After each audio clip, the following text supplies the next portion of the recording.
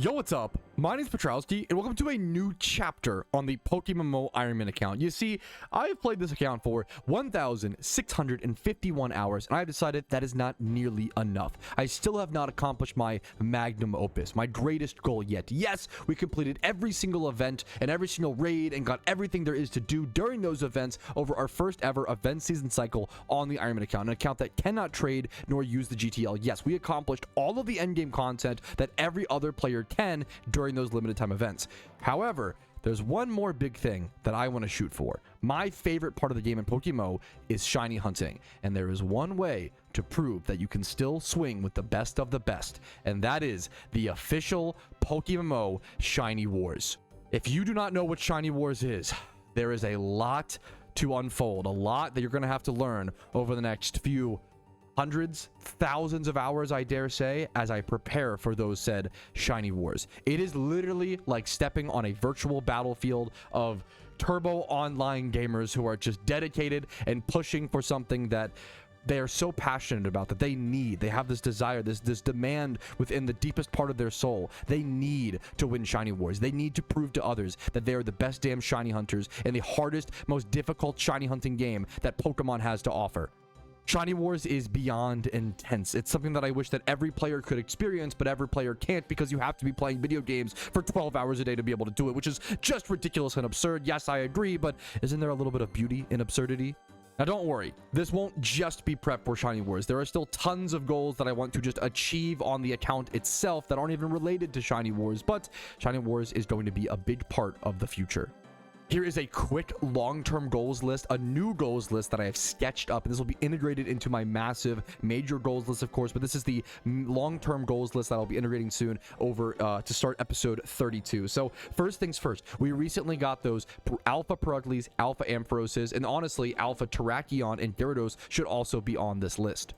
There we go. 10 long-term goals. And those long-term goals are making a bunch of my new alpha Pokemon into raid competitive or even PvP competitive Pokemon. That's including the Alpha Ampharos, Perugly, Excadrill, and Gyarados, all while keeping them alpha. This is going to require, number one, catching a ton of alpha Pokemon, including alpha Dittos, which are one of the most valuable resources, one of the most valuable, probably the most valuable Pokemon resource on the account, as well as grinding my Pokeyen back up to actually have the breeding braces to be able to go through with those breeds. Goals number 3 through 8 include doing the Heatran raid eventually, doing the Terrakion raid, Heatran being one of the most powerful Pokemon, legendary Pokemon in the game, being able to be used in PvP and PvM, and then even certain Shimmery Run teams. Terrakion being incredibly powerful in PvP, and in my opinion, will end up being powerful in PvM and raids like that as well. We just haven't had a chance to use it yet. Farming Graciduas, probably one of the most important things. These, honestly, these 4 things right here, probably the most important things on this list. Farming Graciduas, this does 2 things. Number one, it gives me more Graciduas. That allows me to unlock more IVs and level up and upgrade my Shaman, as well as I can plant and grow these, and that's going to give me nature herbs to change the nature of all of my legendary Pokemon. Farming Graciduas literally unlocks legendary Pokemon on my account to be usable and effective. It's that important. If I let some of them die, it could be a huge, huge mistake. I also need to start Leppa farming. We calculated on a stream recently, and the amount of Leppa farming that I have to do to have enough Leppas to be competitive and compete in Shiny Wars is downright disgusting. I could farm Leppa berries every single day from this point until the beginning of Shiny Wars, and I still probably wouldn't have enough. So I'm just going to have to get as many as I possibly can.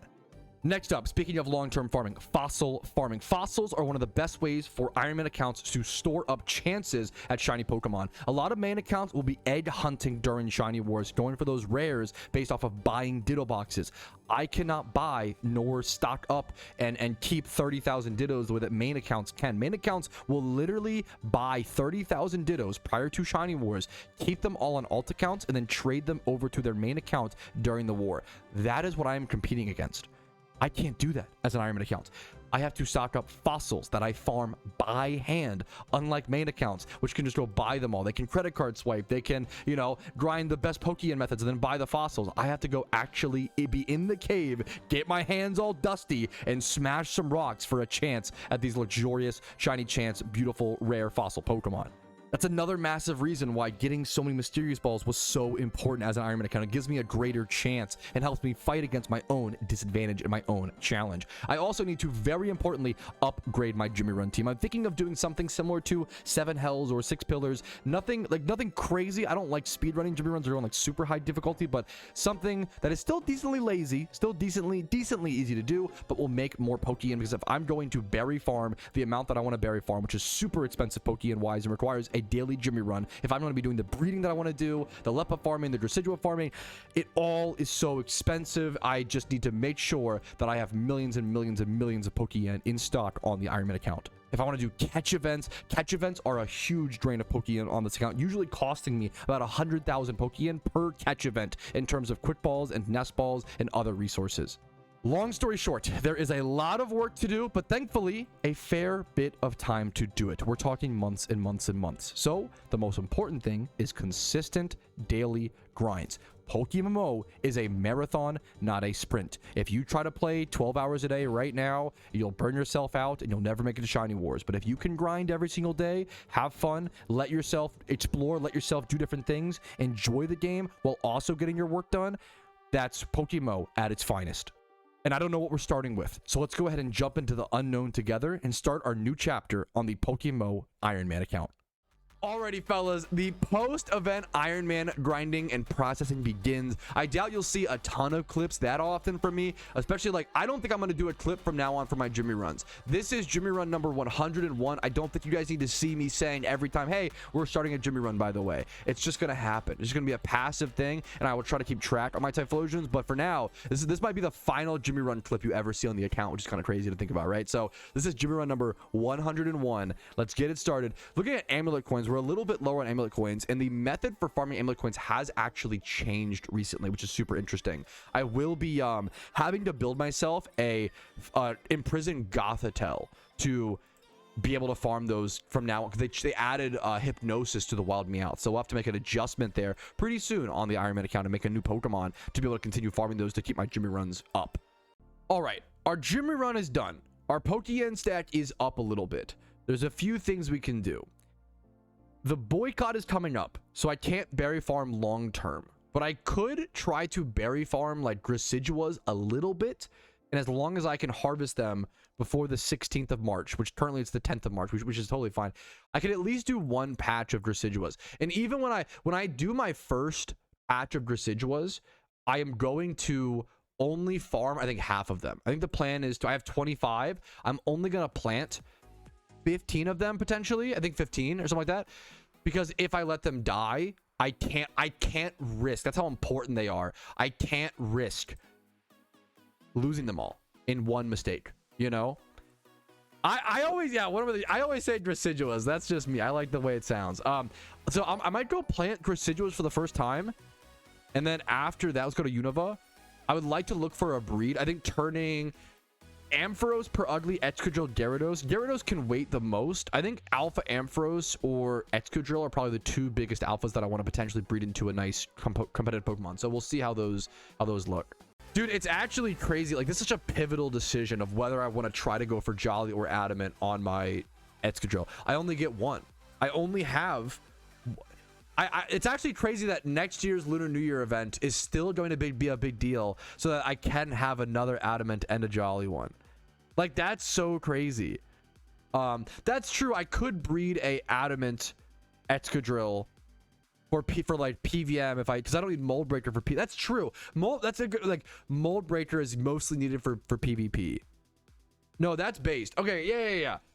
So the most, I think I'd end up going Jolly because I need it for my PvP team. I need it as a Stealth Rock setter, and then apparently Jolly also outspeeds Rotom, which is really important because being able to Mold Breaker throw off an Earthquake into Rotom is super good. So that's super important.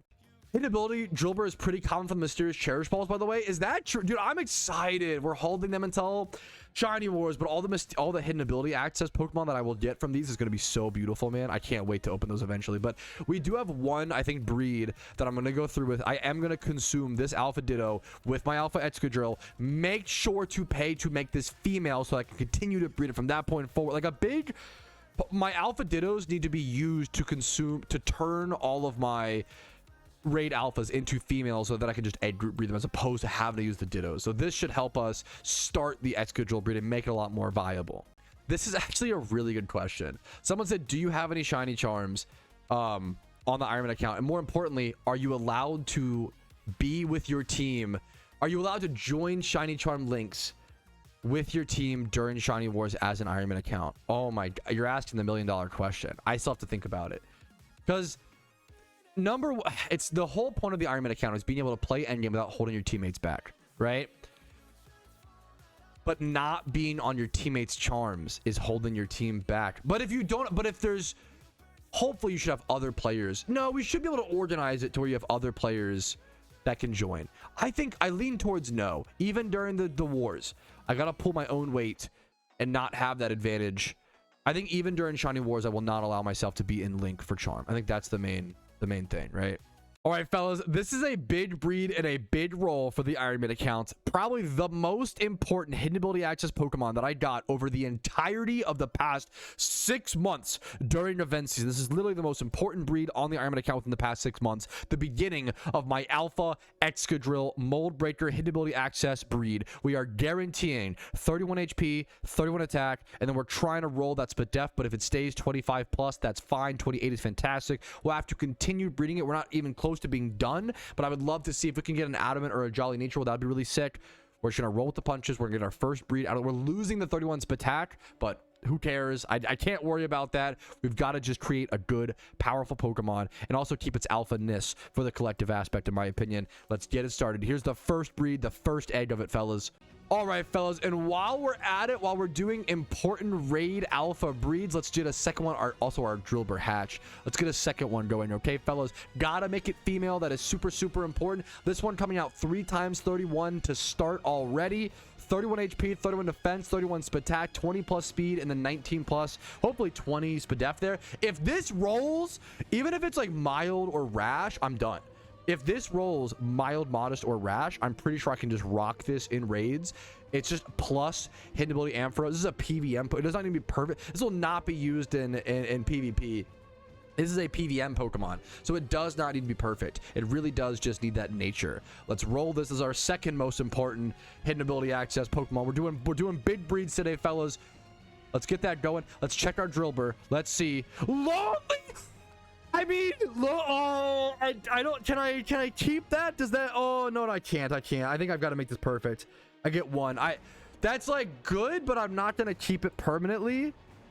It needs to be. It's my one. It kept the 31 Spatak. What are you doing to me, brother? The doubters win the Twitch bet. The doubters do win, even though it's low. Yeah.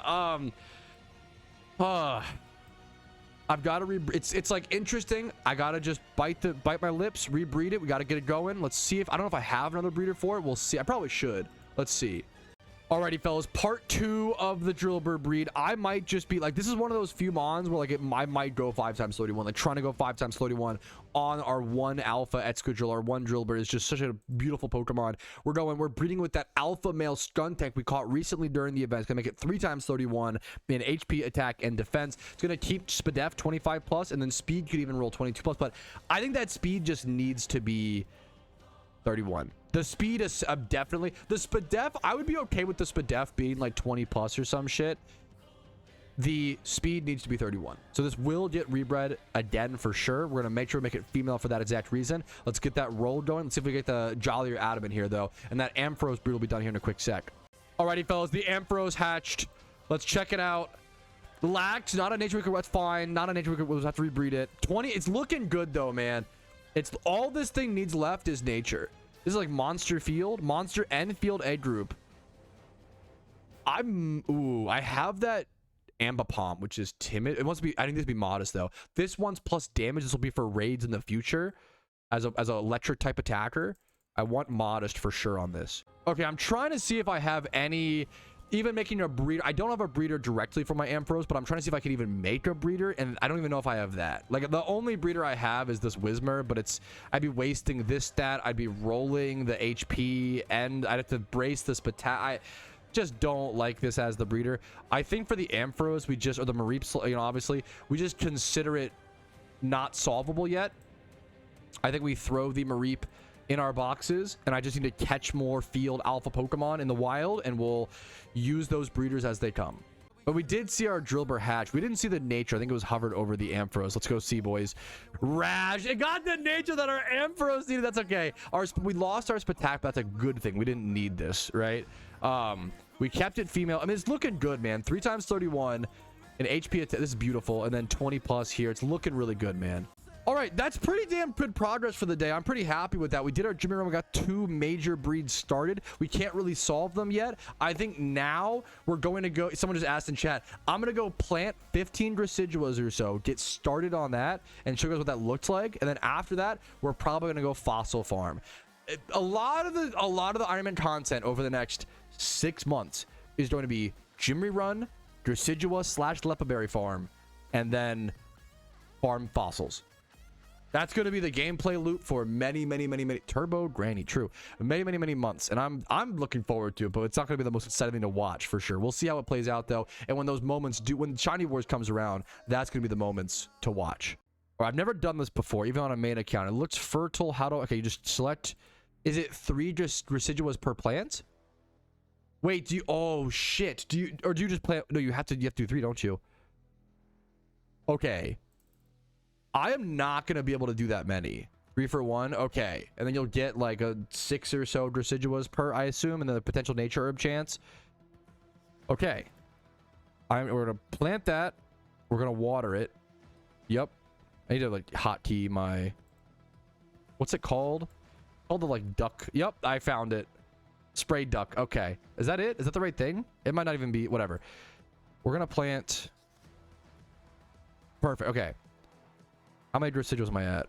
19. I'm at 19. I'm gonna plant down to 10. I think that's the play. Yep. I think we're done. I would love to plant more, but I just can't risk it, I think. I just can't risk it. And now the question is, should I plant Leppas alongside these or like other berries? Probably. Let's see if I remember how to plant Leppas. That's the next question. Is it plain sweet, plain bitter, very spicy? Nope. Oh my goodness. All right. It is plain sweet, very spicy, and plain bitter. That gives us Leppas. I'm going to plant at least enough Leppas to fill up this patch and maybe one more, and then use whatever other seeds. I'm really low on spicy. With your seeds, you've got to make sure you're able to maintain alongside the Leppas. It's the hardest part as the Iron Man account. I cannot go buy them off the GTL. And I only have 73 very spicy, so I have to plant some of these other ones and see if I can get them infinitely sustaining. All right, I have 57 very spicies. I think I can do one more patch of. I might regret this. Once again, the hardest. It's just getting all of these seeds on the Iron Man account was immensely difficult before, and maintaining is very technical and specific. I think I can do this. I think I can do one more patch. All right, we have our Leppas and our Graciduas. Now we do our maintenance berries. So now I'm going to start doing like plain spicies. And then three plain spicies give us cherry berries, which we can then extract for more plain spicy, if I recall. We have no cherry berries. We've extracted them all, right? So now we want to start doing this, I believe. Planting all of our plain spicies and getting those going. We might even rotate plain spicies.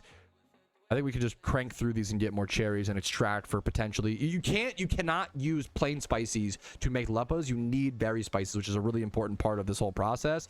Berry farming is very complicated in PokeMMO, or it can be. If you're just doing Leppas for profit, it's mostly simple, but to understand the full system and all the berries and plains and the ratios and what... It's a lot, and I have to keep a nice little like notepad document spreadsheet to the side to keep some semblance of order. All right, there is this full patch planted. Let's go over to Abundant Shrine as well.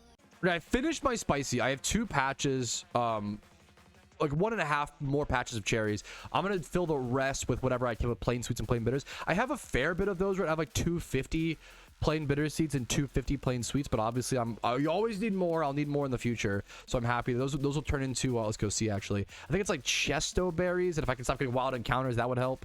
All right, I planted a few rows of Ross. Those will give us bitter. Now we've got some Petras, which will give us sweets. So we're getting our plain sweets, our plain bitters, and our berry spices stocked up. All right, there's all of our berry farming planting done. I will see you guys not with the watering, just with the harvesting tomorrow, probably, or soon.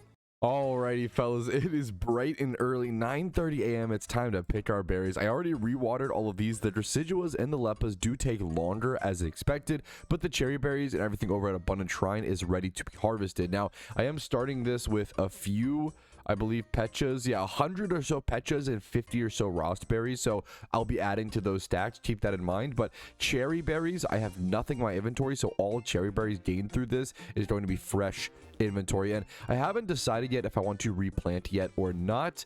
I think I'm just going to be very busy these next few days with non-Ironman activities for the most part. But I guess when that's the case, it's honestly kind of better to berry farm. But the problem is the Pokeyen stack. Having enough, being able to buy enough of the extractors Pokeyen wise is just so brutal, but maybe I just don't need to for a bit. I have so many Leppa resources. Part of me kind of just wants to plant as many Leppas as possible, or at least close to it. No, maybe as many as possible. Like, it's honestly, as long as you have enough seeds to refuel all of the patches once again, we'd have to, I guess, maybe count or figure out how much that is. We should be good. All right, just finished picking all my berries. Let's go see. We ended up with 236 cherry berries in one go around, plus 100 Pechas, and plus like 150, or no, sorry, plus like 120 Rosts. That feels really good, to be fair, for one big patch. Now, if I were to look how many extractors I have, harvesting tools, if I were to use like all of these on my cherry berries, these cost about 1,000 Pokeyen a piece, or like, I think it's like less than I expected. 350 a piece, but 3 adds up to 1,000. So I think these 300 is like 100k. Like, this is equal to 100,000 Pokeyen. I'm gonna go ahead and harvest these 4 spicy seeds. We got 66 very spicy.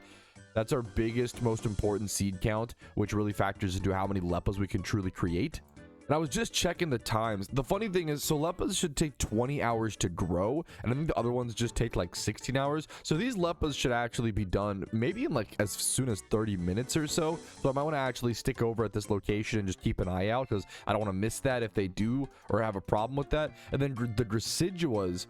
The Graciduas take a bit longer. I think they're like 44 hours. They're like not even a bit longer, like double the length of Leppas. I think the Graciduas might be a real, like, we can just check. We can just actually see. If I show you guys triple Gracidua, it'll show us, yeah, 44 hours of growth time. So that's going to be the toughest one, is waiting for those Graciduas off cycle from the other berries. It becomes a lot more complicated when everything has different growth times as well, to really line things up properly and not let things wilt and you lose the berry yield. I've said it once, I'll say it again. Exploring berry farming on the Ironman account has been one of the most difficult things to learn and get into, at least for me personally. Especially getting those starting seeds is so incredibly difficult, but it's also been one of the most satisfying things to conquer. And to be able to see yourself actually be able to harvest all the, like, how many berries I have in my inventory, how many seeds I have. I had other Ironmen being like, wow, like, your seed collection is really cool on stream yesterday. Like, that's a really cool feeling. Being at this kind of stack of seeds when you were literally like thieving Pecha berries from Poochyena at one point, just trying to extract like 3 seeds for per thief. This is it's so insane, the difference. All right, it is now a few hours, like 6 or so hours later. I actually waited longer than I wanted to, but that's okay. I wanted to really let these things grow and check in on them and be able to like water my Graciduas at the same time. So we can actually go ahead and just water our, it's only 4 Gracidua plants, 5, I can't count. Water our few Gracidua plants, and now we can go ahead and pick our Leppas. And like every single Leppa harvest is going to be a big deal. We only have 221, which took me a long time to even get those. I'm curious to see. Let's pick these and see what we end up with. All right, here's the final berry bush. Let's go check. Up to 300. We almost like doubled it a bit. 376 Leppas. That felt really cool, man. I'm not gonna lie. That was like post event season. That I know it was a very small thing to record me picking the berries on camera, right? But that was one of the cooler achievements on the Ironman account, just in terms of like just instant gratification, I guess. Obviously, it takes a while to set the berries up and stuff, but I don't know. That felt pretty nice, man. Seeing that stack directly grow, that was a cool feeling. I guess just doing this like post event season, it really made me snap back and be like, this is daily PokeMMO. This is the grinds I want to be a part of. And it feels good. It feels satisfying to get every 100 extra Leppas. Every 100 Leppas represents about 1 hour of shiny hunting during Shiny Wars. So every extra 100 is just a really fantastic feeling and very hard earned on the account. But because I'm being super inconsistent in my playtime right now with PokeMMO, I'm going to go ahead and not replant berries for the time being and get back to this as soon as I possibly can, though, and feel comfortable. I'll keep an eye out on my Graciduas, of course. Woo! And all right, I was logging on here with my heart pounding. I thought I had lost my Graciduas. For reference, this is why I didn't want to plant more berries. I've been very distracted. I've been taking a big break from PokeMMO. I have not checked these, and I think, what's the math? I think it's been 30 hours. I have not checked these plants in 30 hours. I was certain they would have been dead. I was certain I would have lost them. I realized my heart dropped. I'm not expecting. We got 4 Graciduas like that. Oh my goodness, that's so good. What? You're telling me I go from thinking I lost all my Graciduas to I profit 1 Gracidua. That's fine. But the 2 modest nature herbs? That's like the best nature herb I could have pulled. I just completed multiple legendary Pokemon. My Raikou will be usable. My Articuno, whatever else. My Zapdos could. Wow. That was actually shocking. I didn't. So you don't get. I don't know how the nature herb stuff works. I don't know the chance on that. You don't get nature herbs each time. That makes sense as expected. Only 2 Graciduas. So I actually did lose a Gracidua. Yeah, 2 Graciduas there. This is my. I messed up. I didn't water them properly. So I bet you I start with 25. I think I ended up neutral on Graciduas. That's funny. I planted all these Graciduas because of my mistake, and I forgot to. I'm just glad they didn't die. I'm glad I didn't lose them all. I didn't get any more Graciduas, but dude, I would take 2 modest nature herbs. Are you kidding me? That should have been a terrifying situation. It turned out to be pretty damn good to all right. Alrighty, I know that I said I would stop recording clips for every single Jimmy Run and thing that I do on the Iron Man account, but this is my first time coming back to the Iron Man account post Boycott Era in PokeMMO, okay? We took a week off of the game to send a respectful message, and now we are back, okay? It is time to jump back into Jimmy runs. We're going to start berry farming today. Gracidua farming is a big thing I have to get to work on. I have some things that have come up with that. We have a lot to jump back into, and I'm just excited to just play the game that I love instead of constantly yapping about it. Let's go ahead and actually jump into some gameplay, fellas. Alrighty, fellas, our Jimmy run is done. We're up to 800,000 Pokeyen. I'm going to go ahead. I'm making a risky play here, but I think it's time. I'm going to plant all of my Graciduas. I really hope that I don't regret this. I think it's time we're back to consistency. I'm going to plant absolutely all of them. If I mess up, maybe I'll keep 3. You know what? Maybe I keep like 3 just in case, because then I can at least repopulate from there. Let's see how many I'm at. That's 7 left. Let's stop there. I'll keep a few there. Hopefully we can actually expand on our Gracidua account this time. Let's also plant a bunch more. The Leppa berry farming, all the berry farming begins now for the next like 6 months. We're gonna lock it on this berry farming, boys. All right, all of our berries have now been planted. I'll see you guys in 24 to 48 hours for a big harvest. All right, and we got ourselves an alpha Sharpedo catch as we get back into the swing of things in PokeMMO. We also have a catch event in 1 hour and 10 minutes. All right, there's our Sharpedo catch, another water C, I believe. Water B, egg group breeder, female. I need way more alphas. The more alphas, the better recently, for sure. All right, we are really getting into the swing of what the daily Iron Man grinds are about to look like. We did our Jimmy run, we did our berry farming, we did an alpha catch. Now it is time to go prep for fossil farming, and that's where we will spend hundreds and hundreds and hundreds and hundreds and hundreds of hours is over in Sinnoh fossil farming at Turnbat Cave. All right, fellas, it is once again that time to spend a ton of our hard-earned Pokeyen on quick balls. There's a catch event in 3 minutes that I'm almost late for. I need like 204 quick balls here. That's the whole Jimmy run. The whole Jimmy run getting depleted. I got to do it, man. Boom. Oh my goodness. Back down to 560k. I'm going to be bringing a modest synchronized Pokemon. This will be a pretty chill event in terms of like modest synchronized. And you just quick ball everything. Every Pikachu, Magnemite, and what's the third mon? Coughing, or the 3 we're catching today. All right, here's our first catch of the Pikachu catch event. Let's see, quick balling everything. Let's see how it goes. The encounters, while you have to run back and forth, you cannot bike in the power plant. The encounters are kind of slow, so that might slow things down a bit. I also might need to like delete things as I go on. 60 overall score. I'm just gonna go ahead and delete that. That will not be like too low or too high. I want to keep my PC space clean here along the way if possible. Dude, this is a 181. Wait, no, it's more. This is a 183 Pikachu in the event. That's one of the highest scores I've seen in so long. Wow. Because it's a 176 plus 5 for modest, 181 plus 2 for species bonus. That is a 183. That is literally one of the highest scoring things you'll see in a catch event. That's got to be first place. Congratulations to you, man. That is an insane catch, dude. Insanely huge congratulations. That's, oh, that made me, wait, that's pretty good. That made my heart jump a little bit. My heart jump, okay. This is a 1. It's not good enough. It made my heart jump, man. This is a very good catch event catch. I don't think it's enough. Well, if enough people quit. Hey, guys, everybody. That guy caught a 183, guys. Your chance of winning is over. Everybody should leave. This is like a 155, 6, 8. This is a 158.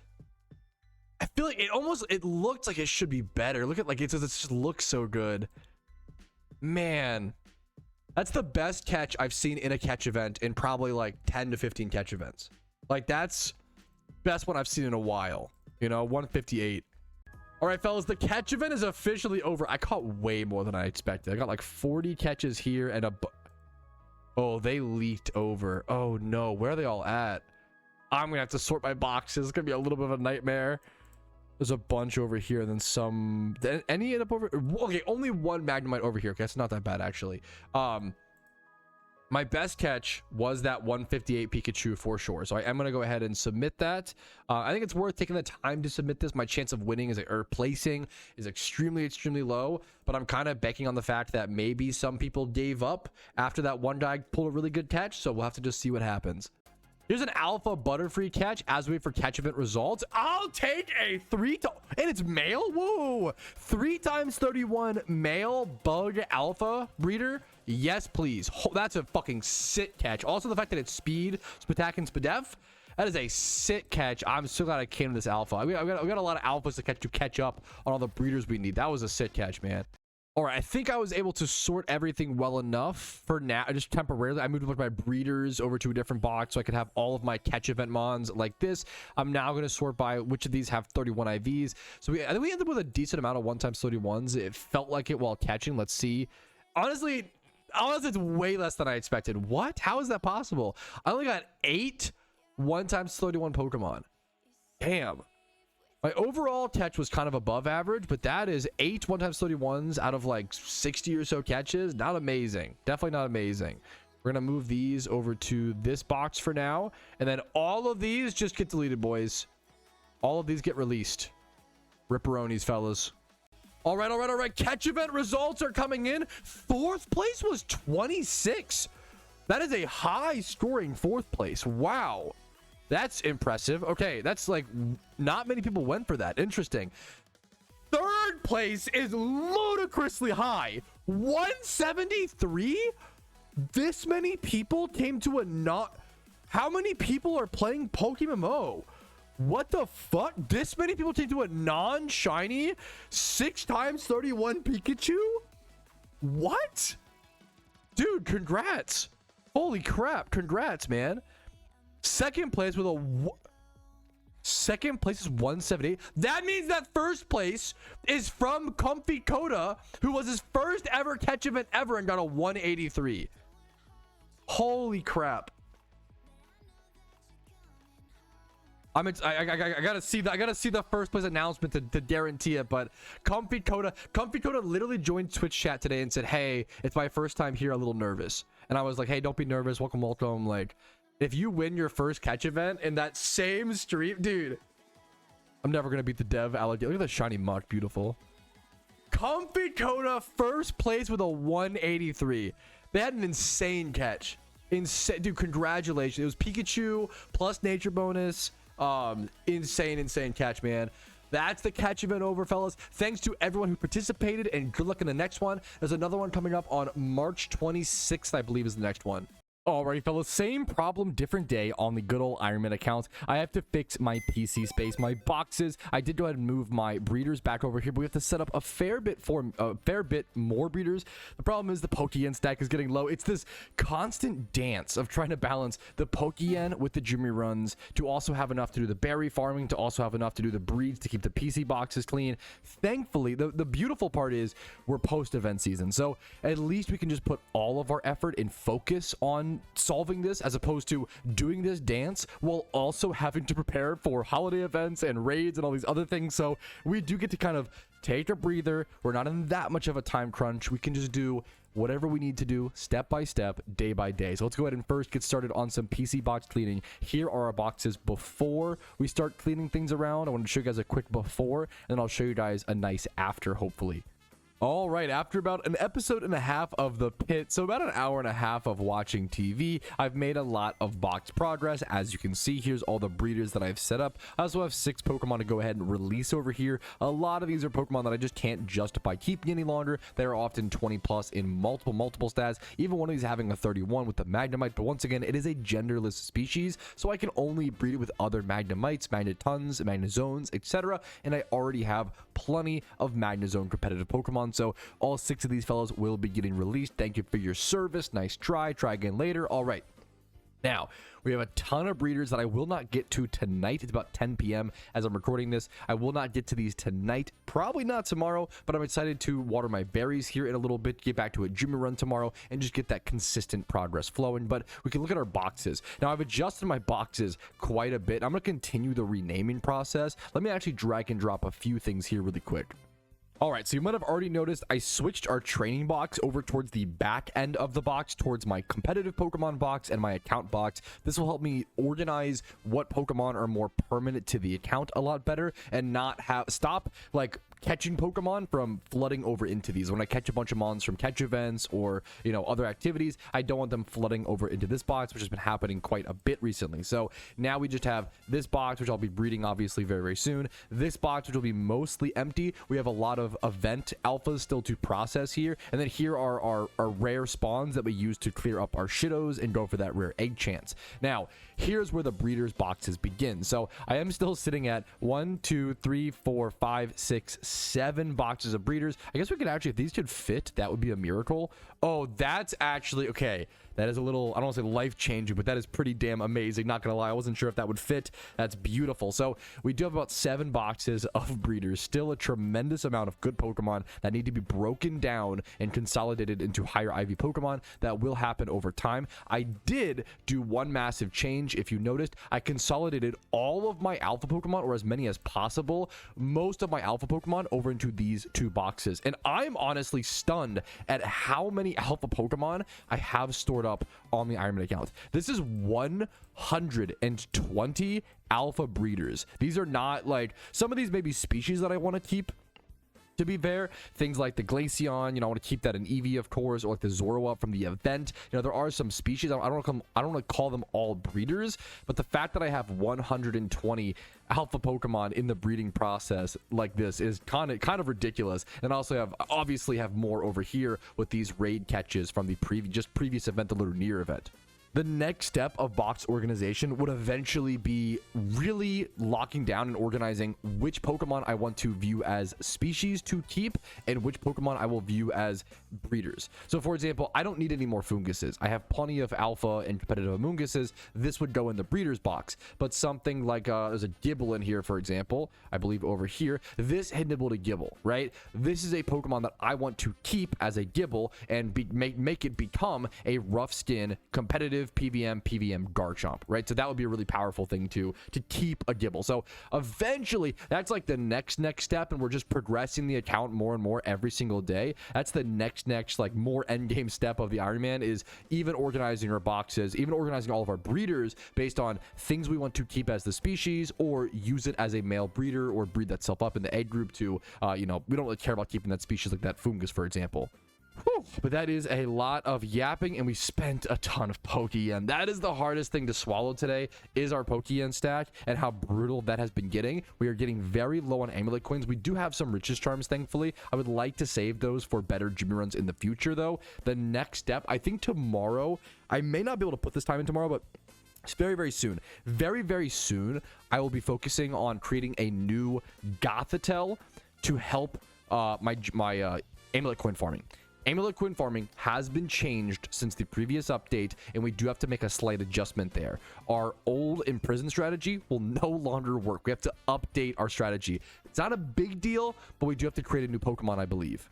All right, I've got to plan my berry farming better in the future because I had to wake up at 8 a.m. to pick these berries. Let's go ahead and get these suckers picked and moved on with my day. I'll have to replant them later on so I don't have to worry about this again in the future. I'll definitely want to plant my berries later on in my stream, not early on because it's like a 16 or 18 hour what's it called, plant time. So you kind of have to factor that in, do them at the end of the stream. It's like pick berries at the beginning of the stream, plant them at the end. I think I realized this before, but I forgot it when getting back into berries this time. But the important number here is we're starting with 376 Leppas. Let's see how many we end up with just a few patches. All right, we ended with 549 Leppas. I'm obviously picking more as I go on, but that is upwards of like a 200 plus Leppa increase. So I'm pretty happy with that in one patch, or one harvest rather. And I have a bunch of cherries and Petchas to still pick. And I'm actually too broke Pokeyen wise to even get all the harvesters to turn these all into seeds. So we're gonna have to do that on a different day. Alrighty, fellas, it is finally time to pick our Graciduas. I'm hoping this is where our Graciduas actually start to multiply. I'm not even banking on any nature herbs here. I just want to see me have more than 25 of them. That's the main goal. These things take 44 hours to fully grow. So it took quite a while to get here. Let's go ahead and see. 4 Graciduas, that's already +1 more than it takes to plant them. I will take it. We're multiplying. We're duplicating. 6 Graciduas. And 2 impish nature herbs, not like the best. That might be usable. Like impish is potentially usable on something. You would want plus defense and then minus special attack, I believe, is impish off the top of my head. I'm trying to. I think Suicune you would want bold. Maybe there's something. There might be something. It might not be usable, but that's okay. Any more nature herbs is always better. We are now up to 40 Graciduas.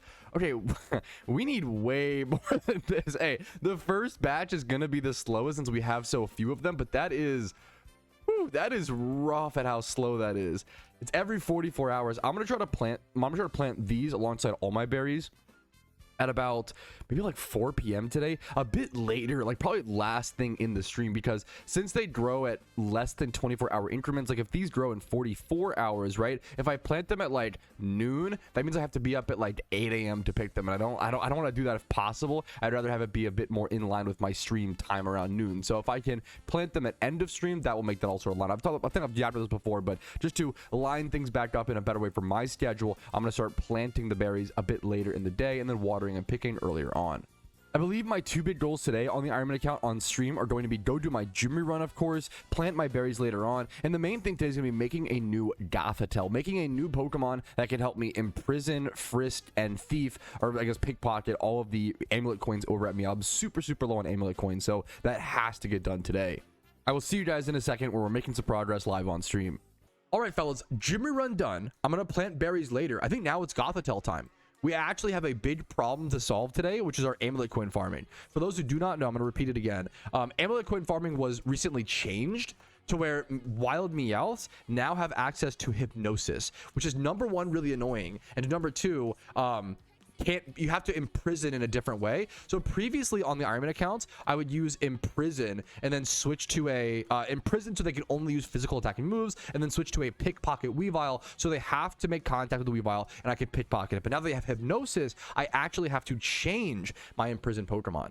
So I now have to make a Gothitelle, which has access to imprison and all the stats, and I want that Gothitelle. The main thing it needs to be is fast and bulky. I could use this as a base breeder, but it's a male and it has this stat that I don't need. I want a Gothitelle that is bulky, so like 25 plus HP, defenses. I guess I don't need Spadef either. Spadef is actually irrelevant, I believe. So it's mostly just HP, defense, and then speed to get away from the fight. all three of those are the important stats that I need. So let's go ahead and I'm actually gonna have to go catch some Gothitelles from scratch. I don't want to use my raid Gothitelle and mess as it being level 94 is important, and having the moveset that it has is also important. So I'm gonna have to go change a fair bit of things to be able to Amulet Coin farm once again. All right, we caught about 6 or 7 Gothitelles in total. We have one that will just be a 31 attack breeder. That will be moved over to, I think, this box temporarily. Do I have any other space? Other space would be fantastic. I'm once again still working on my box space. Still very limited. That is okay for now. I'll move it over there. I did get, these can all be released. I don't need any of these. I don't have any stats and like that. This one is male. Calm nature. I want defense. I just like bold as well, ideally. 31 Spadef, 16 defense, low HP. I guess, ooh, I did just say Spadef is not as, maybe I should actually go catch more. I just realized I probably should catch more. I need defense. I need 31, like special defense. I don't think it's relevant over at Meowth. I think all of Meowth's attacks, I can double check really quick to be fair. Let's double check. They're going to be level 34 to 36, which means they're going to have Takedown, Hypnosis, Nasty Plot, Assurance. Yeah, it's all physical. So you know what? This Gothitelle actually won't work. I got to get back to catching more wild ones. We've caught 7 so far. Let's get back to work. It's not enough. All right, I think this might be our catch. It's got 25 speed, 20 plus defense. The attacks are relevant. Bold nature is the very important part, and then 0 HP. This should be like a 1 breed. If I can breed this with something with 31 HP, and then Everstone the nature, this might be done in 1 breed. Let's go see what we have in our PC. All right, it's kind of a weird breed, but I think this Abra is going to be the best pairing. Let me show you guys what this looks like. I also need to double check to make sure this thing doesn't need any egg moves. Let's go ahead and see what this looks like really quick, though. All this dialogue. Come on, over in the daycare, man. Okay. Abra and the Gothitelle. This Abra is quite good. You could argue that I'm wasting it on this, but I think it's just a really important breed. I have too many breeders in my boxes. I think it's fine at this point at this stage of the account. A special attack can roll 31, that's fine. The Spadef could high roll. It should at least medium roll at 21. That would be fantastic. I really hope the defense at least medium rolls, ideally high rolls. 31 HP here. We're gonna EV train it. The high speed is usually relevant. Bold nature. Let's double check really quick for egg moves. This might be the breed that we're going through it though. Let's see. Egg move, heal pulse, mean look, miracle eye. I don't think I need any of these. We should be good. I just need imprison, hypnosis, and then any other of the moves that what's it called, Meowth could potentially learn. I think like nasty plot. I think this should be it. All right, let's go ahead and go through with it. I'll make it female just in case something happens where I need to rebreed it, and I'll put it in a luxury ball because it should be done. All right, this will help us get back to Amulet Coin Farm. We have to EV train it and stuff like that. We have a lot to do first, but it'll help us get back to that point. Okay, the next thing we're calculating is figuring out if a level 100 Gothitelle with no speed EV investment can outspeed the wild Meowth. I think worst case scenario, Choice Scarf will work, so we just have to imprison, which is fine, but I would like it to outspeed if possible to make things a bit easier and more flexible. My Gothitelle at level 100 with plus speed nature and 31 speed reaches 251 speed level 100, but mine is going to be, you know, we won't have the EVs and we won't have the nature. We can EV if we need to, though, is the thing I'm trying to think of. So worst case scenario, my Gothitelle will be like 150 speed, I believe, maybe even like 140 with some of the lesser IVs. So let's count that at 140. What's a Meowth? What's like a plus speed Meowth then? 140. I just need Meowth at level 36. Let's see if I can level 50. I think I should be faster. Level a 252 speed invested, non-speed nature Meowth at level 50 should be 140. My Gothitelle still might get outsped sometimes if they have like a plus speed nature. That's crazy. I wonder if I should speed EV train it just a little bit. That might be the strat. I might speed EV train it like 40 to 80 EVs type beat. It's pretty crazy. It's kind of wild that a level 36 Meowth might outspeed a level 100 Gothitelle, because that's the speed though. Meowth's like 90 base stat speed, and Gothitelle is like, I think 35 or something, 40. And that makes just that much of a difference. It's kind of crazy to see, but it's something that we have to consider. And yeah, it's okay, 65. It's more than I expected. Maybe we're fine. Maybe we're overcounting. We can play it by ear. All right, my egg hatch. Let's see how the stats rolled. Bold, 31 HP, 23 defense, mid-roll. Okay, both the defenses mid-roll. That's fine. The speed might have high rolled. I can't tell. I can't tell for sure. I might have high rolled. I'm pretty happy with this. This is honestly fantastic. This will be my new imprisoned Pokemon moving forward for all my hundreds of hours of Amulet coin farming. It's got hypnosis to start, which is good. I think I need imprison, nasty plots. Let me go check the Meowth. The exact moveset will be imprison, nasty plot. I think that's it.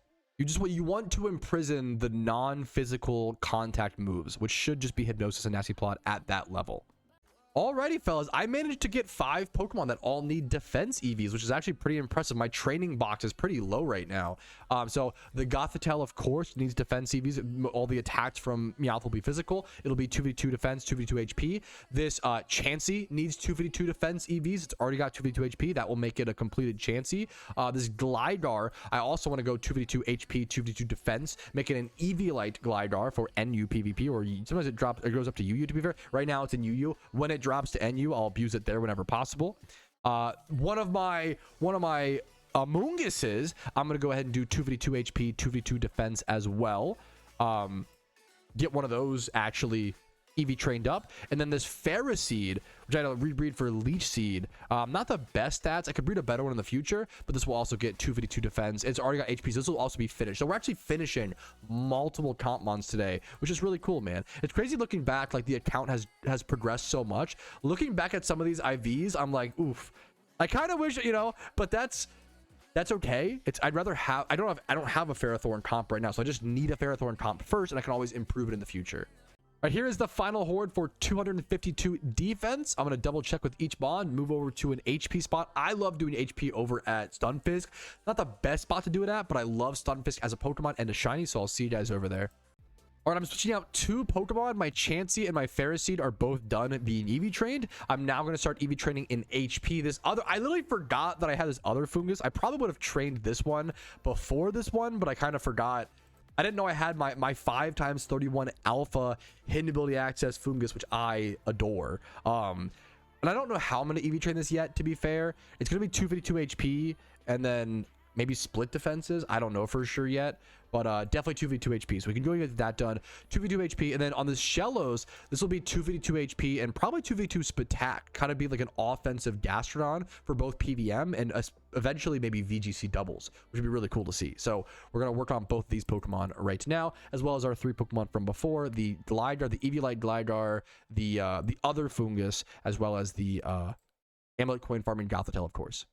All right, this is our final horde for HP EVs. Now we can finally go do some XP training. Now, I don't think I want to XP train today if possible on stream. It's boring to do on stream. Let's save it for off stream / I really like the idea of just also passively training this through Jimmy runs. However, I can't make it too passive because I only have 1 more Amulet coin. So I'll only have 1 Jimmy run to XP train this. And then I probably will do like 1 hour of Lucky Egg XP training on top of it. I have plenty of Lucky Eggs right now, thankfully. So that is huge. I do have XP candies. I mean, I could be lazy. I have a lot of them stocked up. I like to keep... call me a frugal guy. I don't need to use them. I'd rather keep them. I know I have 300 larges. I have a lot, but like, you know what? I like to stock up resources on the account and keep them nice. It's like the Skyrim mentality of like stocking up on potions and never using the potions ever. Giga Chad. Alrighty, fellas, it is later into the stream. It is berry planting time. I'm gonna be going for all Graciduas. First things first, I'm planting all of my Graciduas, and then after that, we'll probably see what happens. All right, I like the idea of stocking up a ton of Leppa berry seeds ahead of time, just in case. It's kind of like the safer route. So I'm actually only gonna plant like, what is this? 2, 4, 5. I'm only going to plant enough Leppas to fill out this patch. It's like 11 berries. I'm only going to plant like 11 Leppa plants today. And then the rest will all be like cherries, rosts, whatever else you need to make the Leppas themselves. Okay, I will say to plant more spices, I only have very spices left. I don't have any normal spices, and I like to use normal spices to plant these. I actually need to extract all my cherry berries, and I have 261 cherries, and I only have 57 harvesting tools. So I am going to go ahead and go spend a ton of money right now on harvesting tools. Probably like, I probably want to spend like 300k on them. Can I get like 600? Can I get like 1,000? Sure. I'm gonna start. This is the part of the berry farming where we start buying harvesting tools by the stack of 1,000. So here it is, boys. 350k, like a Jimmy run and a half spent on harvesting tools. That's gonna happen a ton more often. Let's go ahead and do. If 1,000, I'm gonna first extract. All cherry berries can be extracted. I don't need to save any of these. These can all be poofed. 80 very spicy, 181. That feels like, okay, it's not bad, but I'd love to see more. Very spicy is the hardest one to get enough of for Leppa planting. Then we need bitter seeds, which comes from Pechas are sweets. I have 350 Pechas, and I'm running a little bit low. I'm gonna go ahead and extract about 150 or so Pechas.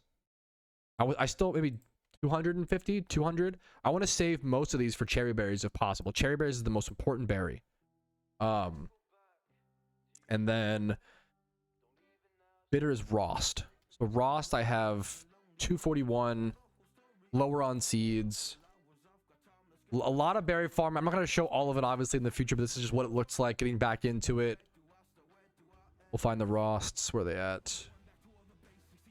Just extracting berries back to back to back. We'll do 200 Rosts. And I think the rest of these will get saved for cherry berries. I might plant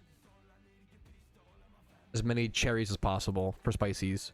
I feel like I want to start doing like one full day of, I think doing like a little bit of Pechas, a little bit of Ross, a little bit of cherries is just too annoying, and it's just too much. It's also slower. I think if I just do like, okay, today's Wednesday. On Wednesdays I do a full batch of cherries, and then on Tuesday I do a full batch of Ross. Or I think doing that moving forward, like I'm gonna plant as many. I think, to be fair, previously I didn't have enough seeds to do that. I think I was literally low on seeds. And as I get more and more seeds, I should be able to just do a full harvest of all cherries to help me get spicy seeds for eventual Leppa farms. All right, we are late in the evening post stream. Got myself an alpha Seviper encounter. Should be pretty close to the catch here. Seviper is in the Dragon Egg group as always. One of the best alpha spawns we can honestly see. Not too difficult of a catch, and in a really, really good egg group as a breeder. Once again, the more alphas. Oh my god, those stats are quite good. The nature is irrelevant. It's female, which is fine. 20 plus in every stat. 31 speed being one of the 231s. Very important there. Really, really good. Very above average alpha catch. All right, we have some berries to harvest today. I have 0 cherry berries in my inventories. This will be a great example, or like a good calculation of seeing how many we can actually harvest. And then once again, I think even after today, I want to start Gracidea maxing #1. So just planting all my Grasiduas that I possibly can. I'm going to stop planting Leppas for a little bit. I don't like I think it's fine. You can do it probably either way, where you self-sustain and plant a little bit of Leppas every day and like a little bit of Ross, a little bit of, you know, cherries, whatever. I don't like it. It feels slow and monotonous. I'd rather do like 3 full days of just cherry berry farming, and then like 2 full days of Rost, you know, 1 full day of the last one that I always forget. What is it? Pecha berries. And then just do like once a week, I'll do like 1 big batch of Leppas. I think that's going to be the strat moving forward. Just getting as many seeds, might be less than once a week, but just getting as many seeds as possible. Like, I'll always have time to plant the Leppas if that makes sense in the future, but I just have to get enough seeds to be able to continuously plant Leppas. And I think I prefer the pattern of just doing 1 big berry patch at a time. So let's collect all these cherries and stop yapping. When you do what I'm doing, you also end up with these weird little like growth times. Like these Grasiduas take 44 hours and the Leppas take like 22 or something, while these take like 16. So you end up in these like wonky situations. I believe if you do self-sustaining berry farming on a main account, which most people don't do because I don't think it's worth it, from my understanding, you make less profit overall. But if you do self-sustained berry farming, I think most people use 2 accounts, or like 2 or 3 accounts is the logic. So having to do self-sustained Leppa farming on 1 account on an Ironman makes everything way more awkward. All right, berries have been harvested. The big number here is cherry berries. I did harvest a lot of Rosts though as well. 379 from 0 cherry berries up to 379 is pretty good. And then Rost, I'm up to 210 out of 153 Pechas. The big numbers that I was looking at was I have 115 very spicy. These come from cherry berries. I need equal very spicy seeds to plain bitter and plain sweet to give you an idea of like, so I'm obviously very behind on these. I have 286 plain sweets, and then plain bitters I'm at 200. This is why I'm doing so much of the cherry berry planting, and I'm not as worried about Pechas and Rosts. I probably need to, on average, plant about 3 times the cherry berries as the other 2. And since I already have a lot of harvesting tools since I bought them yesterday, I'm going to go ahead and use these on our cherry berries. But look at this. I barely have enough to do them all, number 1, and I am in no position to buy more. The Pokeyen stack is hurting to the point where I might need to be doing either a trainery run or payday pickup farm. I've considered a lot of payday pickup farming, actually, as sort of a chill side thing that I can do while I watch movies in the afternoon, and kind of still get some progress in PokeMMO. But I have been trying to cut back a bit and have a bit more life balance when it comes to PokeMMO, content creation and my wife and everything like that. So let's just go ahead and focus on one thing at a time. Harvesting these cherry berries. 101 very spicy seeds. That is a massive haul. That almost puts us in line. Like that was a big deal. That was a lot, man. All right, I know I said I would stop doing clips for every single Jimmy run, but I just can't help myself. This one's unique for a unique reason, okay? This is Jimmy run 104 on the Ironman accounts, and more importantly, we are XP training our Gothitelle today. I need this to be XP trained to level 100 probably by today or by tomorrow, because I only have 1 amulet coin left. This is literally my last amulet coin. I have to get back to amulet coin farming ASAP, but I can't really do that without this Gothitelle, or this Gothitelle, right? So we're gonna go ahead and get our Jimmy run started, XP train this passively, and hopefully spend about 1 more hour XP training in the future if need be. We also have an important catch event today, a shiny Spoink catch event coming up. Look at my Pokeyen stack, man. It hurts to see. So I'll see you guys for a catch event today, possibly more leveling. If we get really good progress today, ideally I would adore being able to just go amulet coin farm a little bit today. I really doubt we'll get to that. If we do, I'd be really impressed. All right, our mediocre Jimmy run is done. We got our Gothitelle up to level 63 and our Pokeyen stack up to 357k. That was a very weak Jimmy run, but I was just yapping and having fun. A bad Jimmy run is still good progress. Now, once again, Gothitelle needs to be leveled up a fair bit. It's only level 63 right now, so I'm going to go do some XP training. Unfortunately, the way the timing is going to work for me, I don't think I can actually pop a lucky egg here. I would end up wasting some of the time. Ooh, is that... But maybe it's worth it. I think I might have enough lucky eggs / charms to where it's fine to like even waste a little bit of it. I might do that. I might still pop a lucky egg. I'm gonna head over to the XP spot in Kanto. It's been a sec since I've just hardcore XP farmed, and hopefully get some good XP training on this Gothitelle. I think it's worth it. I think well, yeah, you can log out. The problem is the catch event coming up. That's the real time thing. All right, we're gonna start off XP training like this. I'm gonna go ahead and pop a lucky egg. I'm just getting XP here on my Gothitelle, and that's it. Everything else is level 100 in the party, so nothing else will waste XP.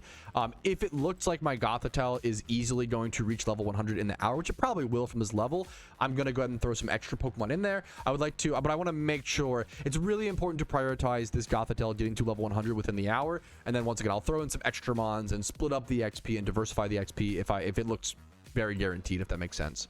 I missed it because I'm a fucking goober, but we did get level 100 on our Gothitelle. There's still 14 minutes left in a lucky egg, and it's crazy to be at a point in the account where like, I think I'm just gonna waste this, sadly. I think I've just got other things to do. There's an alpha Ninetales spawn right now in Hoenn. I'm gonna head over and catch that instead. So it feels weird because this item was like so valuable and so huge for the account for so long, but I have 8 more of them in my bag. I'm very low on Pokemon to XP train, as well as I'll get a few more of these when I go for Suicune in the future. So I feel pretty comfortable to just go ahead and for now, take our level 100 Gothitelle, run with the wind, hopefully go do some amulet coin farming. Probably not today, we'll have to see, but I do have that catch event in 22 minutes. I'm gonna go for that alpha catch and get prepped for the catch event.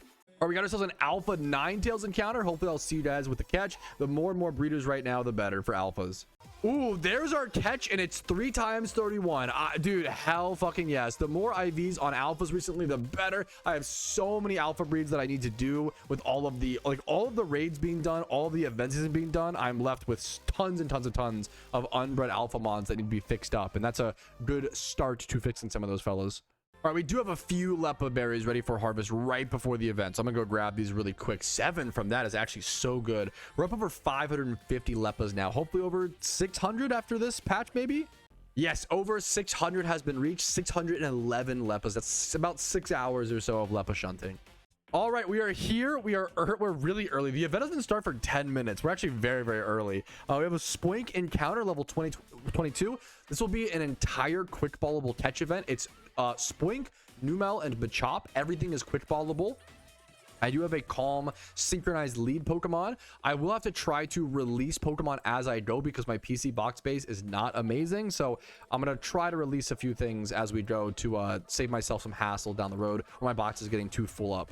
All right, fellas, the catch event has officially begun. We're going to Pokeball the first one and then Quick Ball every one from this point forward. We have 1 hour to catch as many Spoinks, Machops, and Numels as possible. Wish me luck and good luck to all of you guys.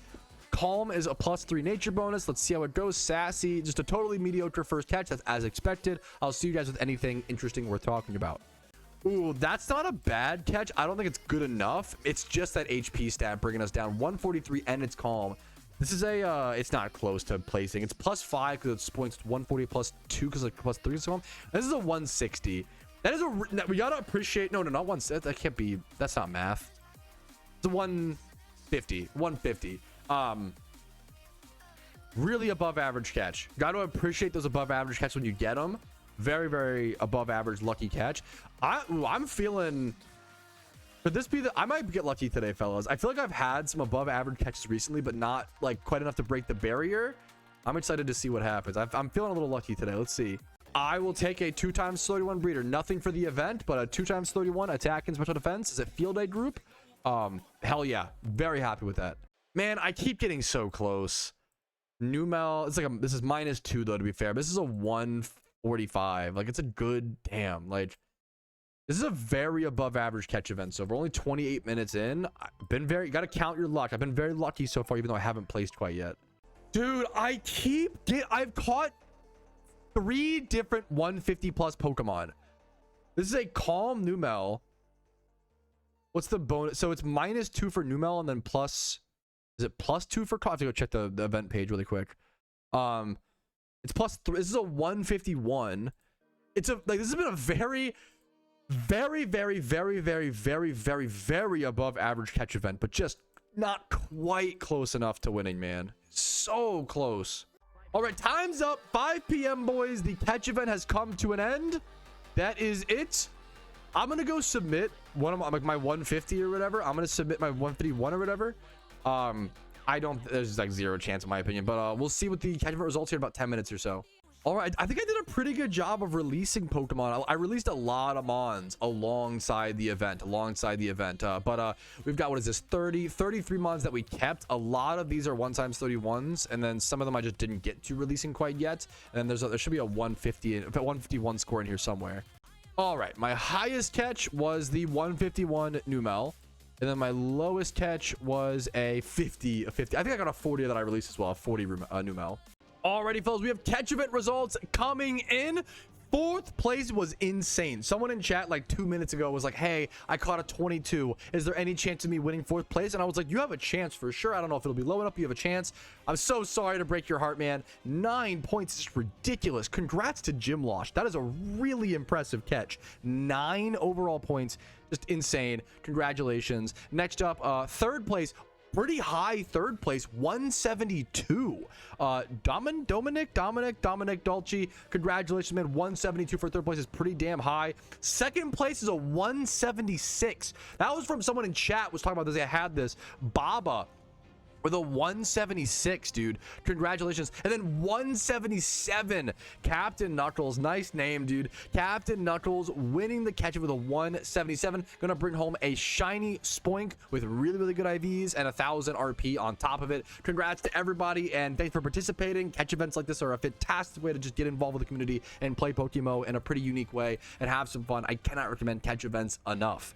All right, we are finally back to another harvesting of Gracideas. These fuckers take quite a while to grow. Excuse my language. It's just 44 hours ends up being quite a while. I probably should. Ooh, more. Okay, huge. The random chance of nature herbs. More nature herbs, but it is more impish. We already have some of those.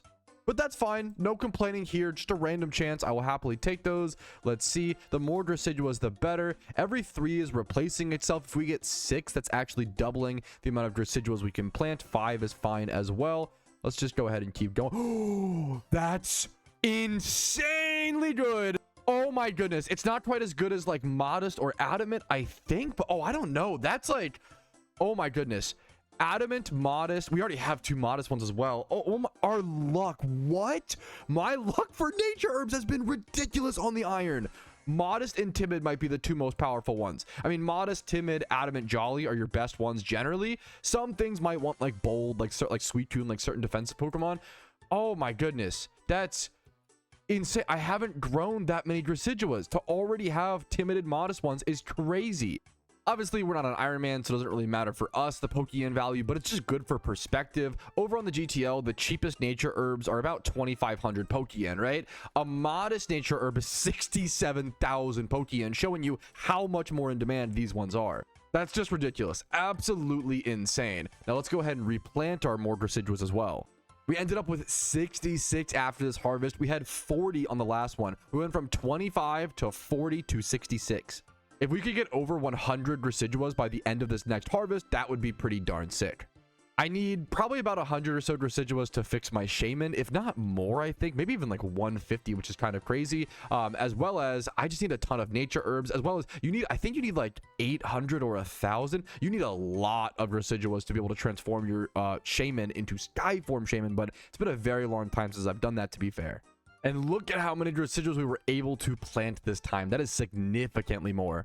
And I'm now going to plant almost as many cherry berries as I can, but I do want to preserve these very spicy seeds if possible. I mostly want to use the plain spicy ones, which does take more seeds, but I don't need them for anything else aside from growing cherry berries, as I've mentioned 1,000 times. I promise I'll cut down on all the berry farming clips soon. I just like to yap, man. What can I say? And hopefully you guys don't like hate listening to me yap. Otherwise, we're going to be in an awkward predicament with you watching all these videos. I only used about 20 or so, maybe 25 or so very spicy seeds to plant all these cherry berries, but I almost planted almost solely cherry berries. That's a really good sign for the future. That's the eventual goal, is being able to just do an entire batch. I still don't quite have enough seeds for that, but being able to do an entire batch of just one berry. We're still, once again, not quite there, but I have 190 very spices left, and I planted cherry berries up until the very last patch. The more Graciduas that I keep duplicating as well will also make this a bit easier, because I'll need less seeds for the other berries. And the rest will be a few Pechas. You see, now I have a new problem. My berries will be done in about 18 hours or so, and my Pokeyen stack is sitting at 357,000 Pokeyen. I will barely have enough Pokeyen, if any at all, maybe not enough Pokeyen, to buy all the extractors to be able to get all the cherry berry seeds, or the spicy seeds, that I'll then need to keep planting cherry berries. But I also can't really do Jimmy runs because I have no Amulet coins. I could do them and miss out on some Pokeyen, or I could try to relearn this new Amulet coin farming strat. I think that's going to be the plan, to the point where I might go ahead and actually just use some XP candies on this Gothitelle that I've been training. That's how important it is to just get back to getting Amulet coins right now, immediately. It is over, where is it at? It should be somewhere over here. Over here. No. Oh! I'm an idiot. I forgot that I XP trained yesterday with a lucky egg. Oh my god, that is the Iron Man brain. I literally forgot. Okay, I've done all the hard work. What am I talking about? Thanks, past Petrowski, for putting in that effort. Let's go ahead and get this thing moveset then, and get started on our new Amulet coin farm. Let's first delete some of these Pokemon from yesterday's catch event. None of these have 31s. A lot of these ones do, though. I think all of these actually. Wow, 20 at least 1 times 31 Pokemon? That's really good for breeders, but really bad for my PC space.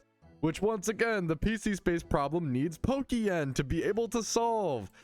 Oh, I never would have guessed in a million years before creating this account how much Pokeyen you would have needed on an account that cannot trade nor use the GTL. It's probably one of the #1 questions that I get from players who don't play an Iron Man account is, why do you even need Pokeyen? And then I have to go through all the explanations of, dude, I am honestly shocked too. I wouldn't have expected I needed this much. I think a lot of times we just underestimate how much passive Pokeyen we get from just playing PokeMMO on our main accounts, just randomly selling little things we get here and there. And when you don't have access to that on an Iron Man account, it massively changes things. But let's go ahead and get started movesetting our Gothitelle. We want Hypnosis, Nasty Plot, and Imprison. Thankfully, we had a Nasty Plot TM, and I think we might need an Imprison TM. Yes, Imprison does have a TM, so we're going to head over to the Unova Mart really quick. I hate to beat the same old dead horse, but once again, like, a pretty easy way to get this Gothitelle fixed, but it requires Pokeyen. I need to go spend some Pokeyen on TMs. There's another 20,000 Pokeyen down the drain, but hopefully we'll make that back very soon. All right, so here's our Gothitelle. It'll end up forcing the Meowths to have to throw off, I believe, a takedown, which can miss. That'll be the other annoying part of this new method. So let's go test it out and see how it looks. Oh man, speaking of Pokeyen problems, I just realized my Gothitelle also isn't the Frisk ability, so we gotta go spend 35k on an ability pill really quick. This will all be worth it when we can start getting Amulet coins once again, but this is a lot of upfront costs when I'm very, very low on yen. All right, there's the ability pill purchased and used. All right, we got our first Frisk. Let's go ahead and see what this looks like. It should be similar to the previous one, but I have heard some people saying it is slightly more annoying now, unfortunately, because takedown has a small chance to miss, I believe. There's the takedown. Assurance is good to see. We haven't seen a quick claw proc, which is good. So just like before, you would go ahead and imprison on turn 1 with our Bayonet. Our Gothitelle also was able to outspeed these Meowths and tank the attacks very effectively with its bulk that we put into it. Now I want to head over to one of our Weaviles, let that Pickpocket ability proc. If the takedown misses, it's a huge problem because it means you might need to go back to your Gothitelle, which would be super annoying. I need to go check the accuracy on takedown. So both of those hit, thankfully. Assurance, that should be an Amulet coin, be my guess. It could be Quick Claw, but it is Quick Claw. That's okay. That's fine for our first horde encounter there. Now we would just go ahead and run from this fight as per normal. Go ahead and take the Quick Claw off of our Weavile. I think takedown is 90% accuracy if I recall, so it shouldn't be too bad. 85% accuracy. It might come up every so often. It's gonna be a little bit of a pain in the butt, but we'll just have to deal with it. Or alternatively, at least like if the takedown misses on one Meowth and we don't get an item after we frisked, we can actually go ahead and use Thief. We might need to put Thief on our Weaviles. I previously don't have Thief on this one. Excuse me. I have Thief on this one, but not this one because you wouldn't normally need to Thief with a Pickpocket Mon. But now with this new situation, if you frisk a horde of Meowth and all but one of them deal damage and there's an item on in the horde somewhere and you don't get an item, you might want to Thief that one last final one. But if two of them, now the real awkward thing would be if two Meowths miss takedown. That would be really unfortunate, but hopefully that just never happens or happens very, very rarely. But since I have a Thief TM, I think it is worth to go ahead and actually use this on our other Weavile right there. We are going to need that now. All right, I'm hoping this is the Amulet coin. I've seen 3. If that's the 4th Quick Claw I've seen. Still no Amulet coins. Now, on a positive note, it's kind of cool to see the Quick Claw stack growing on the Ironman account. I could sell these for like 140,000 Pokeyen, which is actually really tempting. I might end up doing that, but part of me also just likes the idea of saving up a massive stack of these to see how many times I've failed on Amulet coins. Collectibles are what PokeMMO is all about, or honestly, any MMOs. And I think Arceus might have heard my complaints because the very next Meowth horde has an item. Surely this has gotta be the Amulet coin. It's been like 5 or so times now. All right, here's the Pickpocket. Come on, show me one Amulet coin. Boom, beautiful. Oh my goodness. I don't know how long that took, but it felt like half an hour for one Amulet coin. Whew. We got one, boys. We can at least do our Jimmy run today if we want to. Actually insane how much dopamine I just got from getting this one gold coin in our inventory. I just really needed to learn this new strat and get back on the horse. This is something that I can do passively now every so often whenever I have a few minutes of downtime. All right, I've been farming Amulet coins for about an hour now, and I have gotten a total of 4 Amulet coins. Honestly, not as bad as I thought it was. We're probably pushing about an hour and 20 minutes to be fair. We ended up with like 8 more Quick Claws in total. I don't know the total. It was a lot of Quick Claws, 4 Amulet coins. Honestly, I was expecting to see 3 here, and there's a big difference between 3 and 4 Amulet coins per hour. So honestly, less bad than I expected. I'm gonna go reward myself and my wife with some midnight McDonald's though. I'll see you guys later. All right, hello. Here's the situation. I've only slept for 6 hours. I woke up extremely early and I realized I might not have watered my berries last night. I'm really scared. I'm honestly terrified. If I lose all these Gracideas, I will have to wait 1 more year to get them back. Let's just go see the moment of truth and see if I remembered, see what happened, see if anything wilted. Okay, that's fine. Oh my goodness. Look, dude, I mean, it's scary. Don't get me wrong. I did forget. I forgot to water my berries. My Gracideas are all critically low. Even if I just get 3 Gracideas back from all of these, that's fine. It doesn't cost any Pokeyen. Oh, dude, doing these are terrifying. It's one mistake and you just lose so much. Now, these cherry berries, I don't know if I'll get much back from these. I might have lost a big yield from these. I don't know if I ever watered these. 3 cherries there. I mean, that's 2 cherry berries there, 2 there. Yeah, I might go negative on these, but it could be worse, I guess. I'm gonna pick all of these and see what that looks like. It's crazy. I have timers set and everything, but like one thing out of schedule happens. You know, we're dog sitting right now. I had to walk some dogs late last night. We ended up, you know, getting some food late. Like just through a few things, a few small things, abnormal, threw off my schedule, and I totally forgot. I messed up. I totally forgot to water my berries. It is so easy to make one mistake and just throw everything off. And it's terrifying as an Ironman account, man. As a main account, once again, you make a mistake, you lose some Pokeyen, and that sucks. Don't get me wrong, the Pokeyen loss is really brutal on a main account, but I can't risk losing literally all of my spicy seeds. Like if this whole patch died, like I'd be out of so many months of progress. At least I still have some very spicy, don't get me wrong, but I would literally be out of all of normal spicy seeds, I just realized. So I wouldn't be able to, like, if this whole patch died, I wouldn't be able to plant more cherry berries without going and farming more cherry berries to extract to get plain spicy seeds. Like that is an insane thought. This honestly might be a good excuse to go ahead and take a break from berry farming after this. I can't risk slipping up. On top of it just being so darn expensive Pokeyen wise, maybe taking a short break will allow me to build up my cash and just feel a bit better every time I go to extract 500 berries. I believe picking 3 cherry berries is probably about breaking even, maybe slightly positive long term because you have a chance to get very spicy. 2 cherry berries is where you start to go negative, but I got a fair bit of 5 cherry berries. I think I still will end up profiting from this harvest, which is honestly a miracle. I got to be appreciative of that, right? But it could have been a lot better, but this could have been way worse than the cherry berries. What I'm really scared of is the Graciduas. I'm really hoping to at least get 3 Graciduas per pick. That's the thing I need to stay positive or at least neutral on my Graciduas. I think I had 66 when I started planting. I don't know how many cherry berries I started with or how many like the equivalent of seeds I used, but I ended up with 383, and honestly I don't feel too bad about that, thankfully. The real moment of truth, aka harvesting the Graciduas, will happen in about 6 hours or so I'll see you guys then probably. All right, we are finally at the harvest of shame. These are those Graciduas that I super messed up. I'm honestly just hoping for 3 Graciduas per plant. That's my goal at this point. Oh my god, I mean, that's a bad sign. If I go negative in Graciduas, okay, 4, I'll take it. If I can average, wow. I might lose Graciduas on this harvest. I mean, I deserve it, man. It just sucks. I made one mistake. I went to bed without watering them one time. Oh my goodness, and this is what happens.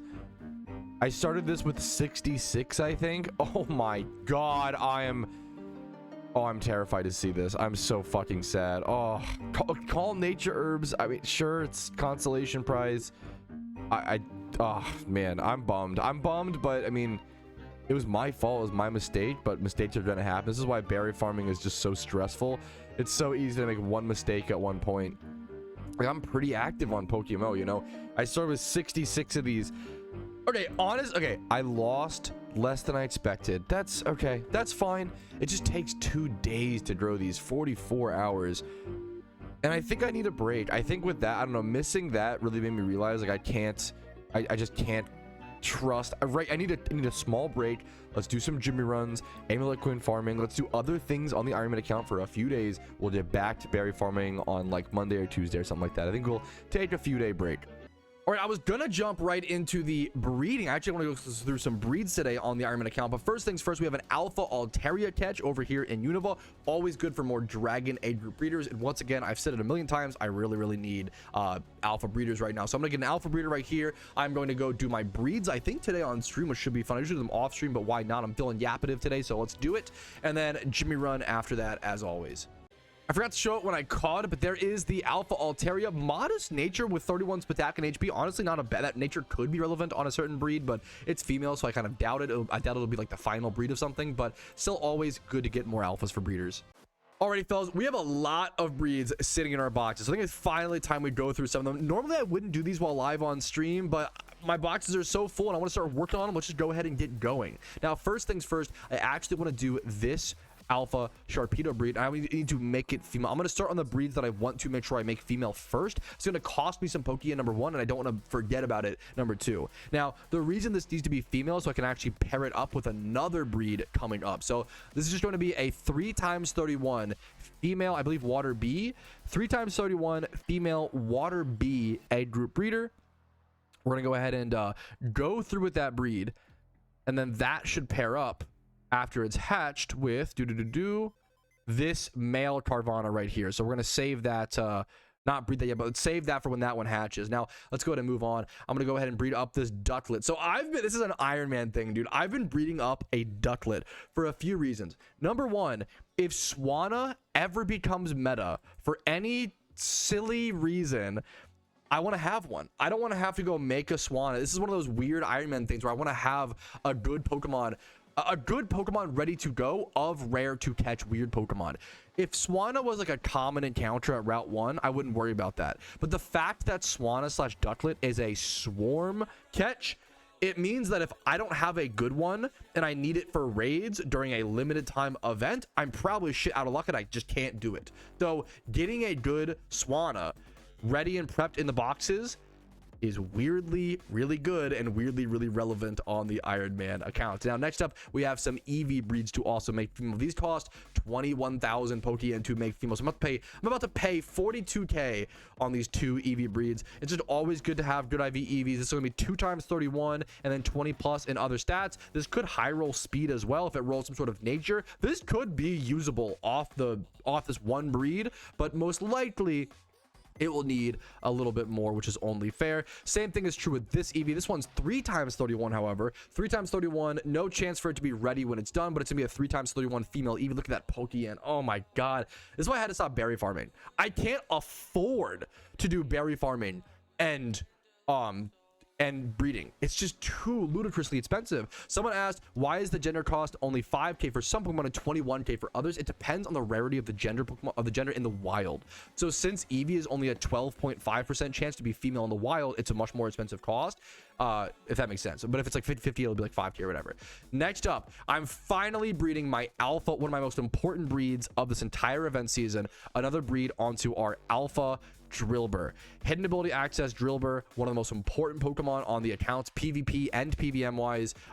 Making this a 5x31 is a huge dream of mine. It still does not have nature. We have a bit to go on it. Making sure it's female so I can keep breeding it is crucial. If that was accidentally male, I'd have to get some sort of alpha Ditto and I would lose stats most likely along the way. I believe that's all of our breeds that we needed to keep female. So now we can start, for the lack of a better word, just cranking them out. So I'm going to go ahead and just start going through these. 2x31 flying egg group breeder, nothing super special there. A lot of these breeds are just egg group breeders and breeding up for future progress. 2x31 in the humanoid and chaos egg group breed here. Now, a lot of these stats could roll. We'll just see what happens. Nothing super special happening there. Otherwise, just taking up some space or using up some space to clear out some of these Pokemon. 2x31. Once again, Ralt's an interesting breeder. Ralt's being chaos and humanoid is a pretty unique combination. You don't see a whole lot. This all looks so complicated. It honestly is. These breeds, fun fact, these breeds I think took about 3 hours to set up. Not considering the time it took to catch the Pokemon, not considering the time it took to do all the gym reruns. One full box of this is 600,000 Pokeyen. Because it's 10k per brace and there's 60 Pokemon. So one full box costs me 600k. The breeds take about 3 hours to set up, 2 to 3 hours for a box to set up, as well as obviously all the time and all the Pokeyen spent catching the Pokemon, buying the Pokeballs to catch the Pokemon, the catch events, you know, all the alphas, the raids where a lot of these come from. There's a lot of blood, sweat, time, effort, and tears behind all these breeds. There's a 3x31 alpha breeder, by the way, alpha plant and fairy, I believe, egg group breeder. Next up, field egg group, 2x31, plus some other 20 pluses and other stats if they roll properly. Next up, Bibarel, 2x31 field egg group, nothing super special. I don't think Bibarel is a dual egg group. I think it's just one egg group, just field. Next up is a Talo, 2x31 flying egg group. I have been putting a lot more focus and emphasis on the flying egg group recently. Next up, again, you'll see a lot of flying egg groups here. 2x31 flying egg group, Once again, 2x31 flying egg group. I'm also trying to do a better job recently. I used to almost always breed 31 attack, 31 speed. 31 special attack, 31 speed. I used to always breed a lot of the IV placements in the same spots. And I'm trying to do more 31 attack, 31 defense, 31 HP, 31 special defense. Like, I'm trying to mix it up a bit because I'm running out of breeds that pair, of breeds that match. So to make sure that I get breeds that match. Oh, great call. You're right, Kaki. Good call from chat. Bibarel is water A, so he is a dual egg group. Okay, good call. I've totally forgot, which is a big deal. The fact that Bibarel can breathe Dragonite is kind of hilarious. Anyways, I think you're right. But, oh, good example of sometimes I set these breeds up at 11 p.m., 2 a.m. sometimes, watching movies with my wife. So sometimes I'm a little distracted and we see a breed like this, where these guys, I just put 2 male flying egg group Pokemon together that cannot breed. So goofy little mistake there. We can just keep going. Not a big deal. 3x31 Chaos egg group breeder. I believe that Shellos came from the, there was a catch event where we caught a bunch of Shellos. It's cool to like look back and see where all these Pokemon came from. There was a Snubble catch event at one point, you know. What else?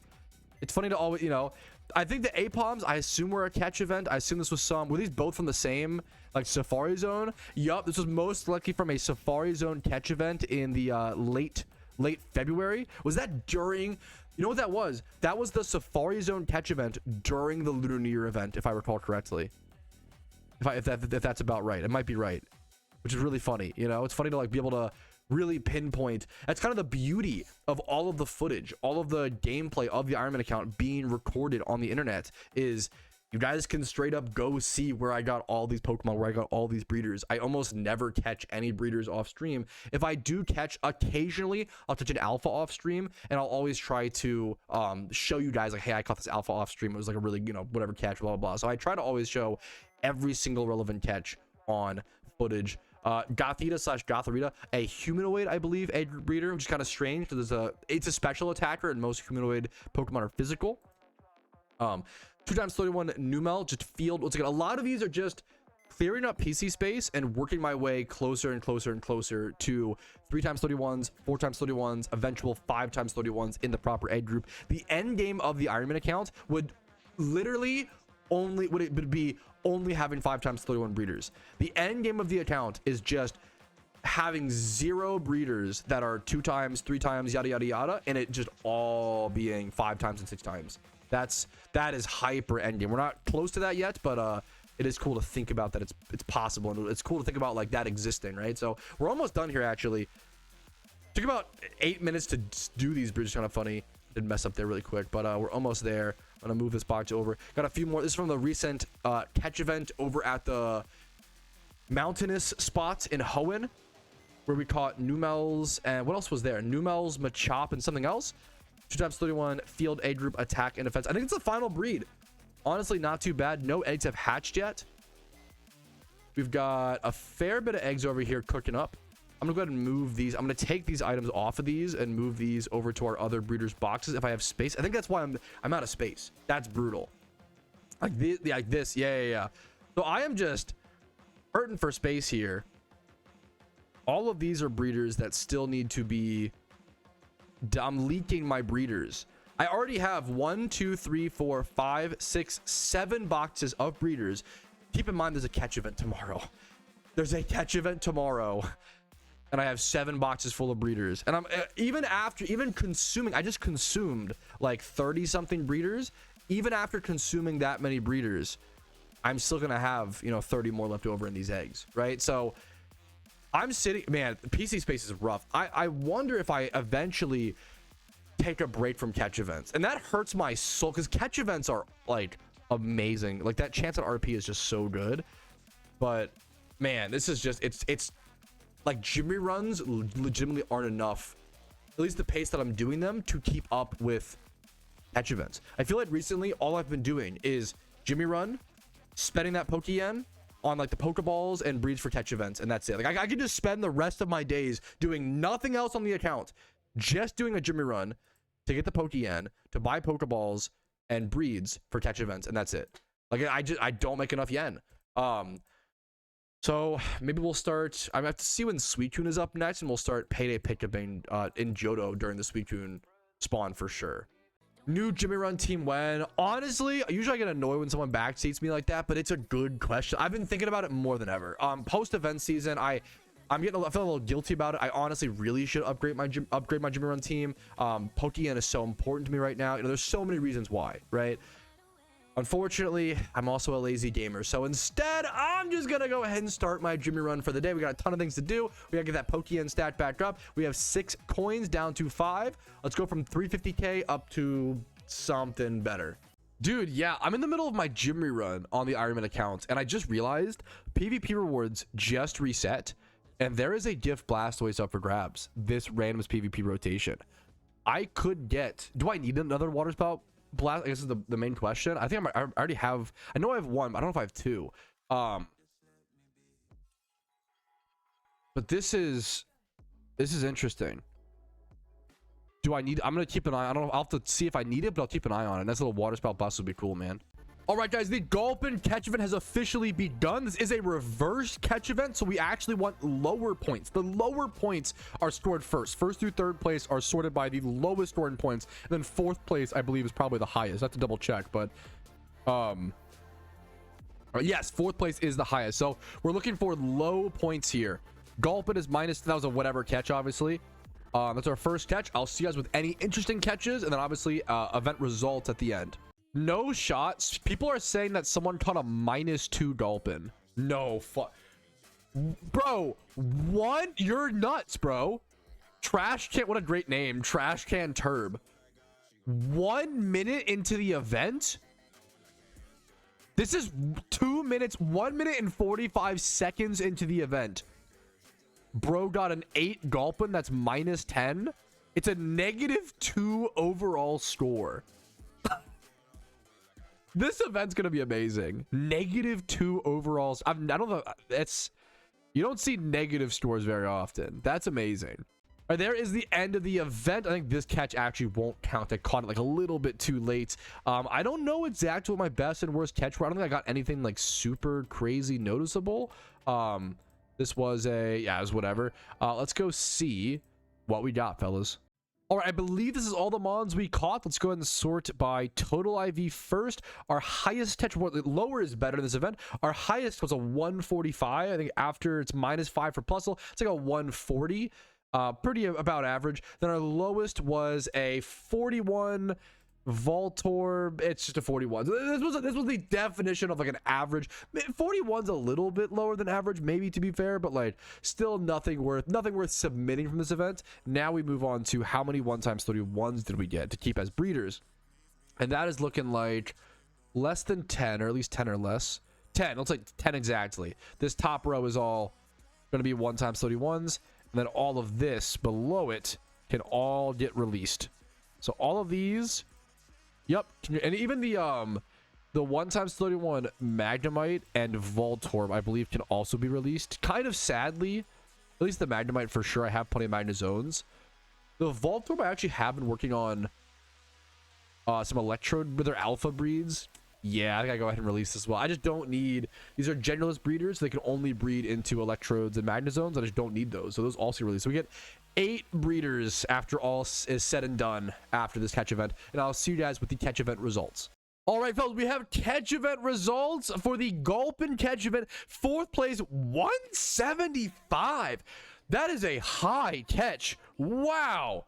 For a like low scoring, like -point event. Congrats to Bosch in the 175. 3rd place, 8. 8 being 3rd place. Congrats to Q Giffa. 2nd place, 7. Amazing name. Frogonian. Frog Onion. I see you in Twitch chat, bro. Congrats, man. Congrats on 2nd. First ever catch event, 2nd place. Dude. You loved it. The catch event luck continues, man. Congratulations. And then 1st place with a grand total of -2 points. The guy who caught his Gulpin 1 minute and 45 into the event, Trash Can Turb. Amazing name, amazing catch. -2. It's not every day you see negative point totals in a catch event, dude. Congrats to Trash Can Turb. Thanks for joining me, guys, on another catch event. I love them in PokeMMO. It's a great way to be involved in the community, break up your grinds, and they're really efficient for Iron Man as well. All right, folks, we got an alpha Victreebell encounter here over on the Iron Man account. Let's see if it's male or female. Obviously, plant age group breeder. You don't see a whole lot of plant alphas. I'll take female. That's totally fine. The more breeders, always the better, especially with alphas right now on the Iron. All right, there is our Victreebell catch. Jolly Wow. Dude, my alpha. Okay, I complained recently. I feel like I hadn't caught a 3x31 alpha in quite a while. Dude, complaining works. I hate that it works. It's lame, but complaining in PokeMMO works. What? 3x31 attack and speed and jolly nature, 28 HP, 30s protect. We're just like, this is insane. Why does complaining work, bro? I hate it, bro. Also, man, PokeMMO, I'm so dry. Only 3,000 encounters. Please, I need a shiny today so bad. Wink, wink. Okay, let's go do our gym rerun. Today will be mostly a grinding day on the Iron Man accounts. I'm going to be doing, actually, don't give me a shiny today, because I'm going to be doing my gym rerun, and then I'm Amulet Coin farming today. I am locking myself into Amulet Coin jail, okay? I want to test Amulet Coin farming and see how many I can get within like 1 to 3 hours with the new Gothitelle strat and try to get some decent numbers on it. I'm finally going to get back over 1 million Pokeyen today. I can't believe I've been under 1 mil for like so long. I had to stop berry farming to sustain any amount of yen, which is crazy. It's just so expensive, dude. Today, we get back to it, fellas. Let's jump into it. All right, there's our gym rerun done. Dude, I was very lazy and chill on that run. We just barely, look at that, we just barely made it over 1 million Pokeyen, but I will take it, dude. I'm going to go start Amulet Coin. I want to test today and hopefully like lock in and see if I can do like 1 hour of efficient Amulet Coin farming and see how many Amulet, because I want to test Amulet Coins that felt so inconsistent on the Iron. There's been so many changes as well over the past year or so. It's felt so inconsistent on the Iron Man account. I would love to get some data on it. All right, I am off stream on the Iron Man account, and I've been doing a little bit of research for another video with this Amulet Coin strategy, Amulet Coin farming. Now, I am actually going to go ahead and pop my first ever 100% item magnet charm on the Iron Man account, and I'm going to be doing it off of recording from the series, so my apologies. I'm telling you guys now, I'm going from 3 to 2. I'm going to pop it in the other guide video. Just want to let you guys know this is a pretty big deal for the accounts, popping my first ever charm, and hopefully getting more Amulet Coins within an hour. I got 6 without the Amulet, without the magnet charm popped, so I would love to see like 10. I'm hoping for 10 Amulet Coins in 1 hour. I know it's a 100%, so theoretically it should just be double, but I'm expecting there to be extra time in the battles to actually get those coins off of the Pokemon. But we are up to 9 Amulet Coins before we even start this test, so this has been really good motivation to get a ton stocked up.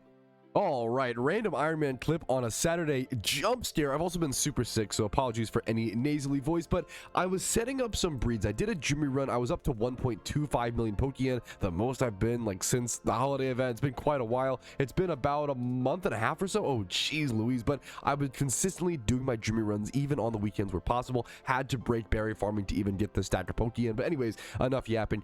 I was sort of setting up some breeds. I was setting up some breeds you can actually see over here in a quick sec. A lot of dialogue, yap. I was setting up just a few breeds, nothing crazy. I have 3 breeds so far, like literally nothing. I was just started setting up, and I realized I've been focusing flying egg group breeds so much recently. I've talked about this. I've openly talked about, yes, I was really weak on the flying egg group for quite a while, so I focused it a lot recently, especially with catch events, and now I've built up a bunch of flying egg group Pokemon, and I wasn't really sure why. I knew that I was weak on them, I knew that I needed them, but I didn't know why, right? And finally, I remember, and I have my purpose. This Skarmory was sitting in my boxes. It was literally nicknamed Fix One Day. This is why it's so important to nickname your Pokemon and label things. One day I wanted to have a 5x31 good Skarmory, very powerful PvP Pokemon, very annoying, very sticky, very irreplaceable. I feel like Skarmory is such a unique typing, such a unique Pokemon, it's hard to replace it. I wanted to make this thing 5x31, and now I can actually push for that. I finally have enough flying egg group breeders. I have these 2 Pidgeys right here. This one is 3x31. 31 in attack, defense, and speed. This one's 3 times 31 in HP, attack, and defense. I can combine these, make sure to create a male Pidgey, and then it should come out as a 4 times 31 breeder for this Skarmory. So we can just go ahead and make a 5 times 31 Pokemon today. Didn't expect that, but you know what? While I'm setting up these breeds, I think it's perfect to just go ahead and just start this breed now and get it going.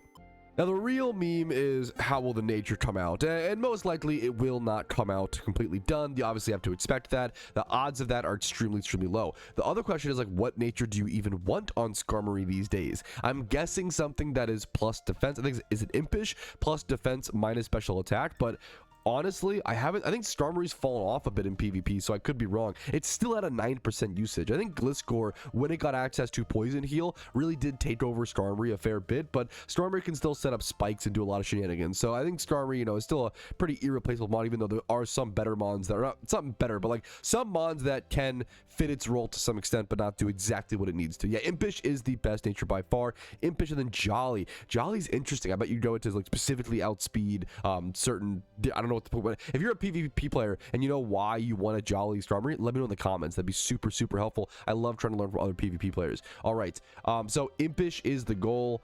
Bold would be not ideal. I'd be cool with Careful. I like going Spadef on defensive mons where people don't expect it and making it like all around tanky. But that is kind of like a boomer strat that I'm kind of used to. So let's go ahead and get this Pidgey going. Male breed, yep. And I'll see you guys. We're ready to turn the Skarmory into a 5 times 31. And sometimes when breeding on the Ironman account, it's one of the things that I do the most on this account. It just feels so monotonous and exhausting sometimes, which is crazy when you're literally consuming like hundreds of hours of work at times all at once. Like it's so much sometimes, but it's easy to just get lost in the motions and things to become repetitive. What you don't see every day is the 5 times 31s. I think these are a really good reminder of like, this is what we're working towards. All these breeding extravaganzas that I do, where I breed a bunch of these 1 times and 2 times and stuff together, nothing crazy, not a big deal. They're working us, they're molding the clay. They're getting, the art made, the progress towards eventually something like this that we get to experience today. All right, the Pidgey egg hatched. Let's go grab it and see. I don't know if there's anything like super interesting that it could look like. I think it's just gonna come out as a 4 times 31 breeder. Nothing super spicy. Yep, it is what it is. Let's go ahead and go pair this up. It's finally the day, man. That fix one day. Today is the one day.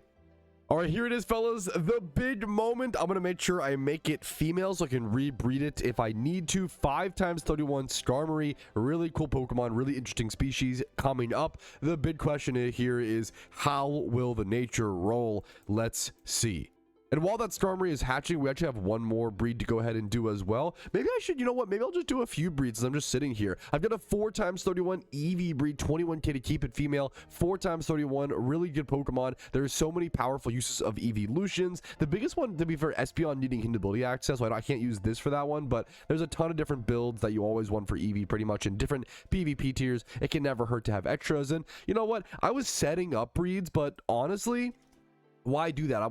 Why do that? I'm already talking about it, yapping about. I already have a bunch of eggs over in the incubators. Now, to be fair, these breeds are just 2 times 31 flying A group. These breeds are not special, unlike the Skarmory and the Eevee breed. I know, I'm sorry, Electric. It's very cruel and I'm harsh to you. I apologize, but that's the truth of the matter, man.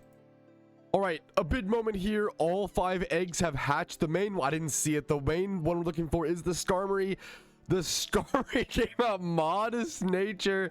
This will once again have to be fixed one day, unfortunately. So, you know what? The day where it's fully done is still not today. That's okay. How did our Eevee come out? Also, 4 times 31, no nature. That's okay. Really good progress. A new 5 times 31 added to the account and a few new breeders being built up here, but no complete, fully finished 5 times 31 today. That's okay. And just in case you were wondering, no, I do not have any flying egg group male Pokemon that are 4 times or 5 times 31 right now. I do have a fair bit of 3 times though that I actually could potentially breed up. I don't think I'll be doing that tonight since it's actually just past midnight. Wow, where did the time go? But I'll put that back in the box and we'll fix it one day just like before. Been setting up some more breeds even though it's getting later, and I wanted to call out I am back under 1 million Pokeyen sadly, but hey, ooh, it's good progress. And look at that, I didn't even know. Wait, I'm glad I checked my trainer card. Exactly 1700 hours clean on the Iron Man. Whew. I never would have thought I would have put this many hours into a non-main account of mine. That's, man, it's crazy how much has happened over the past almost, we're coming up on the, wait, what? Sorry, my brain's exploding right now. We are coming up on the 1-year anniversary of the Ironman account. Wait, what? I did not realize that much time had passed. Holy dude, what? That's crazy. I'm still like a month and a few days. I'm currently recording this on April 5th, if you're wondering. So I'm still like a month and a few days apart, about 5 weeks or so. But that's coming up, man. Wow. All right, Jimmy Run number 109 was completed on the Ironman account. We're back over the 1 mil mark once again. I think now for the rest of today, I'm probably going to do some straight up fossil farming over in Sinnoh and start getting those stacks built up for Shiny Wars in many, many months from now. I just don't have nearly enough fossils yet. All right, the Iron Man fossil farming has continued slow and steady. I don't have a crazy amount yet. I'm excited to hit my first 100 stack. I feel like that would be a really good milestone. But currently, we are sitting at 86. So I'm 14 away, which is probably like about an hour, maybe like an hour and a half. Maybe probably about an hour. Currently about an hour and a half from our first 100 stack of fossils. The goal is to get like a few thousand. So it's going to be a long journey, fellows, but we're making good, slow and steady progress. I'd like to be here a bit more, though. I've definitely not been farming here quite enough. I want to start hooking up my microphone to my laptop and farming this like off camera on my laptop while I hang out with the wife. And that's a good way for me to like casually, passively make progress on this. But then if I get a shiny gravel, like a shiny Spiritomb, I'll have it on camera. That's the big important thing for me while doing this. We had an alpha Honchkrow spawn over on the Ironman account. That means alpha flying egg group breeder. Let's get the catch, fellas. No shiny today. All right, there is the catch, fellas. Special attack, which is not ideal, but still no double attack stat. And we see 20 plus in defenses and HP. So pretty happy with this overall. Also a male flying egg group breeder. Always happy to see that. Alrighty, fellas, I'm actually recording a rare Iron Man clip because I am changing up our game plan today. Today is Jimmy Run number 110. I want to just hard focus Pokeyen for a little bit. Today is going to be Jimmy Run, Trainer Rerun, and then eventually Payday Pickuping. I am just hard focusing on pure yen today. I'm sick of the Pokeyen problem. I'm sick of being a broke little boy, okay? It fucking sucks. Recently, I've been doing a Jimmy Run into like breeding or into berry farming. And like when I do that, I'm just constantly sustaining. I'm never actually gaining Pokeyen. And it's driving me crazy. So I'd like to develop a stack and then move into sustaining from there and have a healthy stack on hand if I need it for emergencies. Let's develop that nesting pod. So today is going to be full Pokeyen focus. I just want the shmoney. Okay, wait, something also huge Iron Man change / news. I actually also need to do my Ho-Oh fight today. I recently realized that doing the Ho-Oh fight every week, I didn't care about it before because I don't really care about getting the legendaries anymore. The Roman legendaries don't matter as much. Doing the Ho-Oh fight to get the legendary lures is actually good shiny war prep on the Iron Man account because it gives me an 8% chance to encounter lore exclusive species, which allows me to get rarer shinies, right? While single encountering a higher chance in that 50% encounter rate. So hilariously, doing the Ho-Oh fight is really good shiny war prep. Not something that I didn't even plan for that. I didn't even realize that. It took me a long time to realize that, remember that. As well, I'm going to start doing that, I think, from now on. All right, there's our gym rerun done. We started today at 1,140,000 Pokeyen. We're now up to almost 1.4 mil. I'm going to go straight over to my trainer rerun next, boys. We are focusing on Pokeyen. Wait, I have an idea. Before we start our train rerun, this is actually perfect. I have 2 Articunos on the Iron Man account. I have my Alpha Articuno, and then I have the other Articuno, right? This one is more geared towards special, which is what you would normally do with Articuno, special attacking. But you actually want a physical Articuno for trainer reruns, and this one's also naughty nature. I can actually, and it's 282 speed, I can go ahead, feed this Articuno the vitamins that it needs for 252 attack. Let's see if I have that. Do I have enough vitamins? I feel like I definitely should. Calciums? I think I do. I'm running a bit low. I wonder if, ooh, so I'm running a bit low. Wait, no. No, it's not calcium. I'm sorry. It's proteins. I have a lot of proteins. Okay, I'm fine. Proteins. Of course, proteins plus physical attack. Okay. So I can give my Articuno Okay, beautiful. 25 proteins. I'm just gonna do that. Let's do it. Now it's EV trained. It has the correct nature. It's 31 attack. I could probably give it... Do I have enough orbs to give it 31 speed? Does it need 31 speed? It needs loaded die. I don't have a loaded die, I don't think, yet on the Ironman account. So I have to go buy one with BP. But I can afford that. We can just impromptu make the trainer rerun Articuno right now, which is very, very cool, man. Okay, so first things first, I gotta spend 20 or 15k. It's a little bit cheaper. 15k on the Icicle Spear TM. All right, then we buy the loaded die, which costs 4,800 BP. So that's actually one of the cheaper items, so that's good to see. We go ahead and now we put the loaded die on the Articuno. This is going to cause our multi-striking moves to always hit, which is our Icicle Spear. Now we teach the Icicle Spear. Should be over here. Teach that to the Articuno. Then we PP max it. Do we have... Wait, we should have a PP max for sure, I think. Wait, no way I'm out of PP max, right? Am I out? Oh, no. I made a couple of... Okay. Okay, I have to go recheck out the crafting system and see if I can get more PP maxes.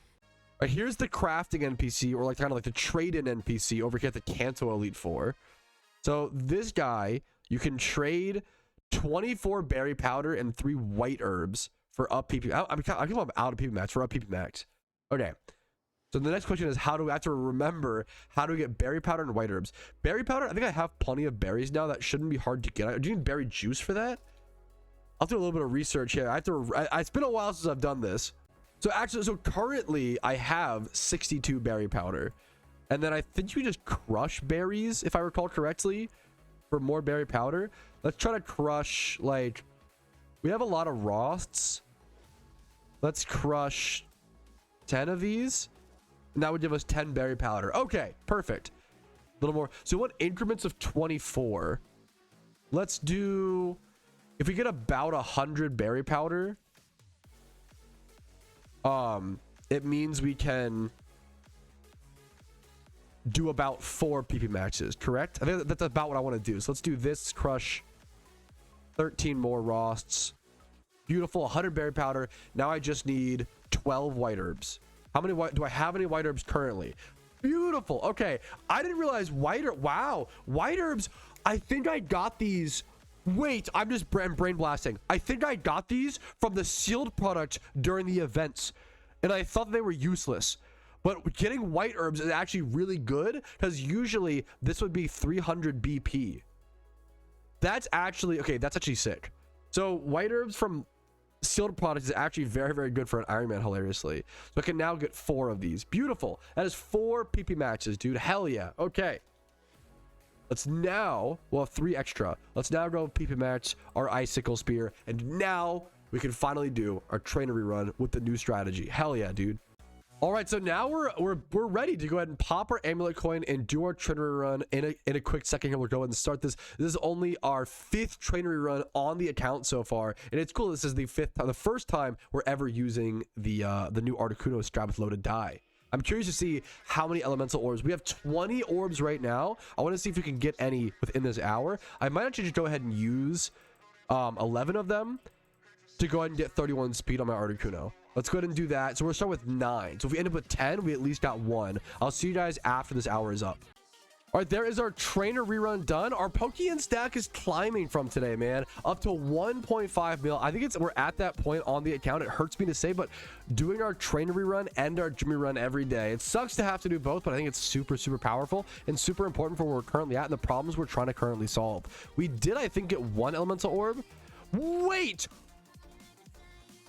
We got 3 elemental orbs in that hour. What? I thought we got 1. Wow. And I didn't even do a good trainer rerun. If I was a main account, that would have been like a 260k trainer rerun, like a 280k. That's at profit. That's crazy. Wow. That's really good for the iron, dude. Those will go towards stats on the Zap, which is still 5 defense. You know, the Zapdos, all my legendary mons still need to be fixed. So starting to do my trainer runs with this is going to help me slowly work out those legendaries. I'm really nature herbs, elemental orb farming. I've really been making more and more progress towards those my legendaries being usable on the Ironman account, which is really cool to see, dude. And here's why train reruns are so interesting on the Ironman account, because now it's 11 p.m. It's much later in that same stream day, and you know what?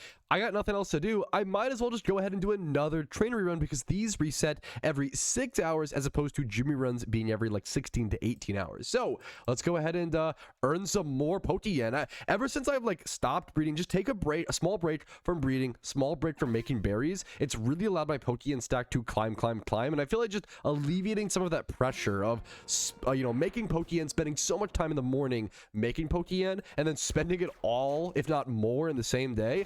It was getting exhausting, you know. Sometimes, even though it's kind of the same thing, right, it's just mentally nice to see this Pokeyen stat grow. It feels like I'm making more progress by the end of the day, and it's good to switch things up like that in your gameplay.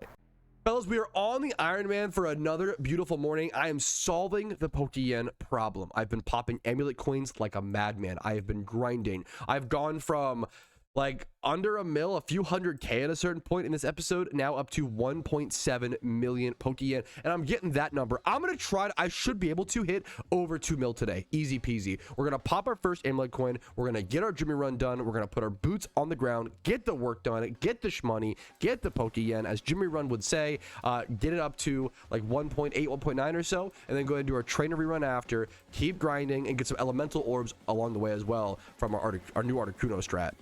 We got an Alpha Ninetales catch on the Ironman account. Any breeders are welcomed right now, especially one that's 25 plus in 3 stats, and then 2 times 31 in both defenses. And it's a male field egg group. That's a really good Ninetales. I'm really glad we took the time to come catch this after our Jimmy run. We're also so close to 2 million Pokeyen. We're going to go do our trainer run and get put up above 2 million. Very well above 2 million, healthily above 2 million yen. Alrighty, fellas, that's the trainer rerun done. We are over 2 mil, 2.1 million Pokeyen. We are becoming less and less broke every day, boys. There is that Natu catch event coming up in 55 minutes. I will see you then.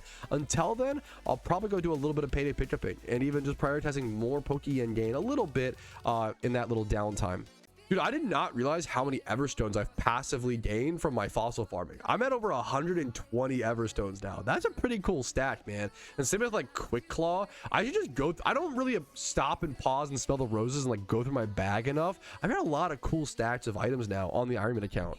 But the Quick Claws are also just passively, you know, you don't use them for anything. They just try to passively stack. My fossils are growing, as we can see. I'm almost at 100 fossils. Now, I'm going to head over to Kanto and do payday pickuping over there at Island 5. The reason being is, yes, I already have a Zapdos, but out of all the legendaries where I might want 2 of them, it's probably Zapdos. So I'm so happy. I'm going to risk the extra Zapdos chance, and if we roll it, we roll it. It's unlikely, and I just make some good Pokeyen along the way and have that backup legendary chance. All right, fellas, the Natu catch event begins on the Ironman account in 2 minutes. There's our Natu. We've got our synchronized Kadabra. I did go and buy some more quick balls. I'm at 166 quick balls right now into this event. There's also, you can catch Natu or Smeargle this event. I'm just not going to catch Smeargle. It's a really difficult catch rate. It's really annoying to catch, and it's a -3 on the event. So I'm just going to full send into Natus and hope for the best. I'll see you guys with the first catch and any exciting catches as well. Alright, fellas, the event has begun. Let's go ahead and jump into it. Good luck to everybody participating. This is a pretty big event, man. Xatu is a really cool shiny, really good PVM Pokemon, really good at PvP. It does everything. Magic Bounce is just a really powerful ability, so it does a lot of things these days. In PokeMMO, a perfectly average catch, I'm fine with that. Let's keep going, boys. We got 1 hour. There's a 2 times 31 breeder catch. That's flying age group, I believe. Happy with that. I'll take a breeder like that any day. Also in good stats, HP and Spadef. Ooh, speaking of decent catches, I mean, that's a 147. Like, that's never placing, don't get me wrong, but that's a good catch. You gotta appreciate good catches when you can. 147 is good, man. Dude, my heart jumped for a quick sec. I'm getting close. This is a 140. This is a 150, I think. Because it's Calm plus a Natu, so it's +6 on the 144. Like, that's good. Like, it's good, but it's not gonna ever get 3rd place, but it's a good catch. This was almost interesting. Really low stats all around, but not low enough. 32 is not, and it's a Natu, so it's actually a 35. That is definitely nowhere near 4th place. It wouldn't surprise me if 4th place is a little bit higher of a score for this event, so I think a lot of people probably won't be going for 4th place, similar to I'm not, honestly. So it wouldn't surprise me if 4th place is like a 24. I'm going to guess that 1st place is a 175, and that 4th is a 175 for 1st, and that 4th is a 24. That's my guesses. There's another 2x31 breeder in the same catch event. Very happy with that. Okay, I can't complain about this event at all. That's a third 3x31. Holy man. I got three 3x31s. Also, look at these stat placements. No, it's not three 2x31s. I'm terrible at numbers. 3 2x31 breeders in one event. That's nuts. What the fuck? Nuts. Alrighty, fellas, the catch event is over. Let's go see what we're looking at, what we ended up with here. Ooh, the problem is everything. Oh, I did not clean my boxes for this. Oh my nuts. Oh no. Okay. How do I fix this? This is a nightmare. Oh my Natus. I will see you guys in a sec, I think. Hopefully, because this is a okay, to TLDR, I don't think I have anything to submit. I can actually check my quick ball count. I started with 166 quick balls. I caught almost 100. I caught 97 Natus and released most of them during the event. I only kept ones with usually decent stats. Some of these aren't though. My best catch, I think, was the 150. I think the 150 was my best catch. My lowest was like a 32, and I might have released that because there was no chance. Not like a good event for breeders, to be fair. Nothing worth submitting. I'll see you guys with the results. Dude, my box space is straight up getting scary. It makes me want to take a break from catch events, but then also catch events are the only thing that I can like expand, only way to expand my boxes. But look at this. So these are like this bottom row is utility Pokemon. These are breeders that need to be leveled up, to be fair, with friendship and stuff. These are breeds that I have set up that I have to go through with, and these are some more utility mons. I'm gonna move these over here to give you a better picture, I guess. But like, these are all breeders now. Oh my god, look at this.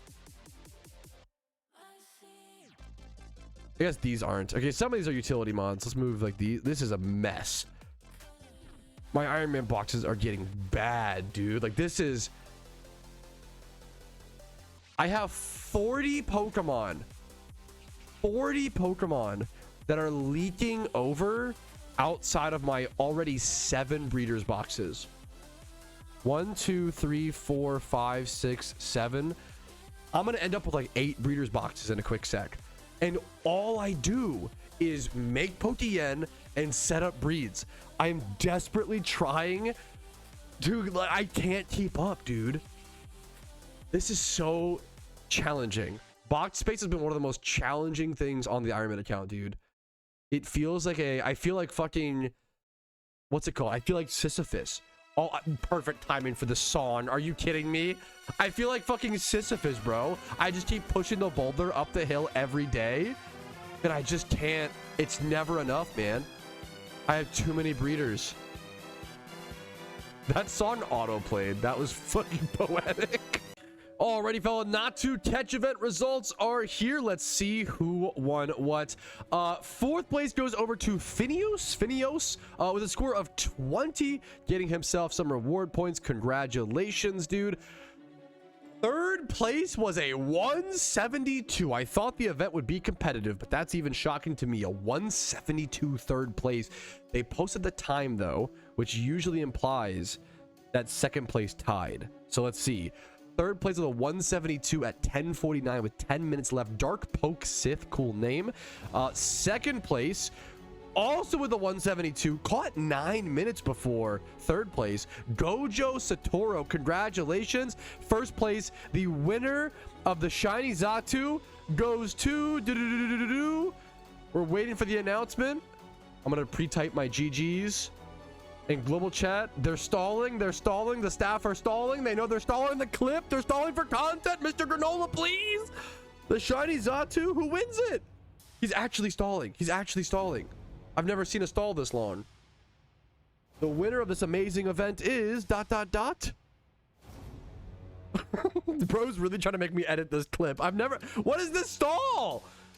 This is the longest stall of all time. 174 points.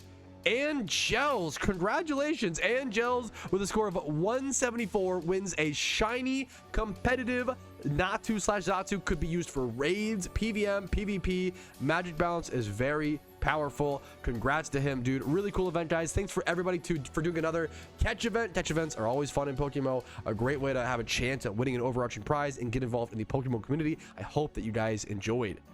Alrighty, fellas, it's just about midnight, which is when you know I've been working my tail off on the Ironman account. I have been trying to figure out my box life, dude. My PC situation on the Ironman is insane. I've been trying to fix it, figure it out. Here we can see, you know, all my breeders. I'm trying to get them organized. I have cut down a ton, dude, and I have a few solutions I can go ahead and actually do. So I need to level up these Pichus. I might do that here soon. That might be a different day. I do want to do that on camera. I think it's a cool process to kind of go ahead and show, but it will unlock some breeders. And then I have look at this, all these breeds set up, dude. Every full box like this is 600,000 Pokeyen. I think this took me, not even this whole box. I think this whole box probably took me like 4 hours to set up. I know that sounds extreme, and you wouldn't think it would take that long to set up these breeds. And I'm watching movies. I'm not like paying full attention, to be honest, obviously. But at the same time, it's difficult. It's really challenging to go through what I have and my boxes and find breeds that pair up. You wouldn't think it'd be difficult, but it's hard to find the correct genders, the correct age groups. I'm really just sitting here going through different combinations. You know, water A, male, 31 attack. Usually I'll do something like this. You know, in all the attack stats, look for 1 IV, you know, see if there's any easy breeds 2 times, you know, that match up. Like a lot of times there's just, okay, nothing. Here's a 2 times. Let's see if that's male. Let's see if I can, let's now go towards like female and see if I can find one like in live time. But let's grab this Weasel into our inventory temporarily to see. So we have this Corsola, but it has the exact same stats as the Weasel, so that's not a good breed. This one, there we go. I think I just showed you guys. There we go. How to find a breed in live time. I think that actually works. I'm gonna go grab that Weasel really quick. So this will be a 31 defense brace and then 31 speed brace. So sometimes it's not that bad. That was actually a pretty easy find, honestly. So sometimes it works out, but usually it's taken me a little bit sometimes. Also trying to breed up species of Pokemon that I actually really care about. I mean, that takes a lot of time and delicate care and effort as well. Not to make mistakes. I also went through and I actually labeled, I'll show you now before I set up this Weasel breed. I labeled a bunch of mons. I tried to go through and label every single alpha that was from a raid. I brought up all the lists. I brought up the Halloween raids, the Xmas raids, and the Lunar New Year event raids. And I labeled all of them event alpha, and I ticked the little star icon on all of them. So I think I did it on all of them. I think now every raid alpha should have some sort of label to it. So that'll be a really good way in the future. Like something like this, like Raichu. You wouldn't expect an alpha Raichu to be from a raid or an event, but it is. I would have forgotten that. It's easy to forget that, right? I was scared for a sec that I might have accidentally bred some of these. Like this Delibird, you wouldn't remember that this is a raid reward or a specific reward. I don't think it was a raid, but it was like from some sort of mini game during the event, if I recall correctly. This Tangela, especially the ones that I've rebred, like this Tangela, I've tried to breed up a little bit. Like it's easy to forget that that's from the raid when it doesn't have the Met location of being from a what's it called, a mysterious battle or whatever it says, from a fateful encounter. So anyways, I've been working on this box. That's good progress, sure. But over here, I'm actually going to do something really feels awkward. It feels icky on the Ironman account. These are all, this whole stack of Pokemon, these are all 31 special attack field A group Pokemon. I do not need this many. And I do not have any pairings for these Pokemon. I have tried over and over and over again looking for pairings with these in my boxes. I just don't have nearly enough 1x31 field A group Pokemon.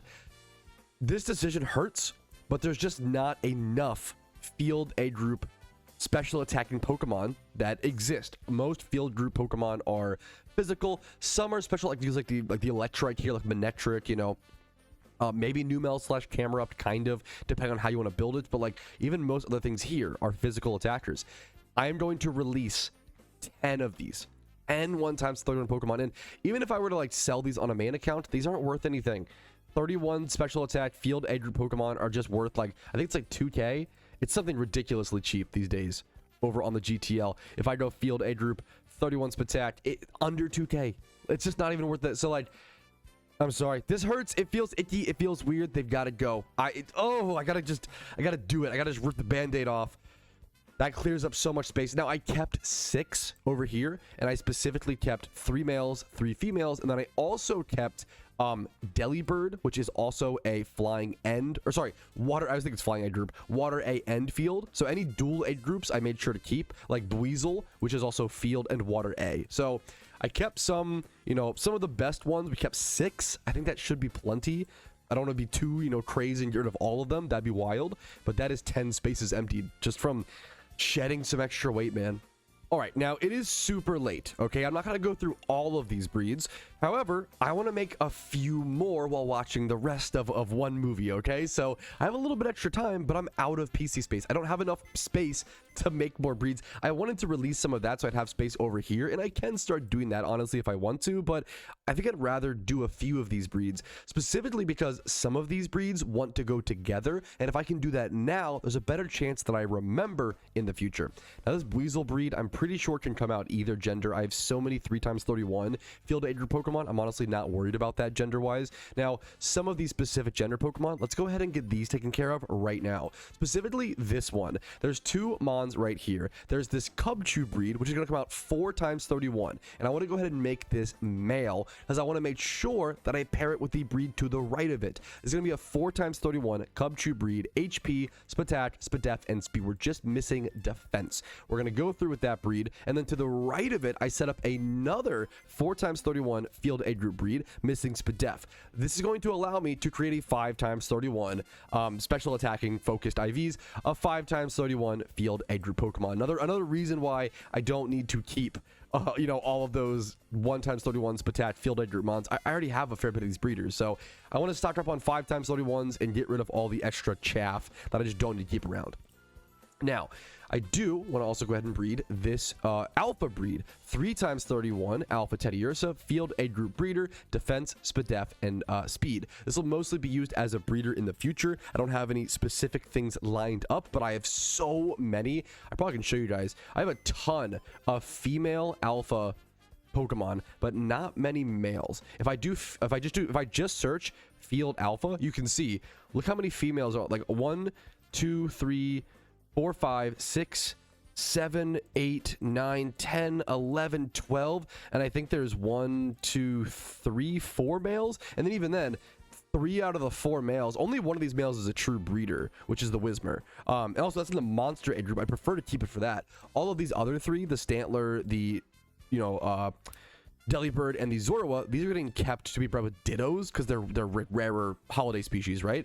The other one is technically the Arbok, but even that, similar situation. That one's a Dragon Egg group, and this is another Event Alpha. So I really only have 2 male alpha breeders, and even then, they are in other egg groups that have higher priority. So I really don't have any field male breeders that are alphas, which is kind of crazy. So I'm going to go ahead and make sure to start. I'm going to be paying attention a lot more to how I pay for the breed to come out, like gender-wise.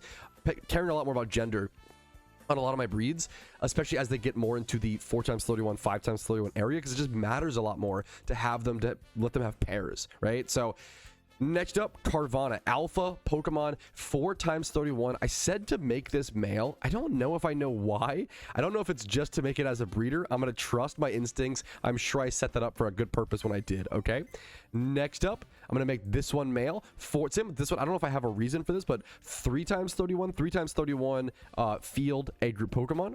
I guess, you know what, I'm doing the same thing. I'm making male field breeders. I don't really have any male field egg group breeders right now, and I'm creating them in live time. So that's the problem that I'm solving. I'm remembering now. Okay, sorry, it's also very late, so it's 12:30 a.m. right now. Little spacey. Next up, this is an important one. Make this Mantine male, and I'm losing the alphaness on this, but I don't mind losing the alphaness on a water A breed. I think this is fine. I want to really consume a lot of Pokemon right now, and I don't like to do this very often, but I want to consume more Pokemon now. I can't be too stingy on keeping alphaness. I'm sorry, Corsola. I'm going to make a 3x31 breeder there with no attacks selected, so no spatak or no physical attack, just defenses and speed. I'm going to use that and pair that. I'm going to do it right now. I'm going to pair this with this Dratini, which is, I'm not going to breed right now, but once that hatches, I'll be pairing that with the Dratini, which is a beautiful Dratini that is currently 3x31, pairing with that Corsola / Mantine as it comes out. That's going to end up being a 4x31 Dratini breed, which is pretty cool. So I'm excited for that. Next up, we've got an Eevee breed. You always want to make these female pretty much. Eevee's a very, usable species. It does cost 21,000 Pokeyen to do so. I was just over 2 million Pokeyen, like 2.1 mil today for the first time, and it hurts to see it poof away, but at the same time, this is important stuff. Next up, I believe, if I recall correctly, I need more female flying age group Pokemon. So here's a 3x31 female flying age group breed. Next up, we've got another alpha breed. Now, this is a big one because the Beartic is an event Pokemon. This is a raid Pokemon or from one of the, I assume the Xmas event. I want to take really good care of this. I want to keep it an alpha. I want to keep it unique. So I'm going to go ahead and mark it as such. I want to make sure that I remember, hopefully, to properly label the Cubchoo and denote it as soon as it hatches. So there's the Cubchoo going. Next up, a funny one, but I've been working on it. The Ducklet, I've talked about this. I really want to have a good Swanna. It's very funny. On a main account, you wouldn't really worry about this. Swanna is not a meta Pokemon. It's not used in PokeMMO at all. I really want a 5x31 or even 6x31 Ducklet / Swanna, because if Swanna ever becomes viable, if it ever becomes needed for some sort of raid, new piece of content, which is very possible. PokeMMO's been making crazy things viable recently with Primate for Darkrai. I love shouting out that one. And I think recently Defiant per Ugly was relevant for one of the legendary raids. I forget which one, but like Cresselia? I think it was Cresselia. Like, the Pokemon that are becoming viable, it's one of the coolest things in PokeMMO is when weird niche Pokemon become like the only solution or very viable to solve a weird big raid. So if Swanna ever becomes viable, the problem with an Ironman account is that it's a Pheno only species. So if it ever becomes viable, if I don't have one made and ready to go, it's going to be practically impossible to go get one because it's from a Pheno. So it's so rare and RNG dependent. So it's better to just have one like built up, bred up, and ready to go. I'm going to try my best with that. So one of those Iron Man things to think about. Like on a main account, you could just go breed one off the GTL, not a big deal. And then next up, another breeder is a Dragon Age Group Alpha breeder. This is a funny one because it's 2x31 in both the attacks. You don't normally do this, at least in the Dragon Age Group. Like mixed Garchomp, mixed Salamence, mixed, a lot of the mixed dragons actually matter. Mixed Dragonite, like these Pokemon actually do want both of these stats. This will mostly just be a breeder for the future, giving me another, female Dragon Alpha breeder. I need more of those as always. So that's some great progress. I think, do I have it? You know what? I was gonna stop there, but you know what? Why not? I thought I was pretty gassed. It's pretty late. I thought I wouldn't have enough energy, but I mean, most of these are just pretty simple breeds. This is a funny one, or kind of a sad, almost like a somber one. This is a Gyarados that I used in the storyline run. Look at this.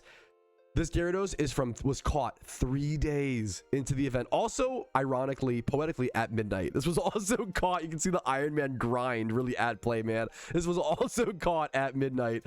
That's poetic, dude.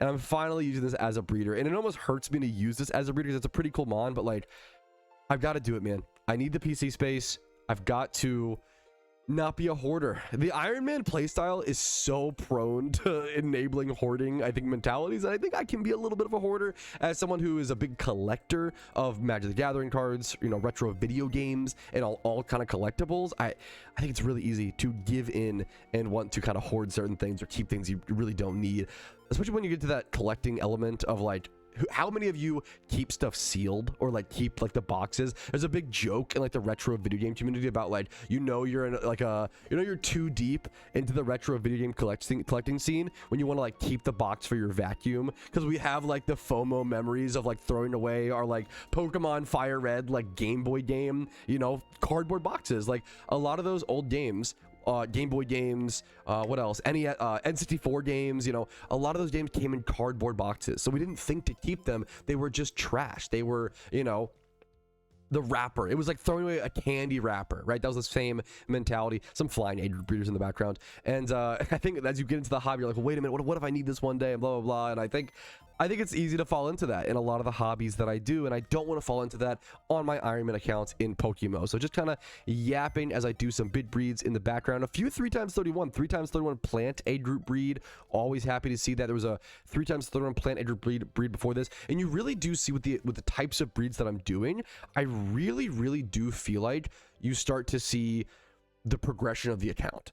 The amount of 3x31 breeds I do now without blinking, without even like commentating on them, that would have been unheard of. Oh my goodness. Even like before the event season, it's actually wild. I knew the event season would progress my account in terms of the 2x. This is a weird roll. I knew the event season would progress my account in terms of items, in terms of vanities, and in terms of like limited things like item magnet charms and riches charms.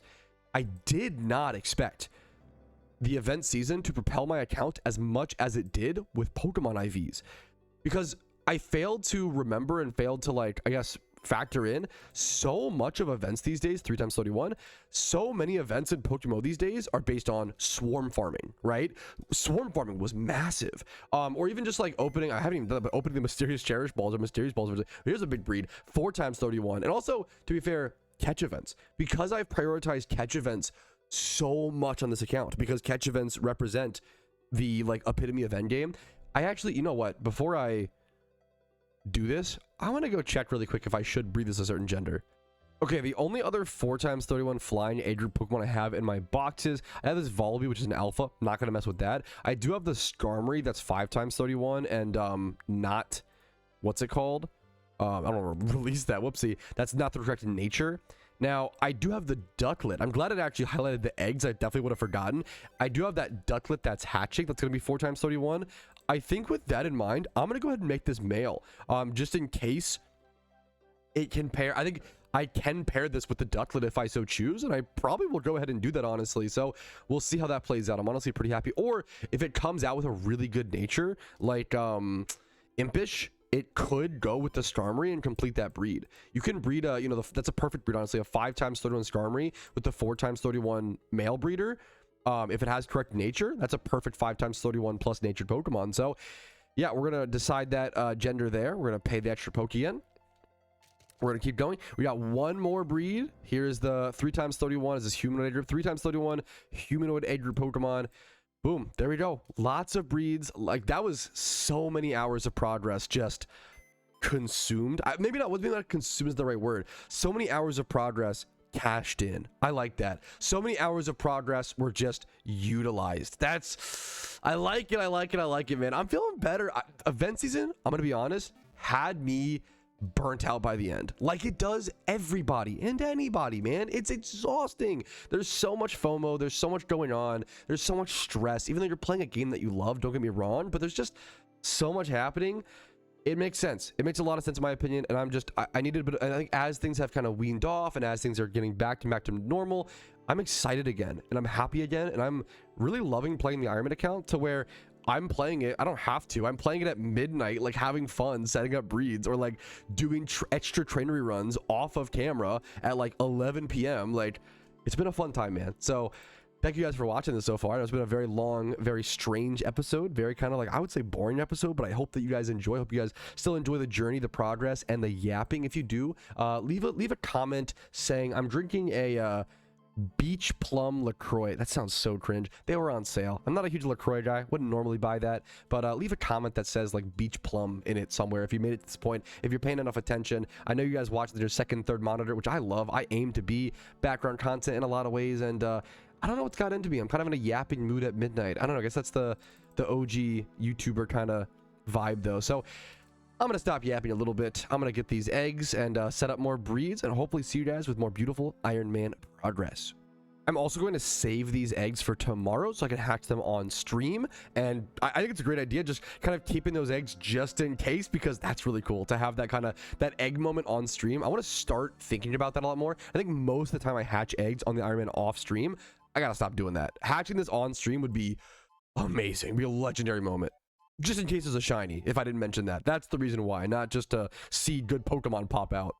Alrighty, fellas, I've been hard at work, and by hard at work, I mean watching movies with my wife and playing the Iron Man account on the side. You know, nothing too crazy, but it's been a lot of fun, man. The passive progress. I love accounts like this. I love challenges like this. I always have something I can do. You know, if I want to play the game actively, I can go do a trainery run or a Jimmy run or something high end, or even like breed a specific Pokemon that I need, like that Gothitelle that we did recently. Try to like make a new competitive mon, like we made that Articuno. But if I want to play the game relaxed, sit in the same spot, I can set up breeds, you know, while watching them. I can payday pick up. I can, you know, there's so many ways to just chill and play the game, or high activity, high energy play the games. I love games like that give you those options. Anyways, today I mostly just have breeds. You can see my Pokeyen stack has been brought down a fair bit once again, but it's for a good cause.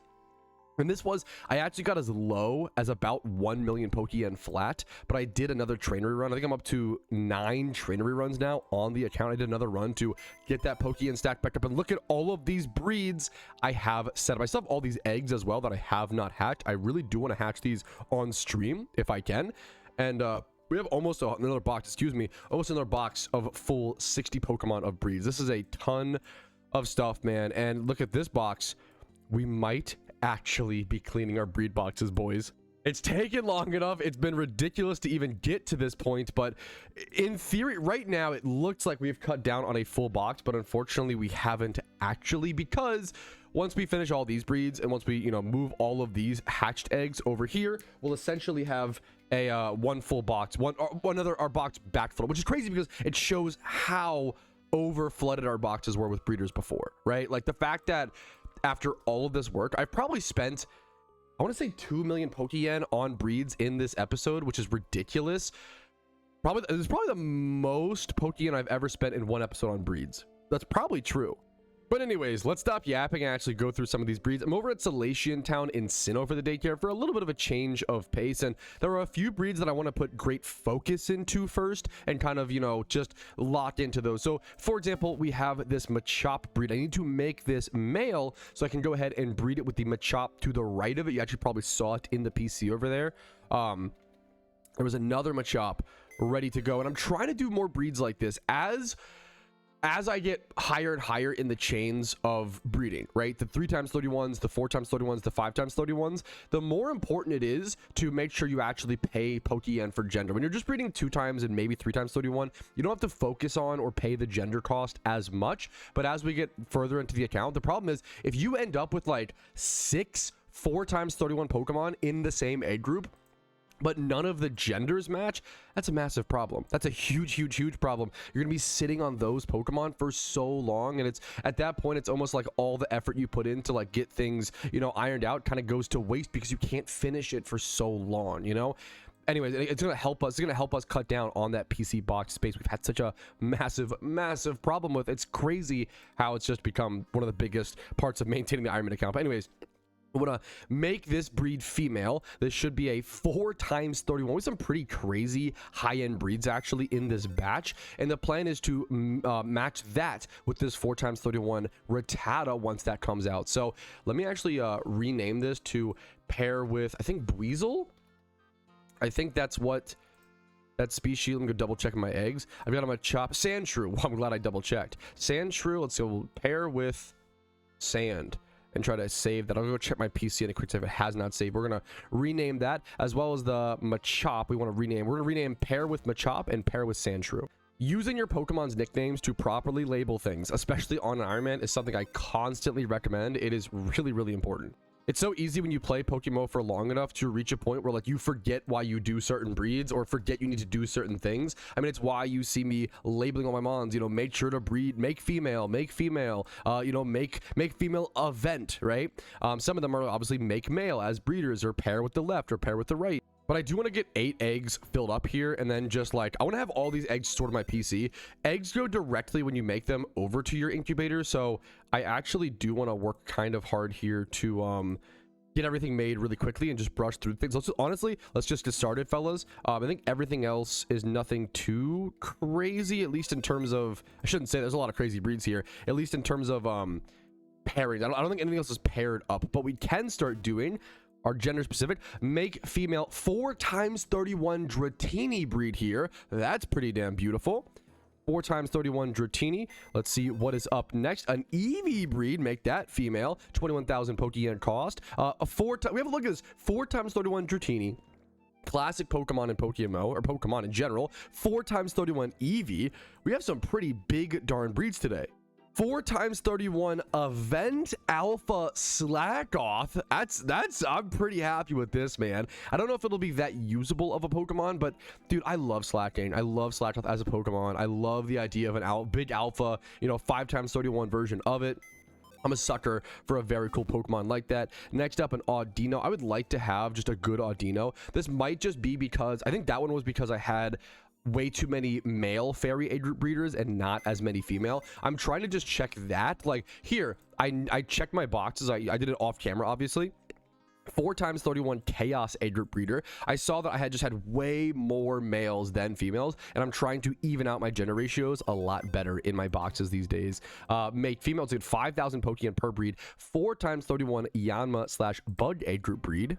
A lot of 4 times 31 breeds there, back to back to back. We could potentially see some 5 times 31s today. 3 times 31 Alpha Event Pokemon. We also, now the big thing here is we are changing this male alpha into a female to let it be easier to breed in the future and keep the species. And super importantly, Defiant Purugly, Hidden Ability Access Purugly, is actually meta. I believe for the Cresselia raids, one of the permanent legendary raids needs a Defiant Purugly.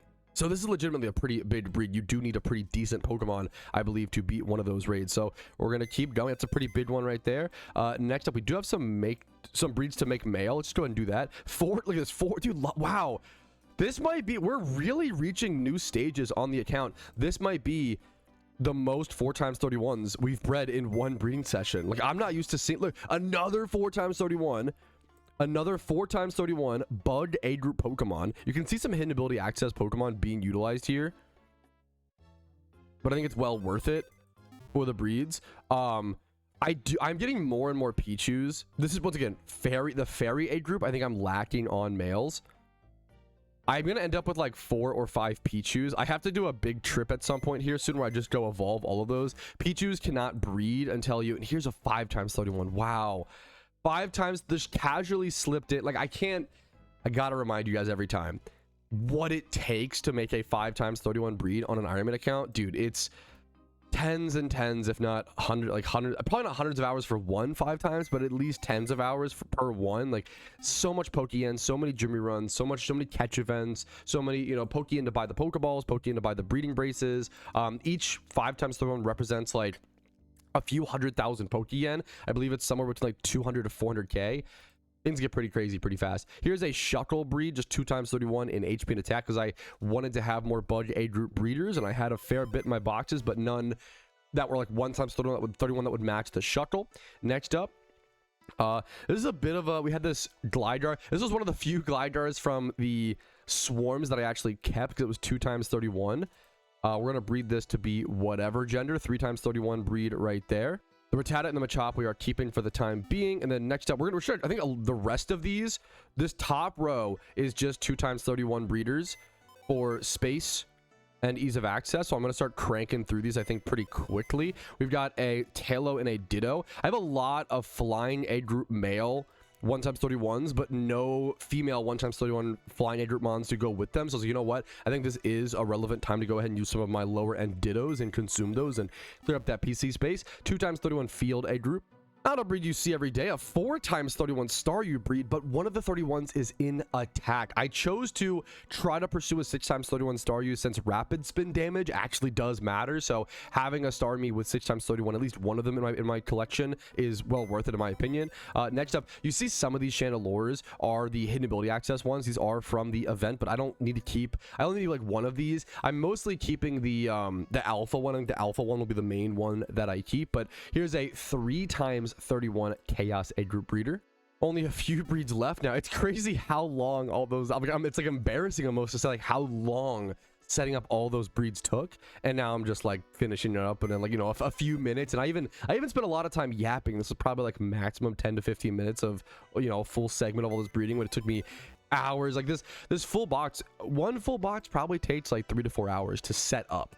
just finding the breed pairing. That's not even including the Pokeyen, the catching. I've said all those before, but it honestly, it still amazes me. That's the point of the Ironman account, is that like these little things you do every single day, they still amaze you. I think that's what's so cool about the Ironman account, is I think the main account gets monotonous so quickly, or you kind of get into the motions much quicker. It is harder to acclimate, in my opinion, to an Ironman account, which is the beauty of it. So there are more eggs. I'm going to move these all over. That also gives us more space if I want to keep planning breeds off camera. That's why I like doing this, because I want to be able to keep working, keep putting in, you know, the efforts. So now that I've got this covered, we have a lot of eggs to hatch on stream, which is always I think it's fun and exciting. So whew, good progress, fellas. I did catch a one alpha off camera. I caught this alpha Glaceon, just so you guys see, 2x31. I went to it because evolutions have a much higher chance to be male in the wild. They have an 87.5% chance. So it's always good to catch like evolution alphas as male field egg group breeders, as opposed to like a female like EV breeder, honestly. So it's nice to get them as, it's definitely a positive in that way, weirdly. All right, and my eggs did hatch. I do want to set up that Machop and that Sandshrew breed. I don't know if there's anything we're like super excited to see in terms of rolls. We see the Slack off there. We see the Dratini over here. Rolled Modest. Doesn't really change anything to my knowledge. The Eevee rolling Calm is relevant. Like, that can be used as a nature on something like a Vaporeon or some shit. We'll have to see what I want to do with that in the future, but that's actually like could be relevant. The Ghastly rolling Modest is also really interesting as well for a potential future breed. The Audino, just a 2x31. Pretty, like, honestly, some good extra little things here and there. Pretty happy to see a lot of this. Let's go set up this Machop. Yeah, the Machop and the Sandshrew breed. Great. One last thing I'm checking really quick is my humanoid egg group breeders, specifically the 3x31 ones, for how I should make the gender on this Machop. And honestly, you could go either way. I have this female 3x31 Abra that I don't think can actually pair with my Machop, because it only has one of the matching IVs, so I can't even breed it with that Abra. And then in terms of alphas, I have the Alpha Ralts, but like that's my only humanoid breeder. So honestly, I think the Machop breed can roll any gender. I don't think the Machop gender actually matters here. We can clean that up in the future when we actually breed up more humanoid egg group Pokemon. So we're gonna let this one randomly roll. And then we do have a very specific gender selection we have for the Sandshrew breed. This is going to be a male. I mean, this is a 5x31 field egg group Pokemon. It's a Sandshrew. I don't really care about, you know, having a Sandslash comp. I'm sorry. I know it was good back in the day or at certain times. Rapid Spin Access and a lower tier like NU is actually pretty cool, but I don't need it. Never been a huge fan of Sandslash, at least since like 2013, 2015, to be fair. Love shiny Sandslash, but that's going to be a male to represent a breeder for something more impactful in that field egg group. All right, a big day for the Ironman off camera, off stream today. I'm just going to be making as much Pokeyen as possible. I spent a ton on those breeds recently, and it's nice to have all these Amulet coins stocked up to try to reinvigorate our Pokeyen stack. So let's go ahead and get started with a gym rerun. This is gym rerun number 112 on the account. All right, we got some big Ironman progress. I sorted all these by IV, so you can see the highest IV breeds up here at the top. We now have a 5x31 male Sandshrew, that'll be a breeder, a 5x31 Spoink, a 4x31 Pidgey. We got ourselves, this Ghastly came out timid, I think. That's actually like, wait, that's really good. We can breed this with a female 5x31 Chaos Egg Group Mon. We could get like a 5x31, not Dengar because it's a trait evolution. Oh man, but some sort of Chaos Mon. Special attacking, we have like, that would be a really good breed. 4x31 Impish. Some of these nature rolls matter. 4x31 Staryu. This Ducklet still has to be bred up to a 5x or 6x31. No other natures I'm seeing. That Timid Ghastly is the big roll, so that's beautiful. Yeah, a nice Chandelure could be cool. Beautiful steps on the Ironman account are being made. We just finished our gym run and got up to 1.6 million Pokeyen, and now I'm rewarding myself a little bit today, fellas. We're at 5,000 encounters, which is not very dry, obviously. I want to do a little bit of shiny hunting. I'm going back to Jigglypuff, the spot over by Black City, ×5 hordes. I want to get my encounters up on the Ironman account. I think it's a fun thing to get your encounters up like that and have that chance. And I just enjoy it. I love shunting, and I don't get to shunt these days nearly as much as I wish I could, because I'm always Jimmy running, breeding, making progress, and sometimes the progress is the fun we had along the way. So let's go get set up and go do some shiny hunting. Alrighty, fellas, I was traveling for a little bit, took a little 4-day trip or so over to Atlanta, Georgia. We are back on the Ironman account. I didn't get any Ironman clips because obviously I didn't have my proper microphone and setup during that period, but I did have some stream recaps if you want to go watch those. We are back on the Ironman account doing Jimmy Run 117. I want to do a quick clip because I haven't seen you guys in a little bit and because the Pokeyen's deck has grown. I've been trying to consistently do my Jimmy runs even while traveling. We've done a pretty damn good job in my opinion. We're going to hopefully, I don't think we'll get to 3 mil today, but we're gonna be close. And this is the closest I've been to 3 mil Pokeyen pure cash on the Iron in a very long time, and Pokeyen has been our biggest problem for the past few months or so. We need it to Leppa berry hunt, we need it to control our PC space and do breeds. We need it for, there's something else. We just need Pokeyen for like everything, right? We need Pokeyen for the quick balls and Pokeballs for actual catch events to get RP. I'm honestly been thinking a lot about recently about stopping quick balling and nest balling catch events and doing a lot more false swipe Pokeballing for catch events and doing them a lot more casually. You still have a good chance of winning, but I just can't afford keeping up. I can't afford it. I can't afford to do nest balls and quick balls. I don't have the Pokeyen on the Ironman account, and I don't want to have to be slaving away at Jimmy runs and trader runs for the rest of my life. You know, I do like doing them about 5 days a week or so, but even that's, I want to have some I like having breaks every so often, you know. So let's get our Pokeyen stack up and allow ourselves to take that money making break. Wait, did we hit 100 total? We did, right? We hit our first 100 total fossil count on the Ironman account. I have a long way to go. Like ideally I have like 500 of each skull and armor. That's when it comes to eventually being that. I don't know if that'll happen. I'm just spending whatever free time I can fossil hunting. I don't know if we'll get there, but first 100 total, very happy with that milestone. All right, well, I was on my way. I was prepping for stream, and I was about to hop in the shower before stream, actually, and I saw that there is an alpha Ditto spawn ping over in my Discord, and I have to put everything in my life on delay for alpha Ditto spawn, so let's go get that bad boy first. It's that important. And all right, so since you guys obviously haven't seen, you know, tens of hours of content from this series, and you've probably never heard before that alpha dittos are actually really good for the account. They're actually really powerful. They're something like, I don't know, like liquid diamonds. You've probably never heard me say that phrase. I did just make it up on the spot, true and real. Let's go ahead and get this catch. All right, I got it on the first timer ball after properly setting up the catch. Let's see, mild nature is kind of irrelevant. Let's see any IVs. Oh my god, that's... Oh, I'm so glad I came to this and didn't just be lazy and go start my shower. Oh my goodness, gamer delays his shower and gets rewarded. I hate that that's what happened here. 3 times 31 in all defenses and HP. That is like, oh my goodness. And it's 20 plus and everything else. That's like one of the most perfect alpha ditto catches I could have gotten, dude. That's so sick. Wow. That's... Every Pokemon needs those stats. That's so good. So good. Gotta appreciate that. Oh my goodness. Whew. All right, let's heal up and get ready for stream. We have a catch event in about 2 hours from right now. Alrighty, fellas, the catch event is beginning. I'm gonna be slowing things down a bit on the Ironman. I'm gonna be false swipe spore and Pokeballing the Bunearys, and then hopefully false swipe Pokeballing the Buidoos, and then maybe false swipe sporing and Pokeballing the Beautiflies. There's only 3 Pokemon we're catching in this event. It's over here in Eterna Forest. I'm gonna slow down, play this event in a budget way to hopefully save up some Pokeyen. Pokeyen has been the biggest problem, and I think if I stop spending like 100k Pokeyen, 150k per catch event, it'll help me a bit in my savings. Like, oh, like this is a good catch. It's not catch event like placement worthy, but this is a pretty nice catch, man. It's great for a breeder.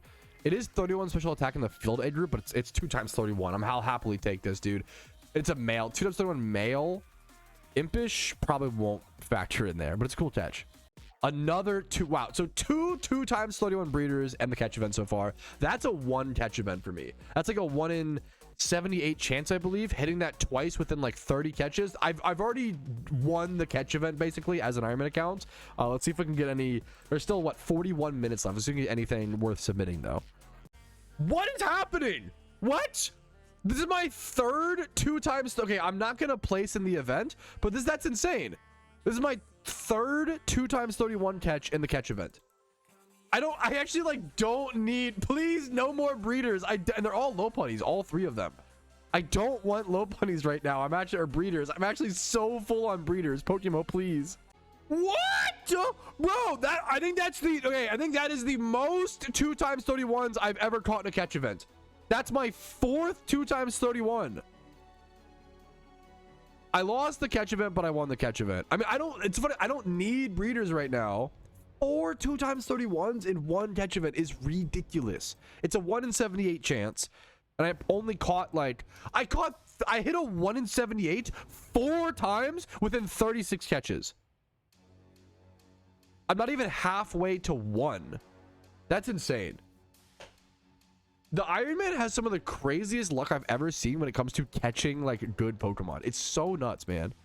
Alrighty, fellas, the catch event did just end. We're going to sort by total IVs. Here is my highest IV catch, the 142 Buidu, and my lowest catch was a 42 Buidu. So, honestly, pretty above average catch event in terms of total IV catches, and then in terms of like 1x31s and 2x31s, I honestly got incredibly lucky. Now, I don't really want that right now, but I can't complain. It's good breeders, it's good, you know, I'm sure I can use them in some way down the road. At least a lot of them can actually probably pair together as well, because a lot of them have 31 Spatak in the field egg group, which is not ideal, but at least they can pair with each other, so that'll work out in some way.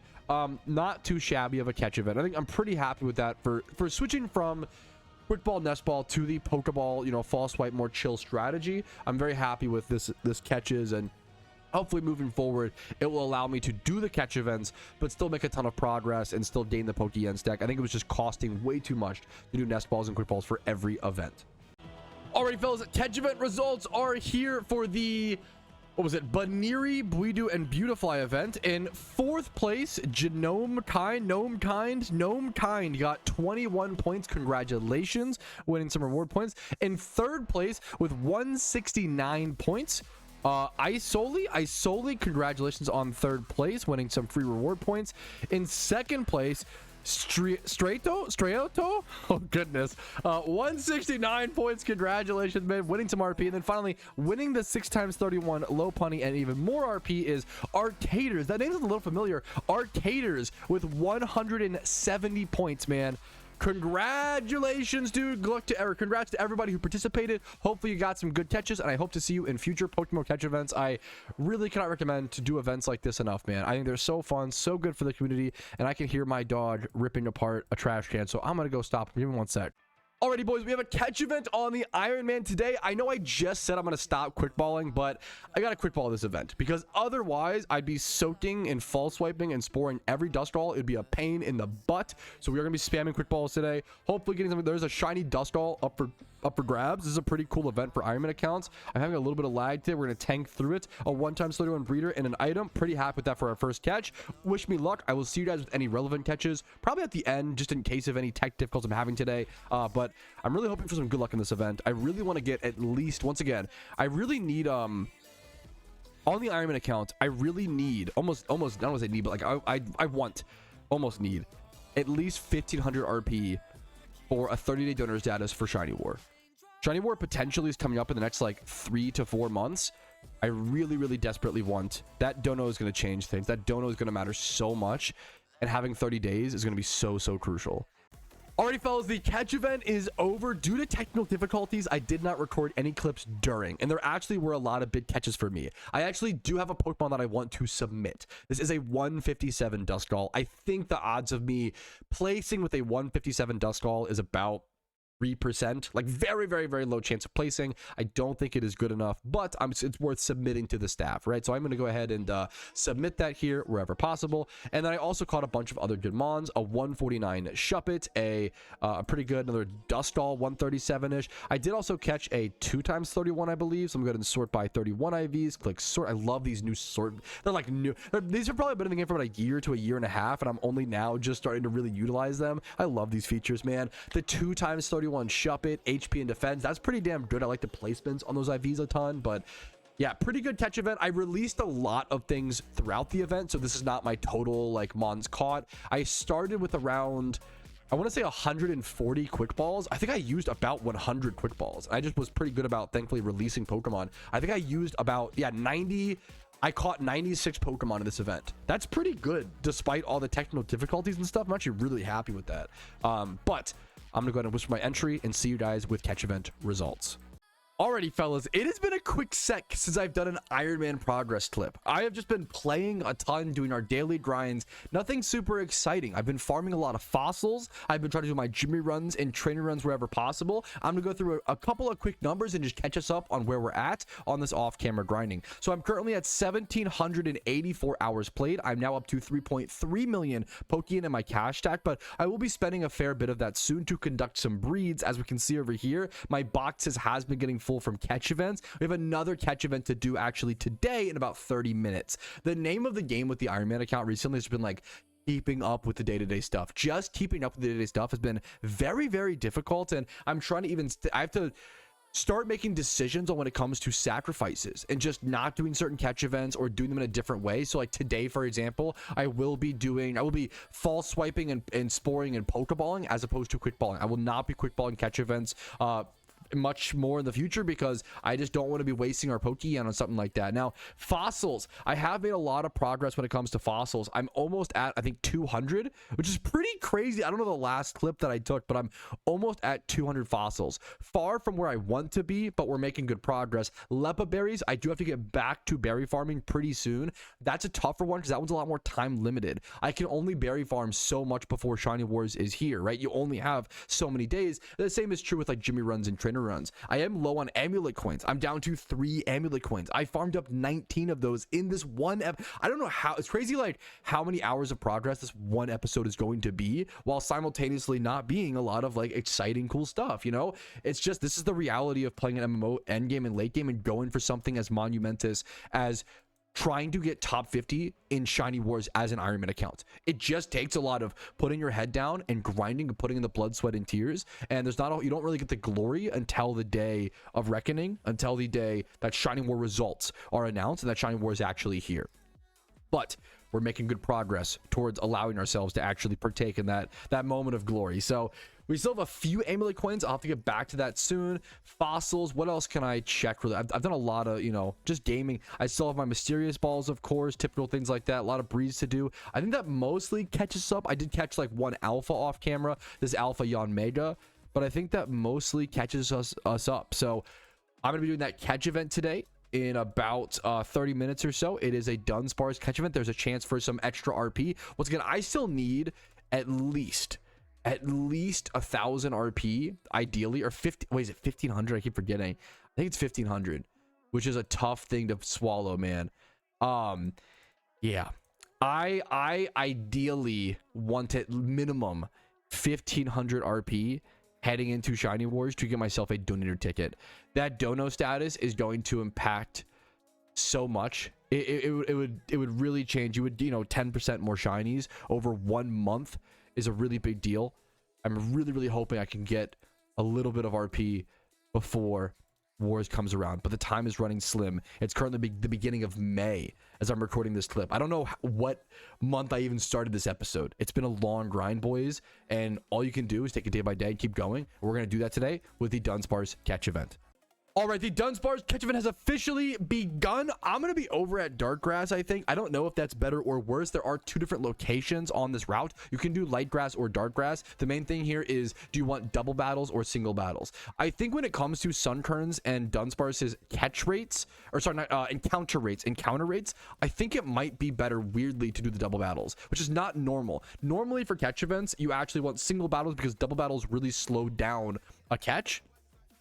But if it's going to help me encounter more Sunkerns and stuff and more Dunsparces, I think it's going to be worse. We're just going to test. The beauty of catch events is like nobody really knows the best strategy most of the time. It's a lot of like figuring things out on the fly. Did that Sunkern just kill itself with solar power? That was the most Sunkern thing I've ever seen. The Sunkern, I false swiped it, put it to 1 HP. The Sunkern set up Sunny Day, which then it took damage at end of turn from its ability solar power to KO itself. That's one of the most Sunkern things I've ever seen. All right, there's our first Dunsparce catch. I will see you guys with more relevant catches throughout the event in the future. It's only 6:01 p.m. We have a long way to go. All right, that is the catch event done with. I don't think I caught anything super interesting. I also just didn't get that many. Okay, I caught more than 3 Pokemon. Don't worry about that. I released a lot of things during the event. Also, this was just a pretty scarce event. Like a lot of things, you just don't see a whole lot of encounters, which is why I was in the dark grass for a fair bit of it. We did get 2 one-time slow one breeders, which I'm honestly happy to see a low amount of these. None of these are, yeah, 3 Pokemon. That's really funny. I released a lot of things during the event itself. I'm going to keep these as breeders, of course. I have nothing to submit. I will still see you guys with catch event results, of course. And then shout out to this guy who got a shiny Combi during the event, because why not? That's a sick event shiny, man. Congratulations to Anya, who got themselves a shiny Combi at like 3,000 encounters. I love the shiny Pokemon over at that spot, dude. A really cool catch, dude. All right, fellas, we have catch event results coming in for the Dunsparce catch event. In 4th place with a 19-point catch. Congratulations. That's a good one, dude. Over to iRock. Congratulations on the free reward points. Next up in 3rd place, where's 3rd?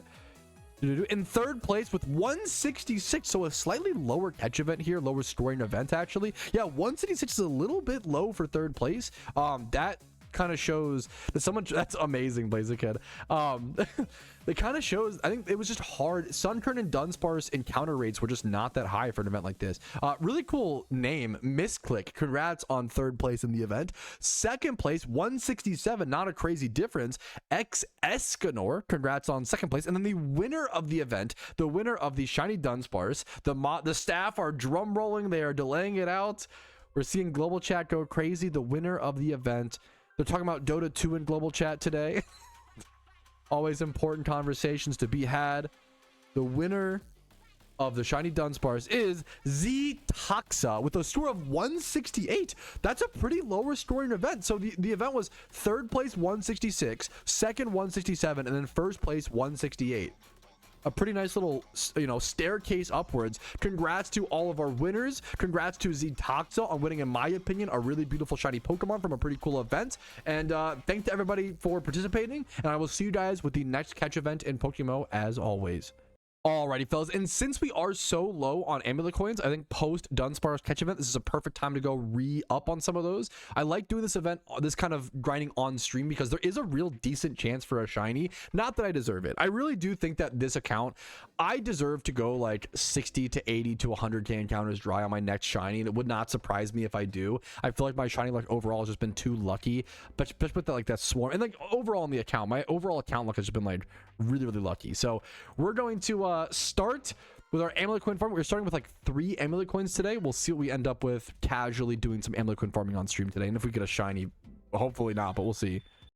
All right, I have a ton to do on stream today. I feel like I say this every single day, but I actually want to go ahead and record an Iron Man clip before I even went live, just to show you guys how much is going on. Number 1, I am going to start berry farming again today. I don't know if I'll do a clip on stream. I've been having some crashing issues, unfortunately, recently. In typical Petrowski fashion, my streams crash a lot, but we deal with it. We push through. We keep going. I'm going to be picking up berry farming once again today. It's one of those activities. I really need to be on top of my time-limited activities. Things like berry farming, things like Jimmy run, making sure I get my Pokeyen every day, but then I also have to like have the Amulet coins stay on top of that. There's just so much stuff, only so little time. I'm going to do whatever I can, right? So we're going to start berry farming today, and there is a catch event today in about 2 hours or so from the time of recording. There is a Heatmore catch event with obviously a shiny Heatmore up for grabs and some RP up for grabs. Once again, I view it as almost a necessity. I really need 1,500 reward points heading into Shiny Wars. I need myself a 30-day donor status. If I don't have that, I'm going to be such a detriment to my team, and that's something that I don't want to be on the Iron Man account. It's the whole point of the account is to be playing at this restriction, but still being able to keep up with the main accounts and keep up with the other players. So we're going to do our best. We're going to grind the most we can to hopefully put ourselves at that opportunity and with that chance. So let's just go ahead and jump into things. I'll see you guys with more clips during the stream. Okay, I'm not gonna lie, I was getting a little worried there, boys. I was like, where did all my seeds go? I thought I had more seeds than this, and it turns out I have a bunch of berries that I haven't extracted yet. 360 cherries, 192 Rost, 179 Petchas. So we just need to spend a disgusting amount of Pokeyen. This is why I've been Jimmy running, Amulet Quinn farming, all that jazz. It is so freaking expensive, dude. Oh, what do I buy here? 1,000? Like that, yeah, 350k. I think we just commit, boys. 350k. That's about a Jimmy run. It's like a Jimmy run and a trainer run on the account. A little bit less than that, but like it's just the money can, and that's not even, that doesn't even extract like everything we have, you know, like that's what's so crazy. Okay, let's find the harvesting tools. You've seen this once, you've seen it before, but it's still, let's go our cherries. I'm gonna do all my cherries, I think. Boom. I need so many spices. That's a ton of spices. Okay, good, good, good. Next up, we went from 1,000 of these. Let's do all of our Petchas. Screw it. We're berry farming, boys. We're now down to 453. Like, look how fast this goes, man. Look how fast that happens. And the next up is Rosts. I just bought 1,000 of them, and I'm down to 250. Like, just like I just spent... Was that 250k? No, more than that. Like 300k on harvesting tools. Just utilizing. I might buy 1,000 more. Oh god, that hurts though. I think it's the right thing to do. God, this hurts, but it's the right thing. It's the right thing to do. Bitch clap. Yo, what's up, Zero-H? Thank you so much, man. Like, I just spent like 800k Pokeyen to start the morning, man. Oh my goodness. Okay, let's get started on our actual berry farming though. We got a ton of seeds now. Okay, I was gonna just hard do non-Leppas, but now should I do Leppas because we have so many seeds? I think I still want to do like one more big batch of non-Leppas. I like the idea of almost doing no Leppas for like 3 to 4 days and then doing one big batch of Leppas. I'm sick of doing the like little bit. I think it's just really annoying and I just don't enjoy it. So you know what? Let's do plain spices. 3. We're gonna do some of these with very spices as well. Let's get started. I'm gonna do cherries, Rost, Petchas today. No Leppas today, man. I know it's boring, but it's also important to keep in the progress. The typical Iron Man adventure. Alright, fellas, the catch event is in about 52 minutes. We still have a little bit of time, I believe. We do have an Alpha Clefable over here. I planted all my berries. I didn't do any Leppas today. We're doing our Alpha Clefable catch. We need more Fairy Egg Group breeders, as always, on the accounts, as well as after this, I'll be doing any Amulet Coin, a little bit of Amulet Coin farming, and trying to get some. I did go from 3 Amulet Coins now up to 6, so that number is rising off camera a little bit, but I'm gonna do a little bit of Amulet Coin farming until that catch event begins. Paralyzed. That's hilarious. Whatever. We can still figure this out. I'll see you guys hopefully with this catch. 63 turns. That was one of our longest alpha catches on the account, and it's 2 times. You know when an alpha catch is hard and long, it's gonna be the worst one. 2 times 31 in both attacks. That's okay. I was hoping to Amulet Coin farm for a bit. We have about 20 minutes until the event. I'm probably just gonna go prep for the event, honestly. Just get my synchronized stuff ready, calc with team synergy, get my plan, you know, all that stuff, and we'll just go ahead and get started on that event as soon as possible.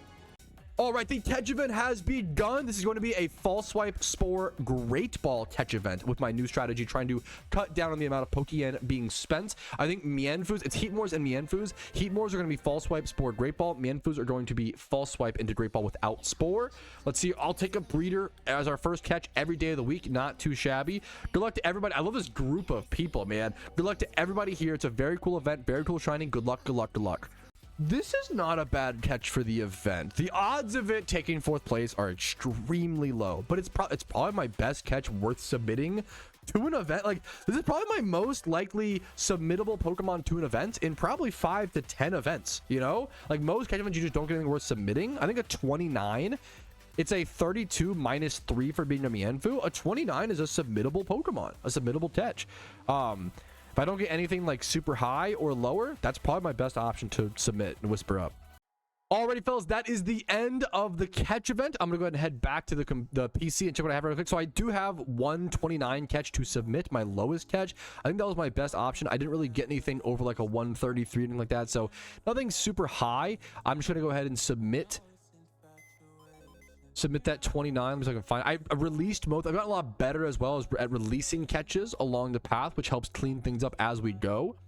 We got, let's see how many 1 times 31s. We can move this over here really quick. Sort by 31s. This does not have, we can just release that. Easy peasy. We did get 1 Flame Orb as well. Why not? We got 9 1 times 31s from the event. We caught a fair bit of Pokemon. Let's sort by highest to lowest now. Total IVs. 29 is our lowest catch. Our highest catch we caught was a 133, 136 after boost. Not really worth. Yeah, I'm gonna submit the Mienfoo and just hope for the best. And I probably don't get 4th place, but it gives us at least a chance. And I'll see you guys with the catch event results here in a quick sec. All right, fellas, time to cover the catch event results. In fourth place with 12 points, we have Kinga the Gamer. Congratulations to you. Was there an Ironman that placed? In third place, that's a pretty popular, well-known Iron Man too, bro. Iron Sega, third place, 169. Nice score, dude. Congratulations. Good catch. Second place with 170. Sick Sec. Congratulations. All the XXs, like an old Xbox gamer tag. Congratulations, gamer. Much love to you, dude. And then in first place, in first place with a score of 179 is Decon. Congratulations. Look at the difference. Second place was 170 and first was 179. Congratulations, gamer. Oh my goodness. Congrats to everybody who placed, and good luck in all PokeMMO future catch events, fellas. Alrighty, fellas, we are doing a Jimmy run today on the Ironman account. It's been a success I've done like on camera. I usually just do these and don't even record a clip, but because I spent so much Pokeyen today, from 3.1 down to 2.4 million Pokeyen, I'm definitely gonna make some of that Pokeyen back today. This is Jimmy run number 120 flat on the account as well, so it's a cool little milestone. Let's go ahead and pop one of our Amulet coins and just jump into things, and I'll either see you guys afterwards, or maybe I'll do a trainery run after as well, or we'll go Amulet coin farm after. It's one of those two options. All right, we do have another alpha encounter. We're making some good Iron Man progress today, fellas. Another alpha encounter, of course. Over here is Alpha Cedra over at Route 17 in Unova. No shiny, but I should see you guys with the IVs and the catch. It's male. That's a good breeder.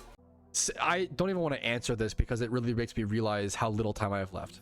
Someone says, how long do we have to prep for Shiny Wars? We don't know when it will be. It's not confirmed yet. It's not been announced. You know, all that jazz. It's typically starts in like mid-July, historically, is when Shiny Wars historically has been. But it could be anywhere from like late June, July, August, somewhere in that range, right? Best case scenario, if it doesn't start until like late July, we have what, 2 months? 1, 2, 3. Best case scenario, we have about 3 months. Okay. Worst case scenario, 2 months. We are running out of time, legitimately. We have about I'm gonna have to lock in the final 30 days. We have about 2 to 3 months to prep for. I can't believe that. I can't believe that. I don't even process that. We have about 2 to 3 months, boys. We gotta get to work. All right, there's the Alpha Cedra encounter at turn 7. So a stark contrast to our Clefable earlier, and it's 2 times 31 in both HP and defense, and then 30 in speed def. Okay, this is the total opposite of our Clefable catch earlier. A fast catch that's male and a really good breeder versus that awful Clefable. That's perfect RNG evening out, fellas. All right, we are post-stream now on the Ironman account, still making good progress, and I just thinking about that question today, really good question from a chatter on stream, really made me reflect on how close we are to Shiny Wars, only being like 2 to 3 months out. That sent chills down my spine, but you know what? It is what it is. We're gonna keep working, do what's in our control. I'm gonna go ahead and water all my berries. All my berries need to be watered. I'm gonna start planting Leppas and stop doing this, I think, as of tomorrow. I did realize at the time I planted my Leppas, what's kind of awkward is my berries, or I guess my berries, not my Leppas, my berries are going to be done at like 4 a.m., which is not ideal, to put it nicely. I'm gonna just try to wake up at like 10 a.m. or obviously before that, but like hopefully around 10 I will harvest them all and get that taken care of. But I'm gonna water everything right now, and then after this I'm gonna try to do a trainery run as well and get our Pokeyen stack back up after spending so much of it today on those berry crushers and harvesters. I was also checking my notepad document recently and realizing how much time of progress is going to be in this episode. I knew it was going to be a lot because it's like months and months, and it's like passive progress and just kind of Jimmy runs and berry farming that I didn't want to show you guys every step of the way because it's just too much, right? It's just the grinding aspect. I think it's going to be around 150 hours, possibly more. All right, good morning. It is the next day before stream, and it is time to pick our berries. I got up early enough, thankfully, and then today I'm going to plan to plant my berries. I always forget this somehow, but with these 16-hour rotations versus the Leppas being like 20-hour rotations, I'm going to plan to plant these berries at the end of today's stream, or I guess if I do Leppas, I'm probably switching to Leppas today. I probably can do it towards the start of stream, so we'll just play it by ear, see what happens. I feel like regardless, doing it towards the end of stream is still better, even with a 20-hour planting time, so let's just go ahead and pick our berries and see what loot we get. All right, there's the final berry pick. Let's go see what we ended up with. 307 cherries. We totally replenished our cherry count while getting a bunch more very spicy seeds last time.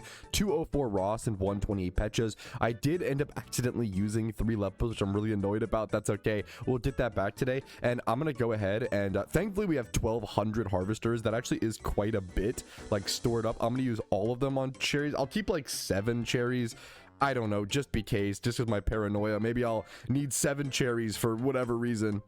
Next up is going to be Pecha berries. Let's do 120 of those and keep 8 of those. And I'm just going to once again harvest pretty much everything here. And I'm running through my harvester tools here pretty aggressively. What's all here? Let's just do 200, sure. But that's going to give us way more seeds. We are now at 417 plain bitter, 257 plain spicy. That is the most important seed right there. 462 plain sweet, and then 162 very bitter, and then the rest don't. I'm sorry. I said plain spicy, very spicy. Excuse me. 406 very spicy. That's the most important seed. Wow, we have way more. We have double very spicy to plain, and that's very on purpose. We very purposefully. That's so sick. Okay, the numbers we need to line up. We need the exact same amount of seeds. Very spicy, plain bitter, and then plain sweet, which they're pretty close. I've just been freeballing it, but like 406, 462, 417, that's way, I didn't calculate any of that. I've just been like going with the flow. That is way closer than I expected. All right, we are starting off the Iron Man day with an Alpha Electivire catch, and then after this, I need to lock in. That is a very good catch. Shout out to Tom, 170. Tom actually shouted out this Alpha to me. I would have missed it without him. It is a 75% chance to be a male, which is really important as an Iron Man, wanting more humanoid male breeders. That is a really good Alpha catch. Oh my, double 31 in fantastic stats, 20 plus, 170. That's super good, and it's despawned now. We have to lock in today, fellas, and do as much Iron Man prep, as much Shiny War prep as possible. My main goals today are going to be gym rerun, probably not trainer, gym rerun for sure, and then I think fossil farming at a point. Gym rerun, what's the thing? I'm missing something. Gym rerun, I'm forgetting something already. We gotta just get to work though. Berry farming. Actually, should we berry farm now? The problem is, actually, Leppas have a 20-hour rotation. I'm down. I am also planting the most Leppas I will probably ever play. Like, I'm planting a lot of Leppas hard today. Wow, you can see actually. This is a not normal berry farming day, and this is also high risk, high reward. I need to not let these die. If I let these die, not trying to be dramatic, it genuinely could be the end of my Shiny War attempt. I need to keep these alive. Very sweet, plain bitter, plain sweet. I'm going to plant probably at least this full batch of Leppas, if not more. I'm going to plant as many Leppas as I can without utilizing too many of these seeds, as I need to be able to replant, right? That's the main thing. But I am doing the most Leppas we may ever see on the account in today's batch. Yeah, Rumo asked a great question. You know, why aren't you planting other berries to sustain Leppas versus only planting Leppas? Because usually I plant no Leppas for like a week straight, and this is my one day. Yeah, this is my one day where I'm actually planting all Leppas, which is very rare. I can only do that because I planted so many Pechas, Rost, and Cherries on all the other days, and I have stocked up enough seeds to be able to do this. And I'm going to be able to finish this day, which is crazy, with 254 very spicy seeds still. I actually was able to do an entire full batch of Leppas, which is important because when Shiny Wars happens, I can't have like any seeds, not any, but like, actually, ooh, a good question. A good question is, will it be worth for me to berry farm during Shiny War? And it might be, which is kind of weird. I'll have to see. I'll have to think about it. I'll have to do the math potentially, but this is a full batch. Every single plot in the game has Leppas in it right now for me. I only have 600 Leppas right now. I'm excited to see you guys tomorrow morning with how many we end up with after this. I'm very excited for that, dude. Yo, someone just asked, and I appreciate you asking me to check, because I did just hit 1800. Not that it's a huge milestone, but it's a cool one. I did just hit 1800 hours played on the Iron Man account. It's a bit of a milestone, man. I was just saying, I feel like I had not gotten many fossils today. That's my first 100 stack of one fossil. Now, I should have, I'm not even at 200 yet. I'm behind. I'm deeply, disgustingly, grossly behind. I know that. I'm going to start grinding a lot more off camera. I think my biggest fear is getting a shiny off camera, but I think war prep is more important than that. I don't care anymore at this point. I need to grind. I need to just go, boys. And I'm going to start playing a lot more in the afternoon, watching movies with my wife, hanging out, grinding the Ironman account, making good progress. I'm gonna lock in, boys. We got like 2 to 3 months to do this. Also, my Everstone stack is now over 200. That's the real sleeper thing here. What's my Hardstones? 100 Hardstones. And my like Quick Claws. I've had certain item stacks really growing recently on the Ironman account. I might end up selling my Quick Claws and Hardstones before Shiny Wars because getting Pokeyen is more important than having a cool giant collectible stack. Like, this is like 200k. Not quite, but like 150, 160. That's a lot of yen, man. That's a lot of yen right there. And then the Quick Claw, this is like 400k in random little items in my inventory. Like, that's a lot, man. I probably do. I'm gonna save for a while, but it's fun. But I probably do sell off the stacks before Wars, but we'll see. Okay, good morning. It is 9 a.m. before a stream, and I have 2 big things to talk about. Number 1, I have been actually locking in over the past few days. It's actually kind of working. I've gone from 100 total fossils as of a few days ago, now up to 230 total fossils or so that I have prepared and ready to pop for Shiny Wars. The second thing is my Leppas are done. I took very good care of them. I watered them twice just in case. I watered them right before bed just in case. It is now bright and early. I'm going to pick all of these. We are starting with 608 Leppas. I don't know what we're going to end with. Maybe over 1,000? Surely over 1,000, but everything is Leppas. All the berries here, all the berries over at Abundant Shrine, every single patch is Leppas, and I took really good care of them, so I'm hoping for absolute maximum yields, and I will see you guys with a groundbreaking new number of berries on the Iron Man. This took weeks and weeks of not Leppa berry farming at all, you know, to be able to build up the seeds to be able to do this in one big batch. All right, this next Leppa berry bush is the final one. I have not checked my count yet at all. I'm sure this will be over 1,000, honestly, at this point, just because I was getting like 5 to 7 berries per bush. It felt like a lot. That's my instinct. So let's just see. 1,500. I was gonna guesstimate and hope for 1,200. Oh my, we just went from 600. We just gained 900 Leppa berries. Over 900. Like 950. 930-ish. 930 Leppas in one day. But that's just, God, that took so long. That took so much preparation and hard work leading up to that. Ooh, I will get back to planting rosts and cherries and things like that in a few hours once the timeline lines up, since once again it is a 16-hour to 16-hour farm for the other berries and a 20-hour for Leppa, which is why it's kind of awkward and kind of weird with the timing, and why I prefer this strategy of doing one full batch of non-Leppas, or multiple 5 full batches of non-Leppas and then 1 full batch of Leppas. All right, I've got a little Sunday update. It is currently Sunday, May the 10th, as I'm recording this at about noon. I spent my weekend pet sitting and hanging out with some friends, so I haven't played the game a whole lot, but I was able to do some fossil farming during some downtime, and I have got my total fossil count. That's the main thing I'm keeping track of for my progress here. My total fossil count is up to 285. 152 plus 133. These extra ones are nice, but I'm not even really, factoring them in. I believe if my math is correct, that is 285 fossils. So that number has been growing dramatically, and that feels really good. We're still at 1,500 Leppas. I did manage to weave in a berry growth patch, but I don't feel super confident about it. They all were like red blinking at one point because they were so out of water.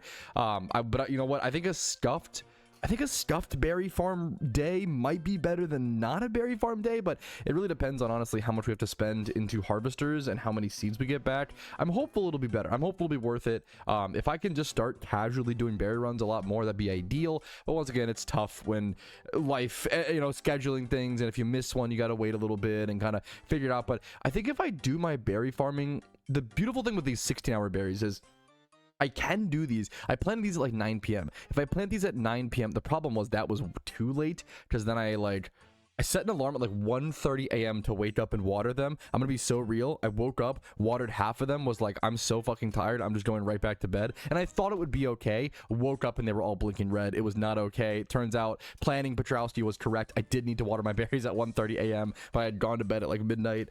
So berry farming can just be a nightmare, man. I love Pokemon. I love this game. I don't like scheduling my entire life around this game. You know, I do touch grass. I have a wife. I have friends. We go to breweries. We go to dinners. You know, we do live life and go outside. As much as I play a lot of Pokemon, it may seem like I don't, but you can actually get a healthy mix. Who would have thought? You know, who would have imagined you can actually play a lot of video games and actually have a pretty decent social life?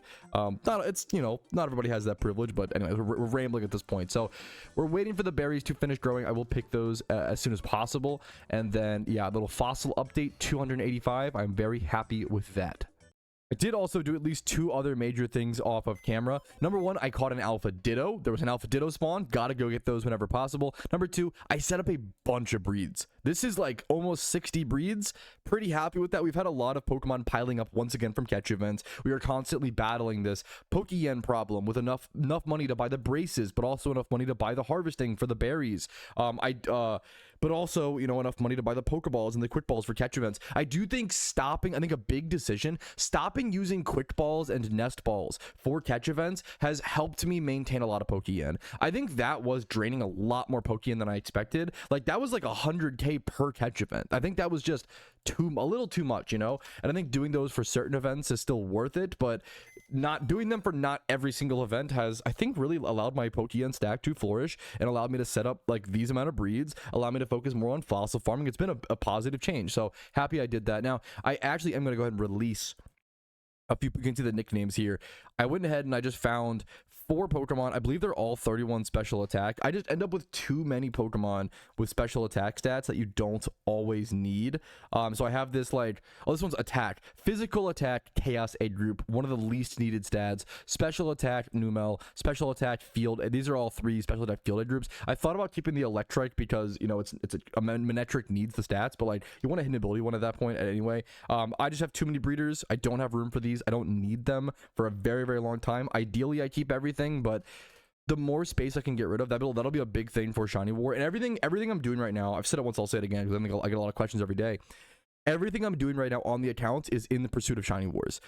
Obviously, I have that list of goals that it's breaking my heart to not get to be honest with you. I have that. I want to get Terrakion. I want to get all the legendaries.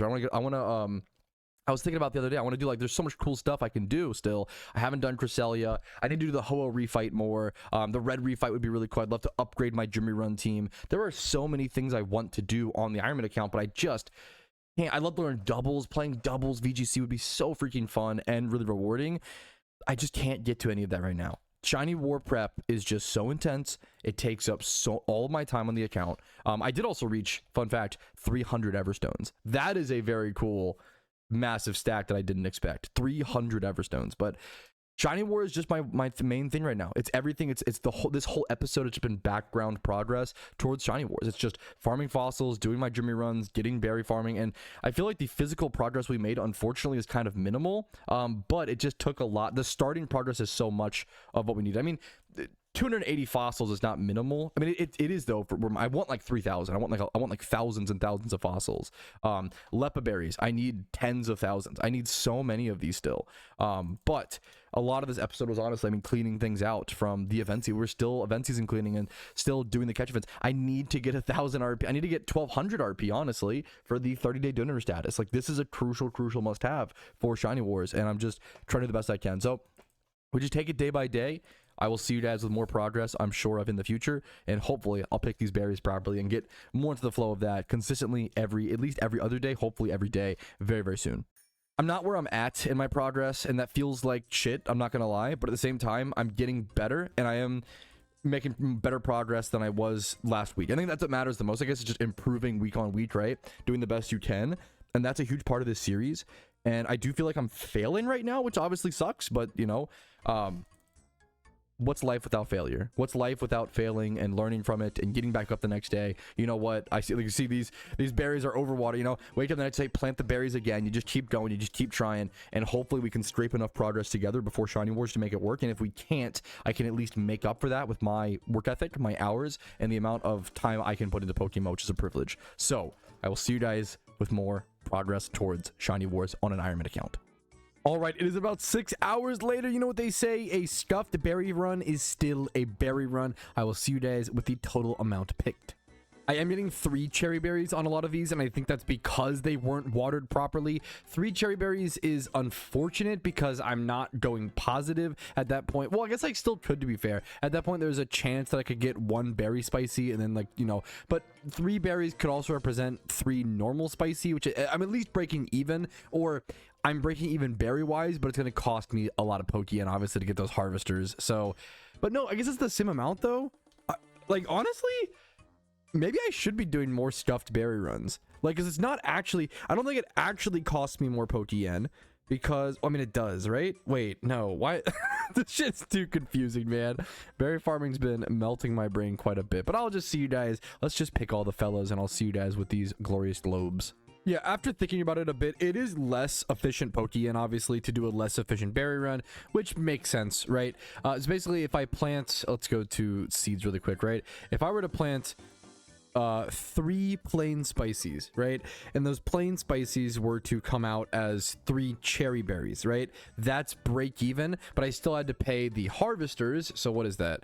750 or 350, excuse me, 350 per. It's about 1,000 Pokeyen, about 1,000 Pokeyen just to break even, which is not ideal, obviously, but at the same time, there's a chance for very spicy. I think it's fine. I think I'm at the point. Pokeyen switching the catch event thing, just going to Pokeballs for catch events, I think has already like dramatically changed my Pokeyen situation, as well as just doing a few more trainery runs in the evening off of streams. I think my Pokeyen situation is clearing up. I've been pretty lazy. I've been pretty lazy on trainery runs recently, and I'm still over 3 mil, which I'm honestly amazed by, as well as my Everstone stack and my like Hardstone stack. Everstones, I didn't know this. These sell for 2,000 Pokeyen a piece. I like the idea of stocking up on a ton of Everstones for breeds, but like I'm gonna reach a point, I will get so many Everstones from fossil farming, I'm never gonna need to keep all of these. I might start selling these. Like, this is 600,000 Pokeyen in Everstones sold to a mart, right? The Hardstones, those represent, that's like 200k right there. The Quick Claws, I think, are like 200k. There are a lot of items sitting around in my bag that I can just go sell for some extra cash. But let me just, once again, first, I'm rambling a lot and I'm yapping. I'm just thinking a lot today about the berries, but I got to be thinking less and doing more. Just doing the runs, even if they're mediocre runs. I need to stop worrying about efficient size, maxing, everything. Just get it done. Just get the work done. Just put, you know, plant the berries, pick the berries. There you go, Petrowski. That's all you got to do. All right, that is our last berry pick. Let's see what we ended up with. We're looking at cherry berries, Petchas, and Rost. And like I'm really, like 452 cherries. That is like that we had like 0 to start there, so that is already much better than I expected. That already, like, I think hard makes this worthwhile. Like, we definitely didn't have that many. We definitely didn't plant 452 plain spices, like that many seeds. This feels incredibly worth it. So out of that, like, dude, what? 143 very spices? I'm sorry, I gotta wait. Okay, this being a quote unquote like mediocre or stuffed run, so insanely worth it still. No, that's so good. That's so insane. All right, I am running low on high. I have to buy more harvesters. Time to use these on everything else I have. Petchas, Max, yup, grind them up, and then I don't have to go buy more really quick. I'm gonna replant right now. It is 7 p.m., which means if I plant at 7 p.m., I can water them at midnight before bed, and then wake up the next day, and they should be done. Oh, 16 hours post 7 p.m. Oh man, 5 to midnight, and then so it'd be like, what is that? 11 a.m. they'd be done. Is that, my math is terrible? I think that's right. So the berries would be done, ready to go right around when stream starts ish, and then I would plant them towards the end of stream at like 4 to 5 p.m. ideally. Okay, it's taken us a while. We're starting to get a little bit of a pattern, but it's difficult when you're switching back and forth between 16-hour berries and 20-hour berries. But here's 1,000 more harvesting tools being bought. They are crucial. I might even just go buy, dude, I might just do it. I might just buy 2k. Fuck it. We bought. Fuck it. We stock up. We're on the berry farming grind. It's important. Oh, like that. That's a beautiful stack. To be fair. Let's do what do we have left? Our Rosts. Our Rosts are what's left. We have plenty after that. We have tons of new seeds. I'm not going to do Leppas yet. I think I am going to keep doing mostly cherries, and then whatever Rost and Petchas. We might need more sweets, actually. No, I think we're fine. Yeah, we'll do whatever. We'll do mostly cherries. Let's get planting. All right, berries are planted once again. We are on the horse. We are getting consistent. I will see you guys at midnight. Probably not when I water them. Fuck, that's a boring clip. Instead, I'll see you guys tomorrow morning for the start of a Monday stream and picking a new fresh batch of berries. All right, it is Monday morning before stream. I watered my berries. They'll be done in about 30 minutes, but until then, we have an alpha Raticate spawn. I'll always be happy with hopefully a male catch. Let's see. Would love a male alpha field egg group breeder. We'll take female. Yeah, we'll take it as well. Male is better for this sort of thing because you want the breeders, but you know what? Any alpha breeders are always good, of course. All right, a turn 11 alpha Raticate catch, not too bad. It's about what you want, honestly, with an alpha. Catching it on that first turn with a timer ball. And the stats are pretty darn good, dude. 2x31 in both Spadef and speed. 24 plus in all the physical stats, missing that Spatak. That's ideal for a field egg group mon. The nature is irrelevant, but I'm very happy with that catch. And honestly, catching that alpha Raticate for a second made me think about something I haven't really thought about yet. Should I be preparing alpha eggs for Shiny Wars? And what is the best way to do that? How should I do that? Yada, yada, yada.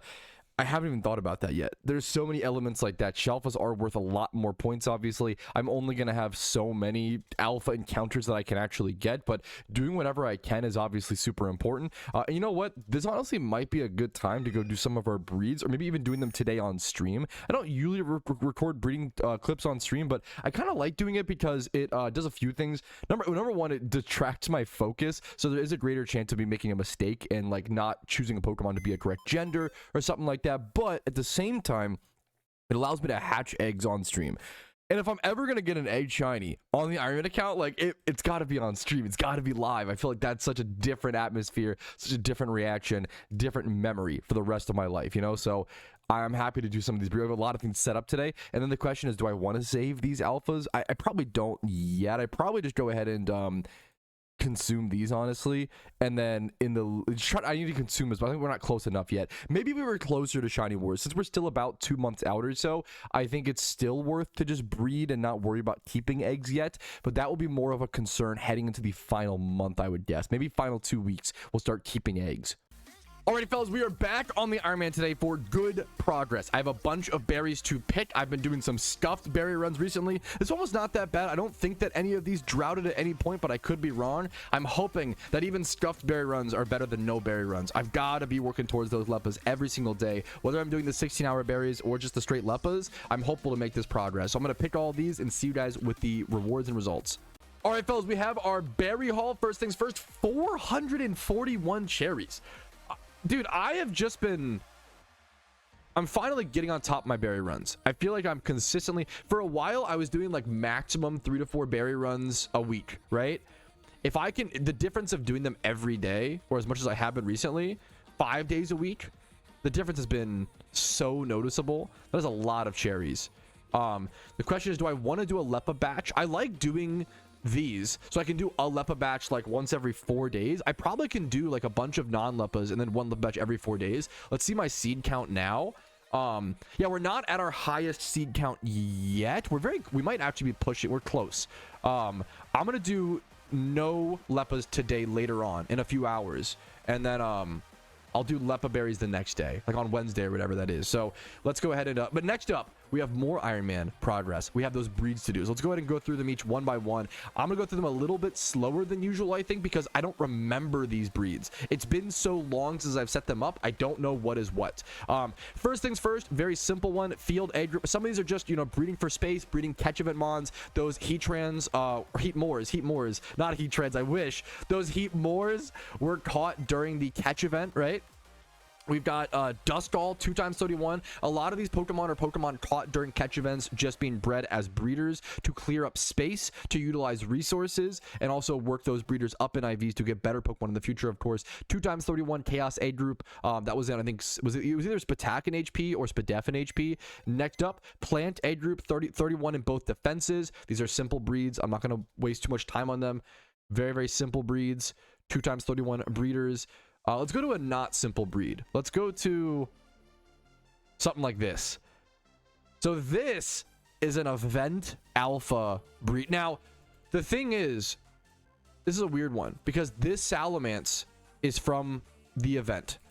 However, there are Salamence alphas that aren't, it's not an event only alpha. This one specifically is from the event raid, but there are natural wild alpha salamander spawns. So it's actually not as special as you would think. But I still am going to go ahead and breed this, I think, as a female. It's honestly kind of arguable here. I'm going to breed it as a female for now. I think we could change it in the future. Yeah, no particles. I don't know if it's supposed to. I'm not sure, honestly. But 3x31 alpha dragon egg group, 3x31 in HP, defense, and speed def. Now I'm debating though. I might want to check my PC actually. Should I make this male or female? I might need to double check really quick. Fuck it, we just do it live. Let's go double check. Dragon. Let's go alpha, egg group, dragon is how I would do this. And I would just see what alphas we have. Or any of them. Like we have this one's 3x31. We have the Ditto, of course. Can I pair this with a breeder? I don't know if I have. We have a female. This will be 3x31 in both the defenses. So it could pair with this Ekans. I might want to make this male, actually. Which I think makes more sense. Yeah, I'm going to... And it's weird. That feels weird to make an event alpha male.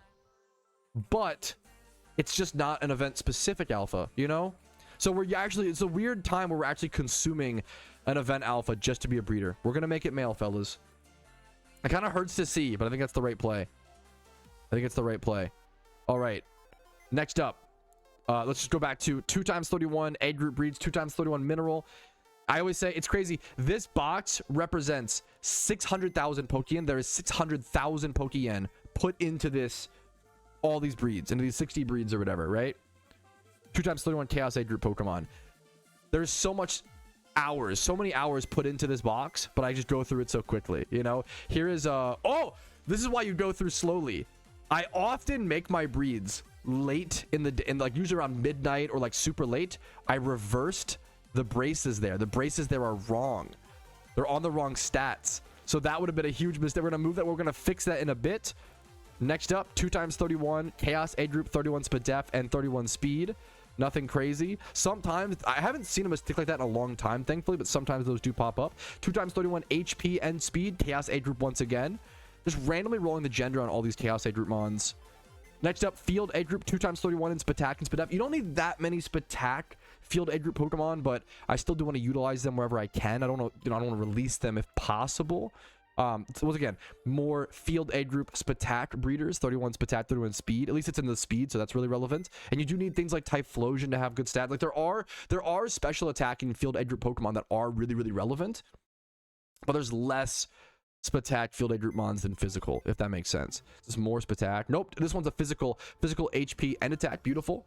Utilizing a lot of these catch event mons. We have to keep the more catch events we do, the more we have to breed to then keep our boxes clean. 2x31 in defenses and HP for Chaos egg group. The more we have to like breed to keep our boxes clean to do more catch events, you know? And catch events are just so crucial right now on the Ironman account, dude. This is a pretty big breed. A 3x31 Porygon utilizing a 2x31 Ditto. I always keep my Dittos very, very safely and carefully, right? Because good IV Dittos, 2x31 Dittos are so valuable on the account. But I've noticed I'm almost doing the like holding on to potions thing in Skyrim. I've been holding on to them a little bit too long. So I'm going to start utilizing some of my Dittos, especially prior to Shiny Wars, to get some of the space clear in my boxes. I need as much PC space. I need as much Pokeyen. I need as much of every single resource, you know, on the Ironman account prior to Shiny Wars. It's the whole, you know, here's a 3x31 Field egg group. There we go. 3x31 Field egg group. Get that breed going. I got to keep an eye out to see if any of them say to make male or female. These do not. Another 3x31, I think, Field egg group Spoink right there. Beautiful, beautiful. We'll do this. This is just a rare shiny chance breed. A random Beldum, no stats, no nothing. That is just for rare shiny chance and to consume one of my Shiddos. On the Ironman account, you have to keep some rare Pokemon around to be able to consume your Shiddos. And now here is a really good breed that I'm excited for. It is crucial to make this Pheno. I've been trying to make a good Swanna for quite a while now, because in the off chance that Swanna becomes meta for raids, I need to have a good one. And the off chance that it happens, because Ducklet is a Pheno only Pokemon, right? So if Swanna becomes meta and I don't have a good Swanna sitting around, I just can't do that raid until I get one. And getting a Ducklet via a Pheno is RNG. You can't control it. I'd rather have one on hand. So we're gonna make ourselves. I'm not even gonna EV train it. I'm just gonna like keep it a 5x31, and then the nature, I don't even know what it really needs. I'm just gonna try to make the best Ducklet / Swanna possible with the information we have and prepare for it in the future. Next up, I want to make this female 3x31 field. I think this is also humanoid. I think Buneary is actually field and humanoid, which is a really important combination to have. I'm gonna make that female, so I believe I can breed it with this Ralts. So we're gonna pair that with the bunny down here in a bit. Next up, one of the maybe the biggest breed in this entire batch, maybe the most important breed in the entire batch. I am breeding my event alpha. This is an event only alpha Togekiss, right? Sorry, my Alexa is talking to me. Alexa, stop. Never had that happen in a clip. I don't know what it thought I said. Anyways, so event Togekiss, okay? 3x31 HP, Spadef, and speed. I'm gonna put in a luxury ball just so I remember. I can try to remember that it's special. It's cost 21k to even breed this as a female. It's expensive, but it's worthwhile to keep this very special event, very specific Pokemon, right? All right.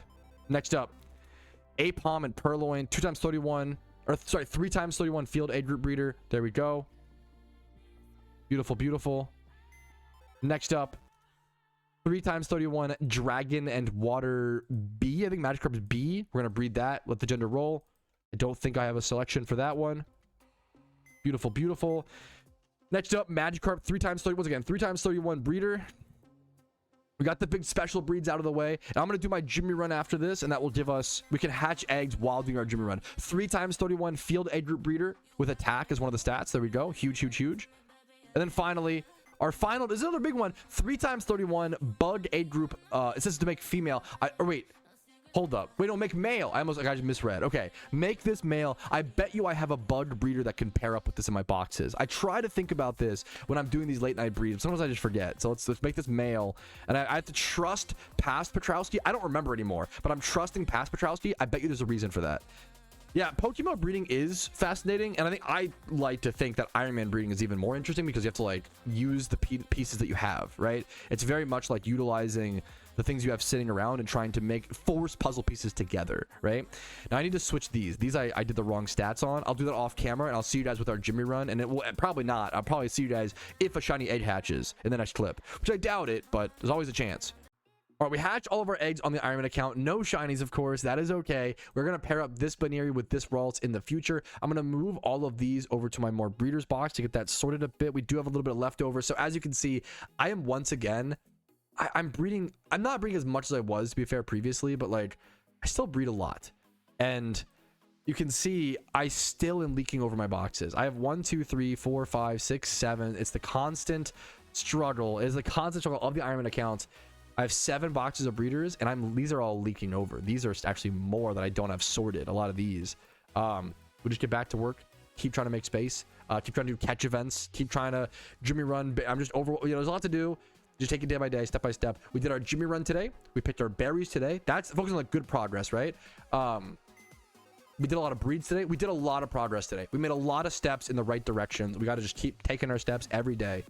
Alrighty, fellas, I feel like enough was enough. I've only had 4 Master Balls on the Iron Man account for a very long time. I looked up a quick guide, shout out Agron HD, and I found out I can just head over here and pick up my Master Ball. So let's just go ahead and do it, boys. It should be one of these balls. I don't know which one. This one's an Electrode. Okay, of course. We're gonna do this quick fight. Hopefully see us with the final Master Ball on the account that I ever pick up in a sec.